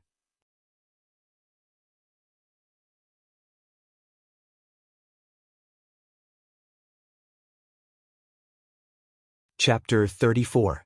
Looking at the Mark III full of mechanical beauty in front of him, Rog suddenly had a bold idea. In the future, when accepting Tani's commission, he can let him use the Mark Series battle suit as a reward. Although Tani may not be willing every time, there is no harm in trying. "I'll take the reward, but I'll keep it with you for the time being. I'll come back to get it later." Wearing Mark III requires a special mechanical device. This device is only available to Tani, so even if he wears Mark III now, he can't take it off after returning to the office. "Whatever you want, I've already given you the reward you want." At this time, Tani didn't pour any more wine into his mouth. After hearing Rog's advice, he began to seriously think about how to regain control of Stark Group. It was indeed a good idea to wear Mark III and have a chat with Obadiah. But Tani doesn't intend to do this. Obadiah limited his power in the company through the board of directors, which is a legitimate business method, which is why the members of the board of directors support him. If he threatens Obadiah through Mark III, he won't be able to regain control of the company. This behavior alone is not what he likes. Obadiah's weakness must be found in order to regain control of the company by reasonable means. Thinking of this, Tani looked at Rog, who was admiring Mark III. "I have a commission now. I hope you can accept it. As for the reward, you can ask for it." Mark III can be a reward, so Tani naturally won't care about other things and said with great pride, "If your commission is for me to collect information about Obadiah, then I advise you to give up." Rog is 100% sure that this kind of commission will not pass the system's judgment. "But aren't you a ninja? Do ninjas pick tasks?" Tani asked, very puzzled. "I don't know what other ninjas are like, but I'm a principled ninja, so I won't take any commission." Although a commission scroll only costs 1 ninja coin, it's still meat no matter how small the mosquito leg is. There was no need to waste a scroll on a commission that obviously couldn't pass the system's judgment. This is his experience in the past 3 years of using ninja coins. If you have other missions in the future, you can contact me again. As soon as his voice fell, Rog's figure disappeared in front of Tani and returned to the firm in an instant. After accepting Mark III, the mission status in the system immediately changed to the completed status. Content: Fight with Tony Stark wearing Mark III, commission status, completed, commission reward, 5 ninja coins sent. After completing Tony's commission, Rog's ninja coins increased from 5 to 10. But in the next second, the number of ninja coins he had not consumed changed back to 5. 4 commission scrolls and 1 summoning scroll. When he received Tony's commission, Rog had used up his last commission scroll.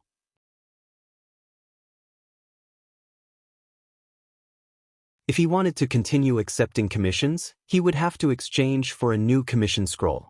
As for the summoning scroll, he planned to use it to store Mark III in the future. But because he hasn't learned summoning technique yet, even if he exchanged for a summoning scroll now, he can only put Mark III into a different space in the scroll, but there is no way to summon Mark III out of it. The price of summoning technique is not expensive, it only costs 20 ninja coins. If it goes well, he can take another mission and have enough ninja coins to exchange. When Rog left, Tony thought of a suitable candidate, someone who can help him spy on Obadiah's weakness. Little Pepper Potts. There are not many people that Tony can trust now, and Little Pepper is one of them. And Little Pepper's identity is destined to be the most suitable candidate. You help me do something. You go to my office and hack into the computer's mainframe and get all the recent load lists back. This should work. Tony didn't tell Little Pepper the reason and directly handed her a USB disk with the hacking program. It may be in the administrative documents. If not, it's in the hidden disk. You go and find the one with the smallest number. Looking at the USB disk in her hand, Little Pepper asked Tony, "If I get it back, what are you going to do?" "It's still the same. As long as it's a secret transaction, I will stop it, find my weapon and destroy it." Little Pepper has seen Tony's appearance when he came back from Jamila last time, so she knows what Tony is talking about.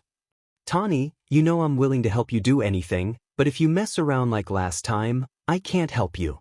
I don't want to show off to anyone, nor for money, nor for any contract, I just want to do this, that's all." "That's all? Then I resign." Little Pepper smiled bitterly, then threw the USB disk in her hand on the table. "You have been by my side for so many years. When I made money by destroying others, you were also there.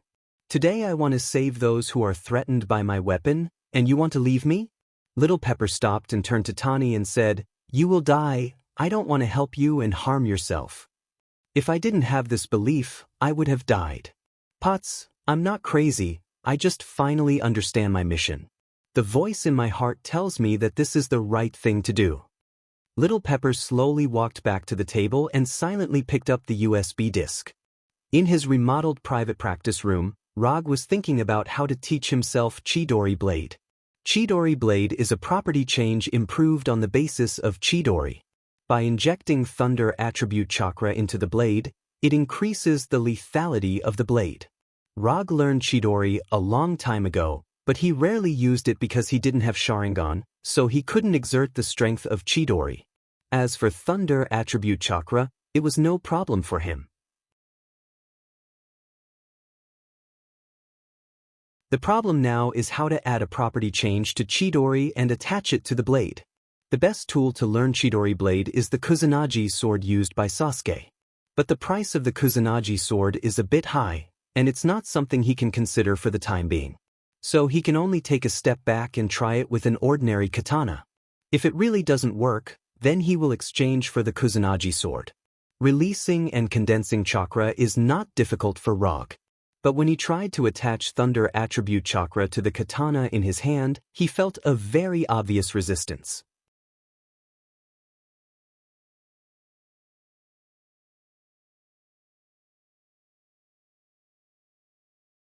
Chapter 35. When chakra tried to attach to the katana, it was like the positive pole of a magnet meeting a negative pole. There was an irresistible resistance between the two. After trying several times in a row, Rog had to stop this useless effort and temporarily dispel the idea of learning Chidori Blade by himself. And he now suspects that even if he exchanged Chidori Blade from the system, if he doesn't find a suitable weapon, he won't be able to use Chidori Blade, a lightning release ninjutsu. Looking at the Kusanagi sword priced at 80 ninja coins in the system, Rog sighed helplessly. Things like ninja coins are really never enough. Since there is no way to learn Chidori Blade for the time being, Rog immediately focused on another lightning ninjutsu derived from Chidori Blade. Unlike Chidori Blade can be used without a weapon, which is especially suitable for him who is now poor. Without hesitation, Roger tossed the katana in his hand to a corner of the training room. Then, with a thought, he stretched out his right hand. The originally quiet practice room suddenly became very noisy at the moment he used Chidori, as if 1,000 birds were singing in the practice room at the same time. In addition to the sound of birds chirping around, a group of white electric current appeared in his right hand, making his right hand look like it was made of lightning. Although Rog rarely uses Chidori, his mastery of this ninjutsu is not weak at all. After using Chidori, he began to try to use chakra to guide Chidori's shape change. Unlike the self-taught Rasengan, he didn't have a complete idea of how to learn Chidori Blade. The only thing he can be sure of now is that Chidori Blade is a ninjutsu after Chidori's shape change.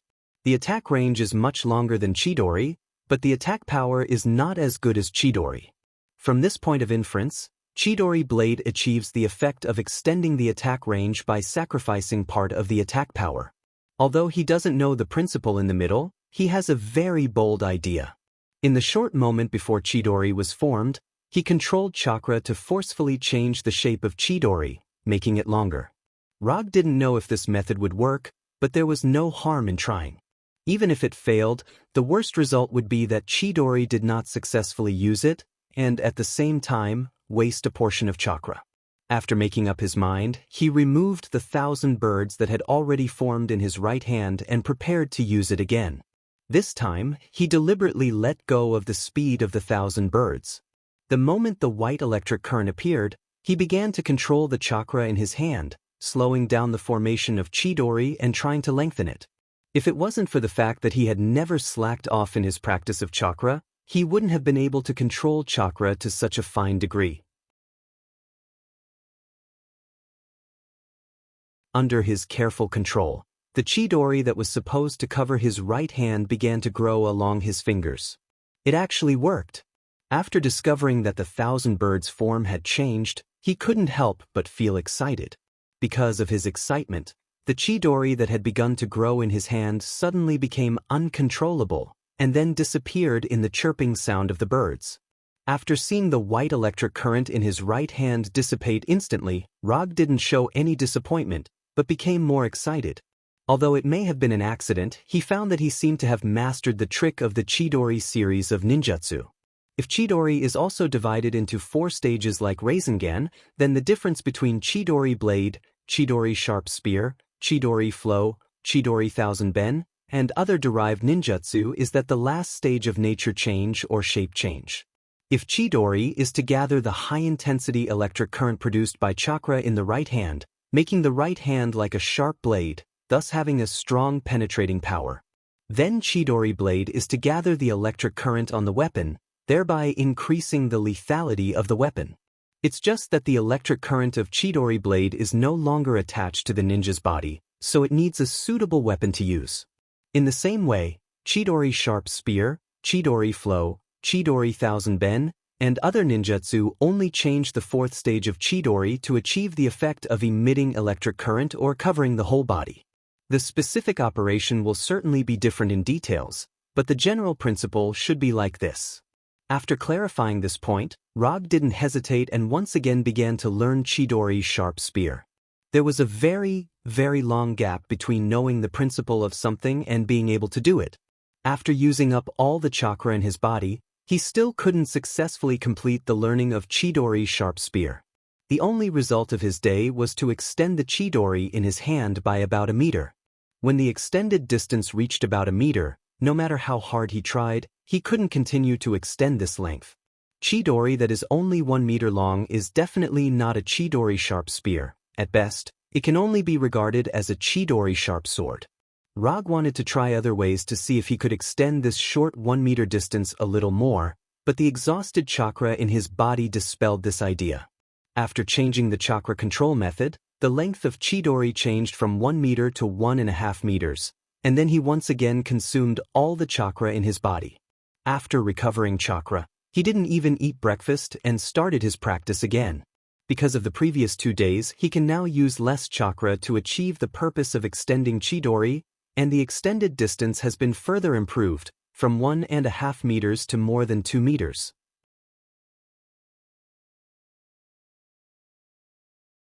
Just as he planned to extend the distance to 3 meters in one go, he looked up out of the window. In the pitch-black night sky, he saw 2 people who were rapidly ascending. To be precise, he saw 2 Iron Man armors rising rapidly. Iron Man and Ironmonger fighting?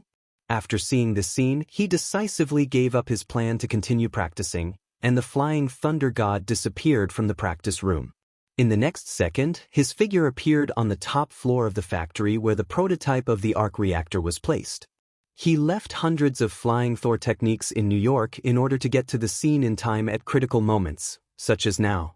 Not long after he came to the top floor of the factory, he saw a giant-like Iron Man armor falling rapidly from the air, like a meteorite falling from the sky.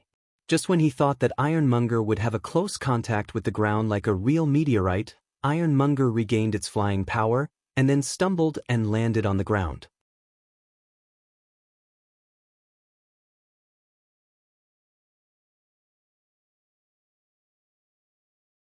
Chapter 36. Not long after Ironmonger stumbled to the ground, Tani, wearing Mark III, also landed on the roof of the factory. To be precise, he fell on the roof of the factory. After standing up, Tani immediately saw Rog standing not far away, and then roared angrily, "I called you more than 20 times, and you didn't answer any of them." Really? Why didn't I know? Rog never brings his cell phone home, and he doesn't think anyone will look for him for personal matters. As for business, it can be solved directly at the firm. Just as Tani wanted to continue complaining, Ironmonger fell from the sky and quickly came behind him, throwing a thunderous punch at him. Tani couldn't dodge for a while, and his whole body was knocked out by Ironmonger, drawing a spark mark on the ground. At the moment when Ironmonger appeared, Rog instantly retreated more than 10 meters, taking the initiative to avoid the fighting area between Tani and Ironmonger. After hitting Tani, Obadiah in the Iron Man armor immediately saw Rog not far away, and then without thinking, he raised his left hand towards Rog.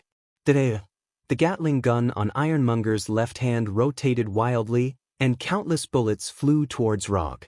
When the first bullet hit Rog, he turned into a cloud of smoke with a bang and quickly dissipated in the air. Shadow clone. It was only the shadow clone left by Rog that was hit by the bullet. As for himself, at this time, he was like a crow, standing on a lightning rod antenna dozens of meters away. "I just came here to watch the show. Why are you targeting me like this?" Rog silently complained. Although Obadiah in the Iron Man armor couldn't hear him, he raised his left hand again without hesitation after seeing his figure. Rog didn't plan to participate in the battle between Tani and Obadiah, but Obadiah didn't think so. At this time, as long as he appears here, he will be regarded as Tani's helper. The Gatling gun in Ironmonger's left hand fired wildly again, but this time, no bullets hit Rog. Now he is not a shadow clone, and he doesn't want to experience the feeling of being shot himself. Through the body flicker technique, Rog escaped Obadiah's attack. However, before he could do anything, Tani, who was sent flying by Obadiah, came to Ironmonger with a sprint and a jump, and then gave him a hard punch in the head. Although Tony himself was not good at fighting, with the help of Mark III, he was able to throw a hook that was both beautiful and powerful. However, this punch did not cause any damage to Obadiah in the armor. Unlike Mark III, Obadiah's Ironmonger is not only loaded with many heavy weapons, but it is also larger and has thicker armor. After being hit by Tani, Obadiah controlled Ironmonger to give Tani a fatal hug. Tani struggled hard, but under the huge size and strength gap, he couldn't break free from Ironmonger's embrace while wearing Mark III.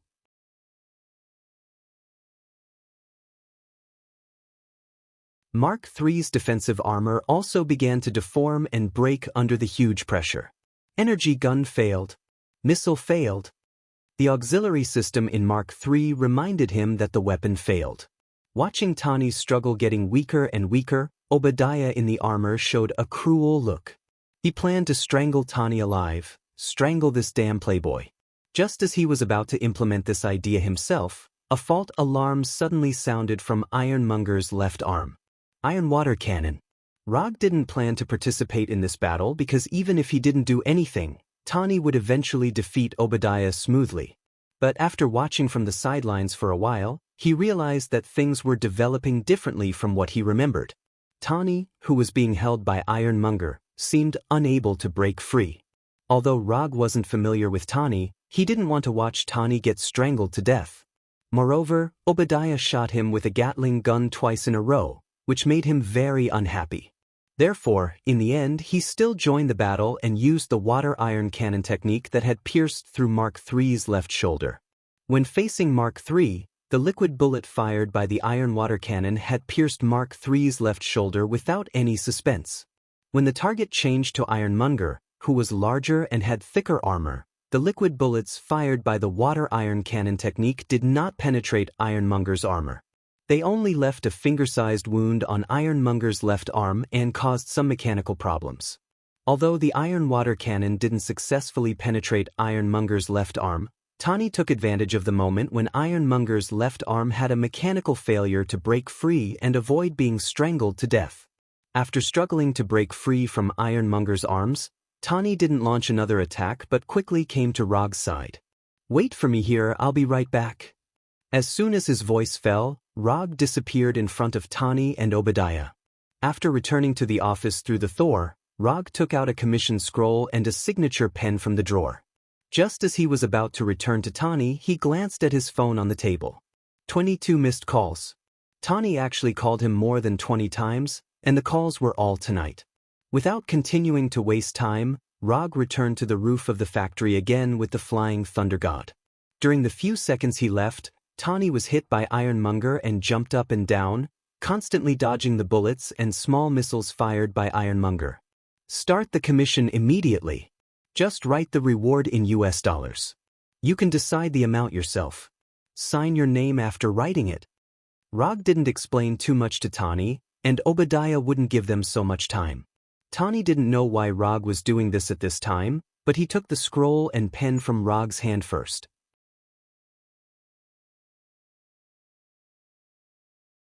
As for the eccentric habit of never taking things from other people's hands, he should get out of here as far as possible. When Rog entangled Obadiah, Tani quickly wrote on the commission scroll and finally signed his name. After seeing Tani sign, Rog immediately opened the system's commission page. Commission content: defeat Obadiah. Commission status: incomplete. Commission reward: 20 ninja coins. When the commission information appeared on the system commission page, a smile appeared on Rog's face. Finally, there's going to be ninja coins again. Rog used the body flicker technique to open the distance in an instant, moved his hands and feet, and his aura changed.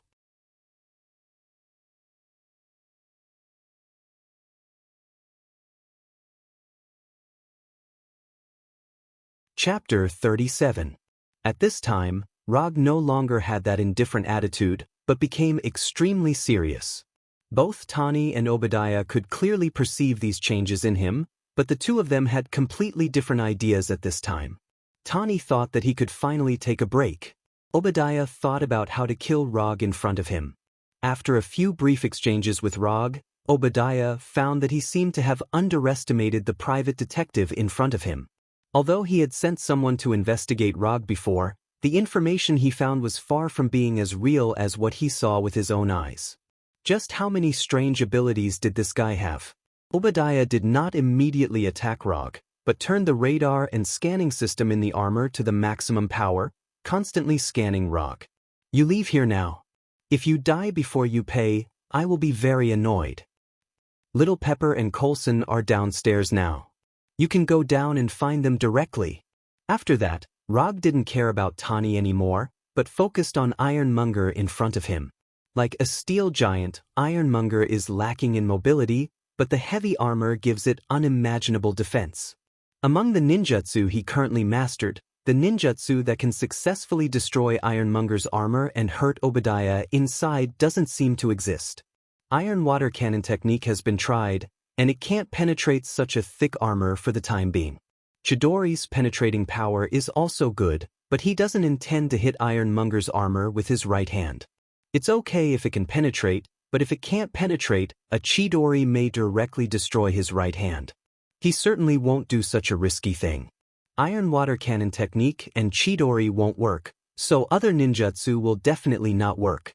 Rasengan may be able to penetrate or destroy Ironmonger's armor, but the possibility is not high.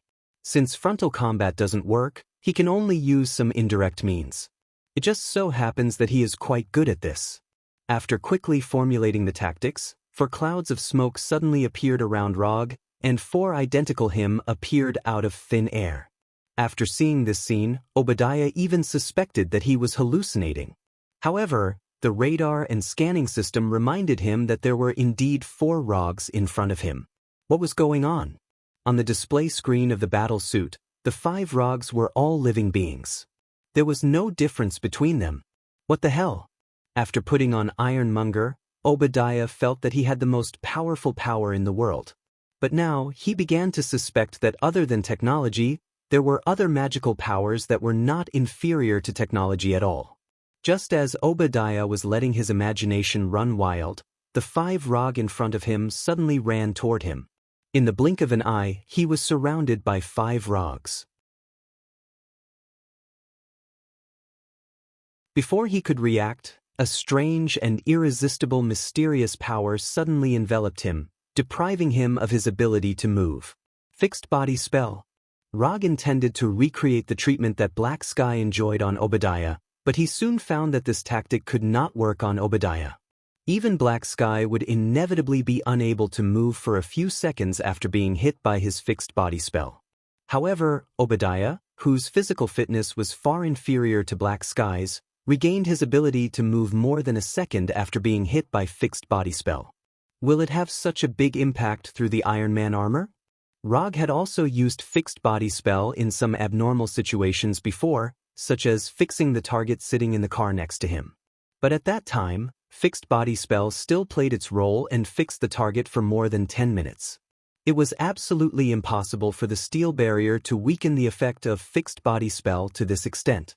Without any hesitation, Rog decisively used chakra perception and began to perceive Obadiah's situation.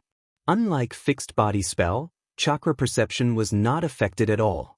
It completely perceived Obadiah's life strength and the energy strength of the reactor in Ironmonger's chest. So that's how it is. Through chakra perception, Rog finally figured out why the effect of fixed body spell was weakened. The reason why Obadiah was able to return to normal in just over a second was not because he had a stronger body than Black Sky, but because Ironmonger provided him with an invisible energy field protection. With the arc reactor in Ironmonger's chest as the core, an energy field invisible to the naked eye was produced around Ironmonger. This energy field does not affect the surrounding environment, but it is inexplicably compatible with the energy frequency of fixed body spell, causing most of the energy of fixed body spell to be assimilated and absorbed when it reached Obadiah. Although fixed body spell can't produce the power it should, but even if the time is short, it is still the time of being controlled. Since one fixed body spell can only last for more than a second, then 10 fixed body spells will last for more than 10 seconds, and 100 fixed body spells will last for more than 100 seconds. If the quality is not enough, then make up for it with quantity. At Rog's signal, his 4 shadow clones didn't hesitate to use fixed body spell one after another. With the chakra reserves in the shadow clones, each of them can only use a dozen fixed body spells at most, which adds up to more than 40 seconds. This time doesn't seem long, but it is enough for Rog. As the shadow clones cast fixed body spells on Obadiah one after another, Rog turned his right hand into a pistol and aimed his right index finger at the arc reactor in Ironmonger's chest. If I can't penetrate it in one shot, then I'll hit it a few more times.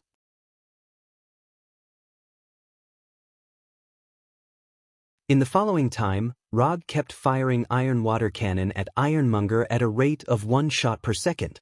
Although Obadiah was immobilized by fixed body spells one after another, He still has the ability to think. He is not a scientist, but he knows very well that once Ironmonger's arc reactor is destroyed, the powerful Ironmonger will become a pile of immobile scrap iron. No, this can't go on. Obadiah tried to control Ironmonger, but he can't even move a finger. Just when he thought in despair that he would die here in such an aggrieved way, he suddenly thought of a hidden function on Ironmonger. Under normal circumstances, Ironmonger is just an Iron Man suit controlled by the controller inside the suit. But when leveling up Ironmonger, Obadiah suddenly thought of an extreme situation. When the controller lost consciousness or the ability to move, how could Ironmonger take the controller away from the battlefield or continue the battle? With this in mind, he asked the engineers to add a control mode called Cold-Blooded to Ironmonger's system.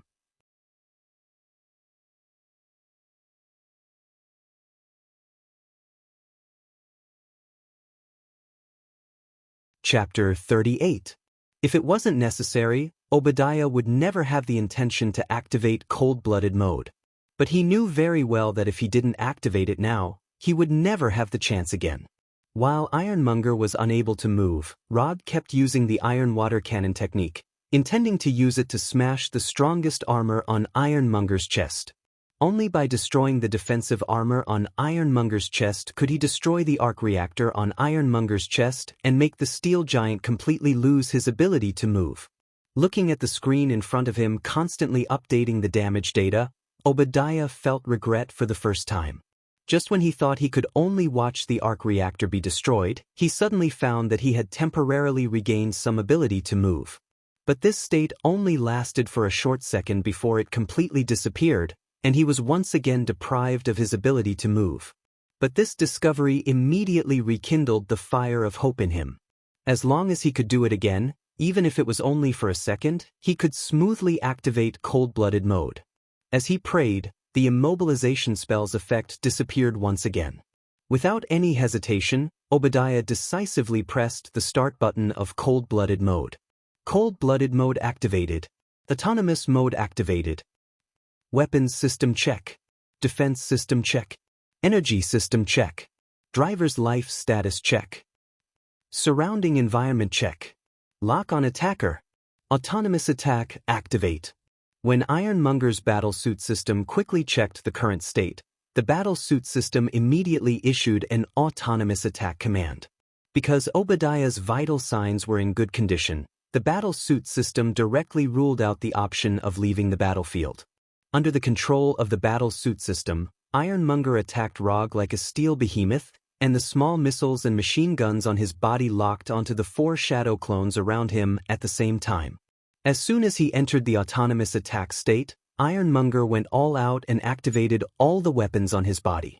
The moment Ironmonger moved again, Rog stopped using the iron water cannon technique and blinked several times in a row to open up the distance in an instant.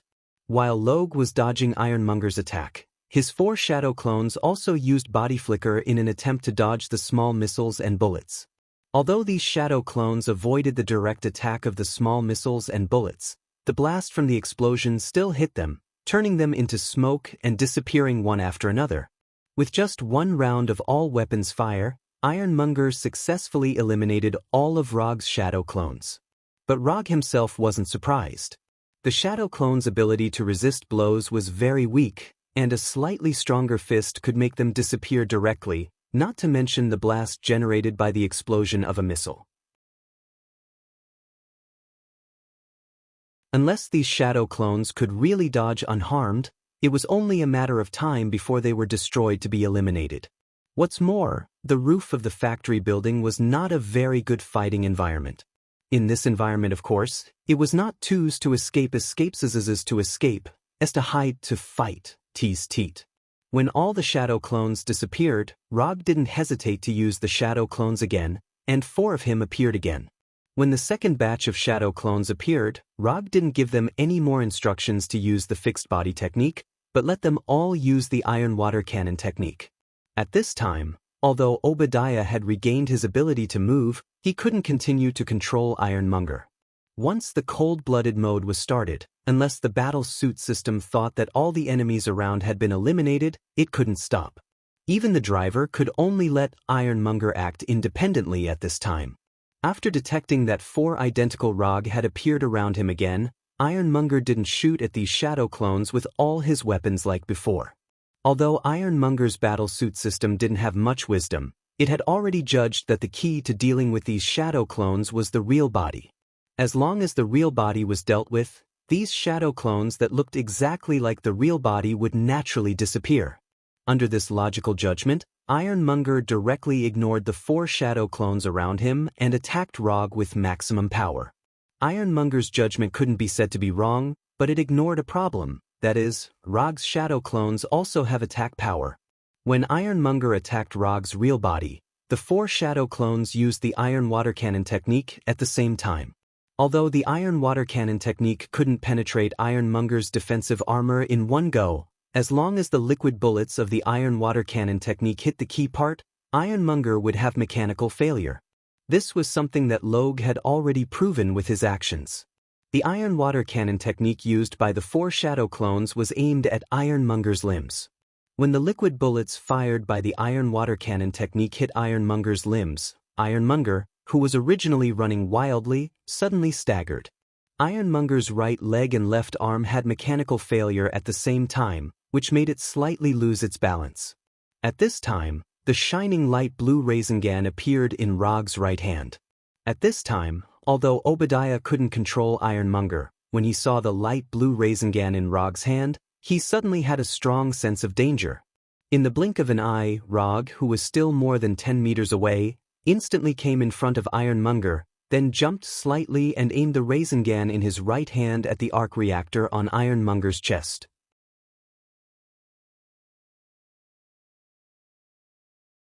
In the beginning, the Rasengan might not have been able to break through the defensive armor on Ironmonger's chest and thus destroy the arc reactor inside. But now, the defensive armor on Ironmonger's chest has been destroyed by the successive iron water cannon technique, and the remaining defensive power is not even 1/3 of the previous one. When the Rasengan touched the defensive armor on Ironmonger's chest, Rog knew that the battle was over.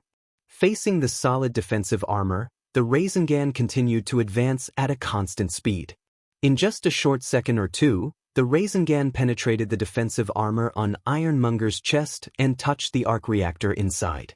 The next second, the steel giant like Ironmonger was hit in the chest by the strongest tornado, and its huge body was blown away in an irregular spiral shape, flying dozens of meters away. Ironmonger, who was blown away, tried to regain its balance by flying, but there were bursts of dazzling electric sparks around its body. Not only that, but Ironmonger's steel-made limbs also showed an abnormal distortion at this time, as if a person's limbs were forcibly twisted.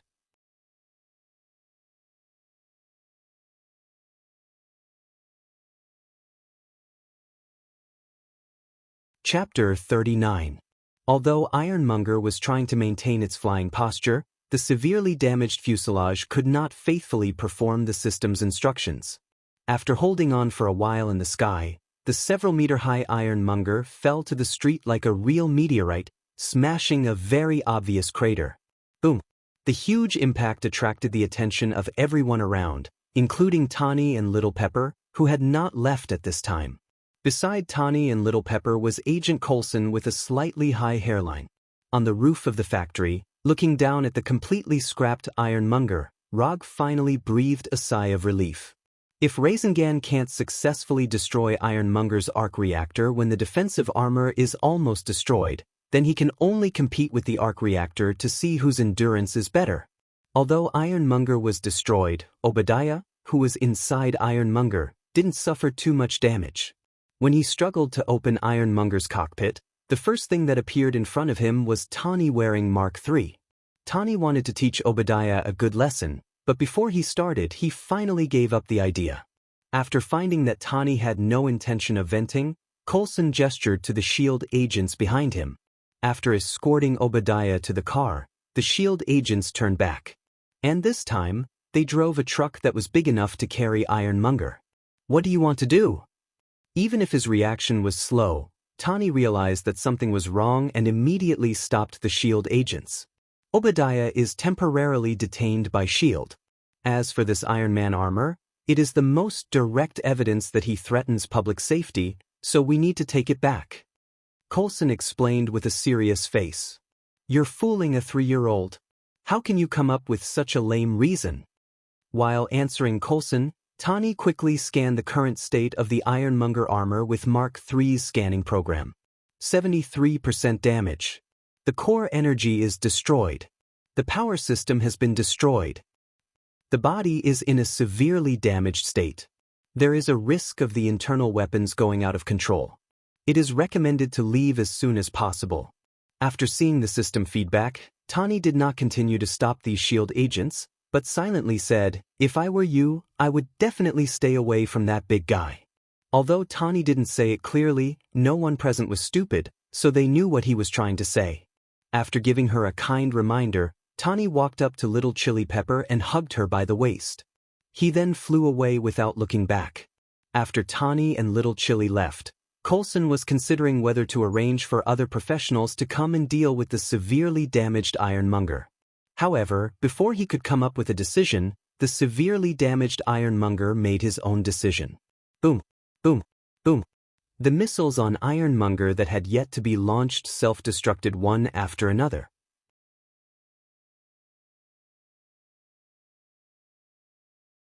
Amidst the violent explosions and flames, Ironmonger completed the entire process of being destroyed and completely scrapped. After confirming that Ironmonger had completely lost its ability to move, Rog directly returned to the office with the Flying Thunder God and then sat down on the sofa. The battle with Ironmonger did not make him feel any pleasure. The fight was fought and he won, but he was not happy at all. In his boredom, Rog took out the commission scroll written by Tani and wanted to see how many US dollars Tani had written. Although no matter how many US dollars it would not affect the sending of ninja coins, but he still wanted to see what kind of price Tani would write. After opening the scroll, he saw a number that was not very amazing, but definitely not small. 50 million US dollars. He didn't know if Tani did it deliberately or just casually. His commission reward this time was exactly 1,000 times the reward of the last Coulson commission. 50,000 US dollars or 50 million US dollars. For him, it was just icing on the cake. If it wasn't for ninja coins, who would be willing to earn this hard-earned money all day long? Wouldn't it be better to stay at home and watch TV and play games? Just as he put down the scroll in his hand, his phone that he almost never carried with him received a transfer message. The transfer amount was exactly 50 million US dollars. When the transfer was completed, the commission mission in the system was also updated immediately. Commission content: defeat Obadiah. Commission status: completed. Commission reward: 20 ninja coins. The number of ninja coins that Rog had not consumed also changed back to 25 at this time. After receiving the ninja coins, he used Chakra's perception to sense the Punisher's current location. Then he used the Flying Thor on the Punisher to directly teleport to him. This Flying Thor was a new technique he left behind after the Punisher completed the Edo Tensei. Leaving the Flying Thor technique on his Fae is not a routine operation, but for the current Rog, this is the best way. Who asked him to not know spirit connection now? After the Punisher was reincarnated from the Edo Tensei, Rog didn't give him any missions. He would only check on the Punisher's condition from time to time to see if there were any abnormalities or if he would attract some existences that he couldn't fight against. Although ninjutsu is magical, there are many things in this world that are more magical than ninjutsu. Especially Edo Tensei, a ninjutsu that involves life and death and soul, who knows what kind of chain reaction it will cause. So he decisively followed his heart's choice and first used the Punisher's Edo Tensei to test the limelight. If there is no big impact, then he doesn't mind implementing his crazy plan. According to the situation in the past few days, the Punisher that was reincarnated by the Edo Tensei did not encounter any accidents. Everything seemed to be very calm, at least it seems so for now. Now I'll give you a mission. I want you to go to a country called Wakanda, and then bring out 2 things from there. One is a rare metal unique to Wakanda called vibranium, and the other is a plant called heart-shaped grass. Among these 2 things, vibranium is a must, and the amount can't be too little, at least enough to make a katana. As for the heart-shaped grass, it depends on your own fate. If possible, bring the heart-shaped grass back. If you can't find the heart-shaped grass, vibranium will do. Although Wakanda has high-tech not known to the outside world, Rog is not very worried about the Punisher's safety. For the Punisher with the Edo Tensei body, Wakanda is at most a country with slightly more advanced weapons. No problem. I'll go now. The Punisher quickly agreed to Rog's order. To be precise, the option of refusing did not exist in his mind.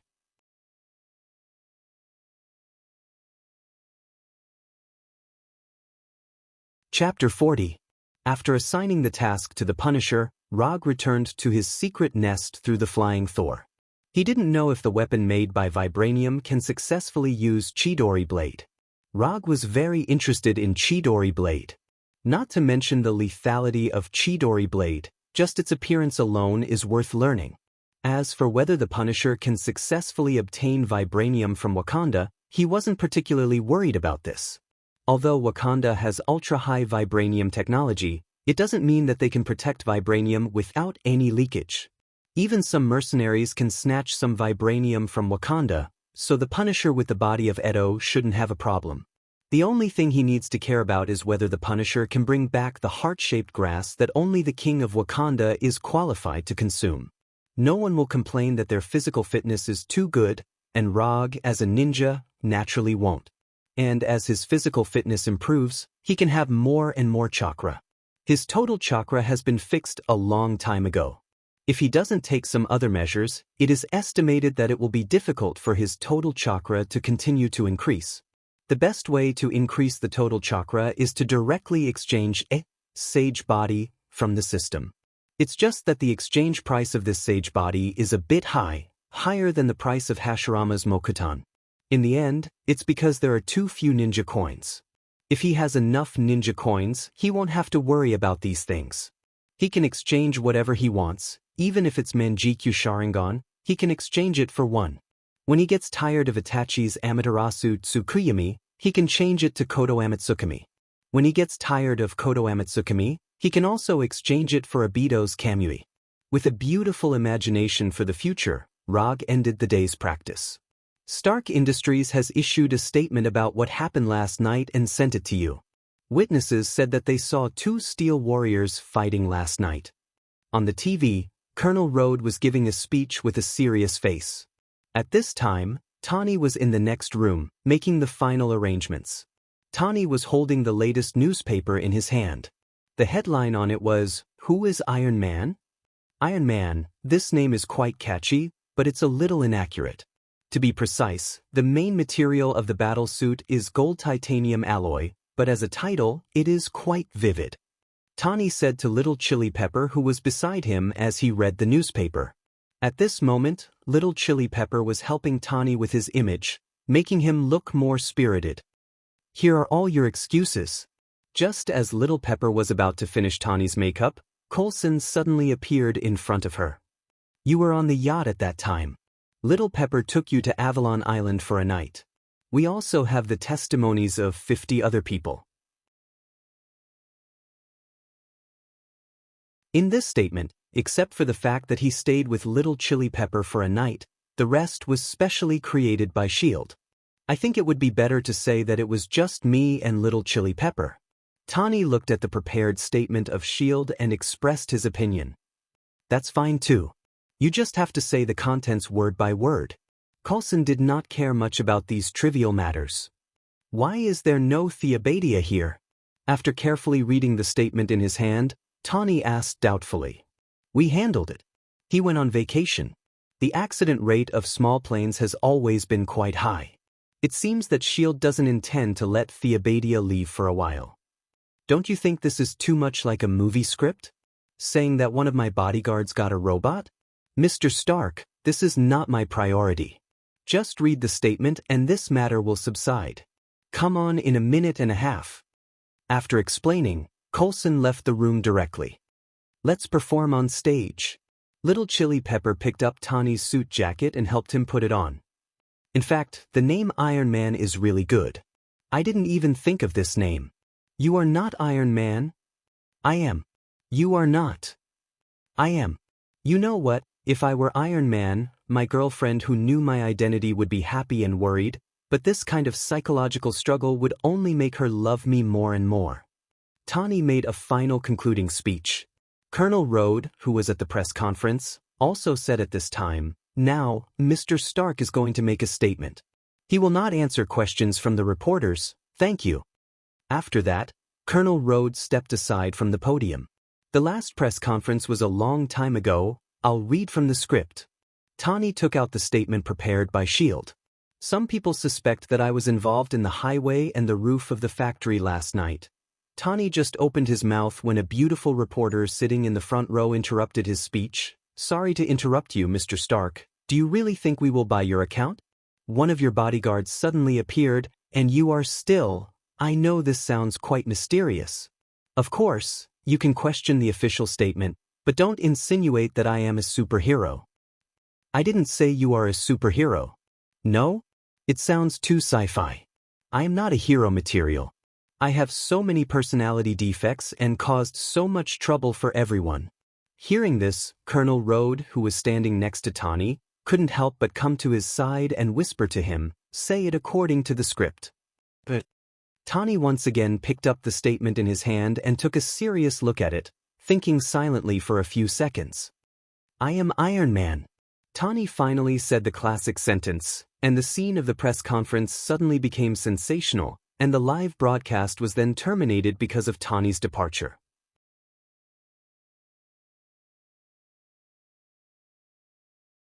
After watching Tawny's classic speech, Rog turned off the TV and went to the practice room. He has decided that he will not go to the office again until he has completely mastered Chidori Aiguchi. Time passed day by day, and after Tawny publicly admitted that he was Iron Man, the whole world became a little different. Those who originally only existed in comics or novels began to emerge, and the other side of the whole world seemed to wake up. While Rog was concentrating on learning Chidori Aiguchi, the ninja's hand and holiness church became extremely active. Many citizens witnessed the battle between them, and the word ninja began to frequently appear in the headlines of the newspaper. In some neighborhoods, there was even a small trend of imitating ninja. You're tuning in to the Passion Pages YouTube channel. We're so grateful for your support, and don't forget to subscribe to join us on this incredible journey through captivating stories. Your generosity through donations truly makes a world of difference, as it's the primary source of revenue that allows me to expand and enhance this channel for you. Thank you from the bottom of my heart for being a part of this adventure.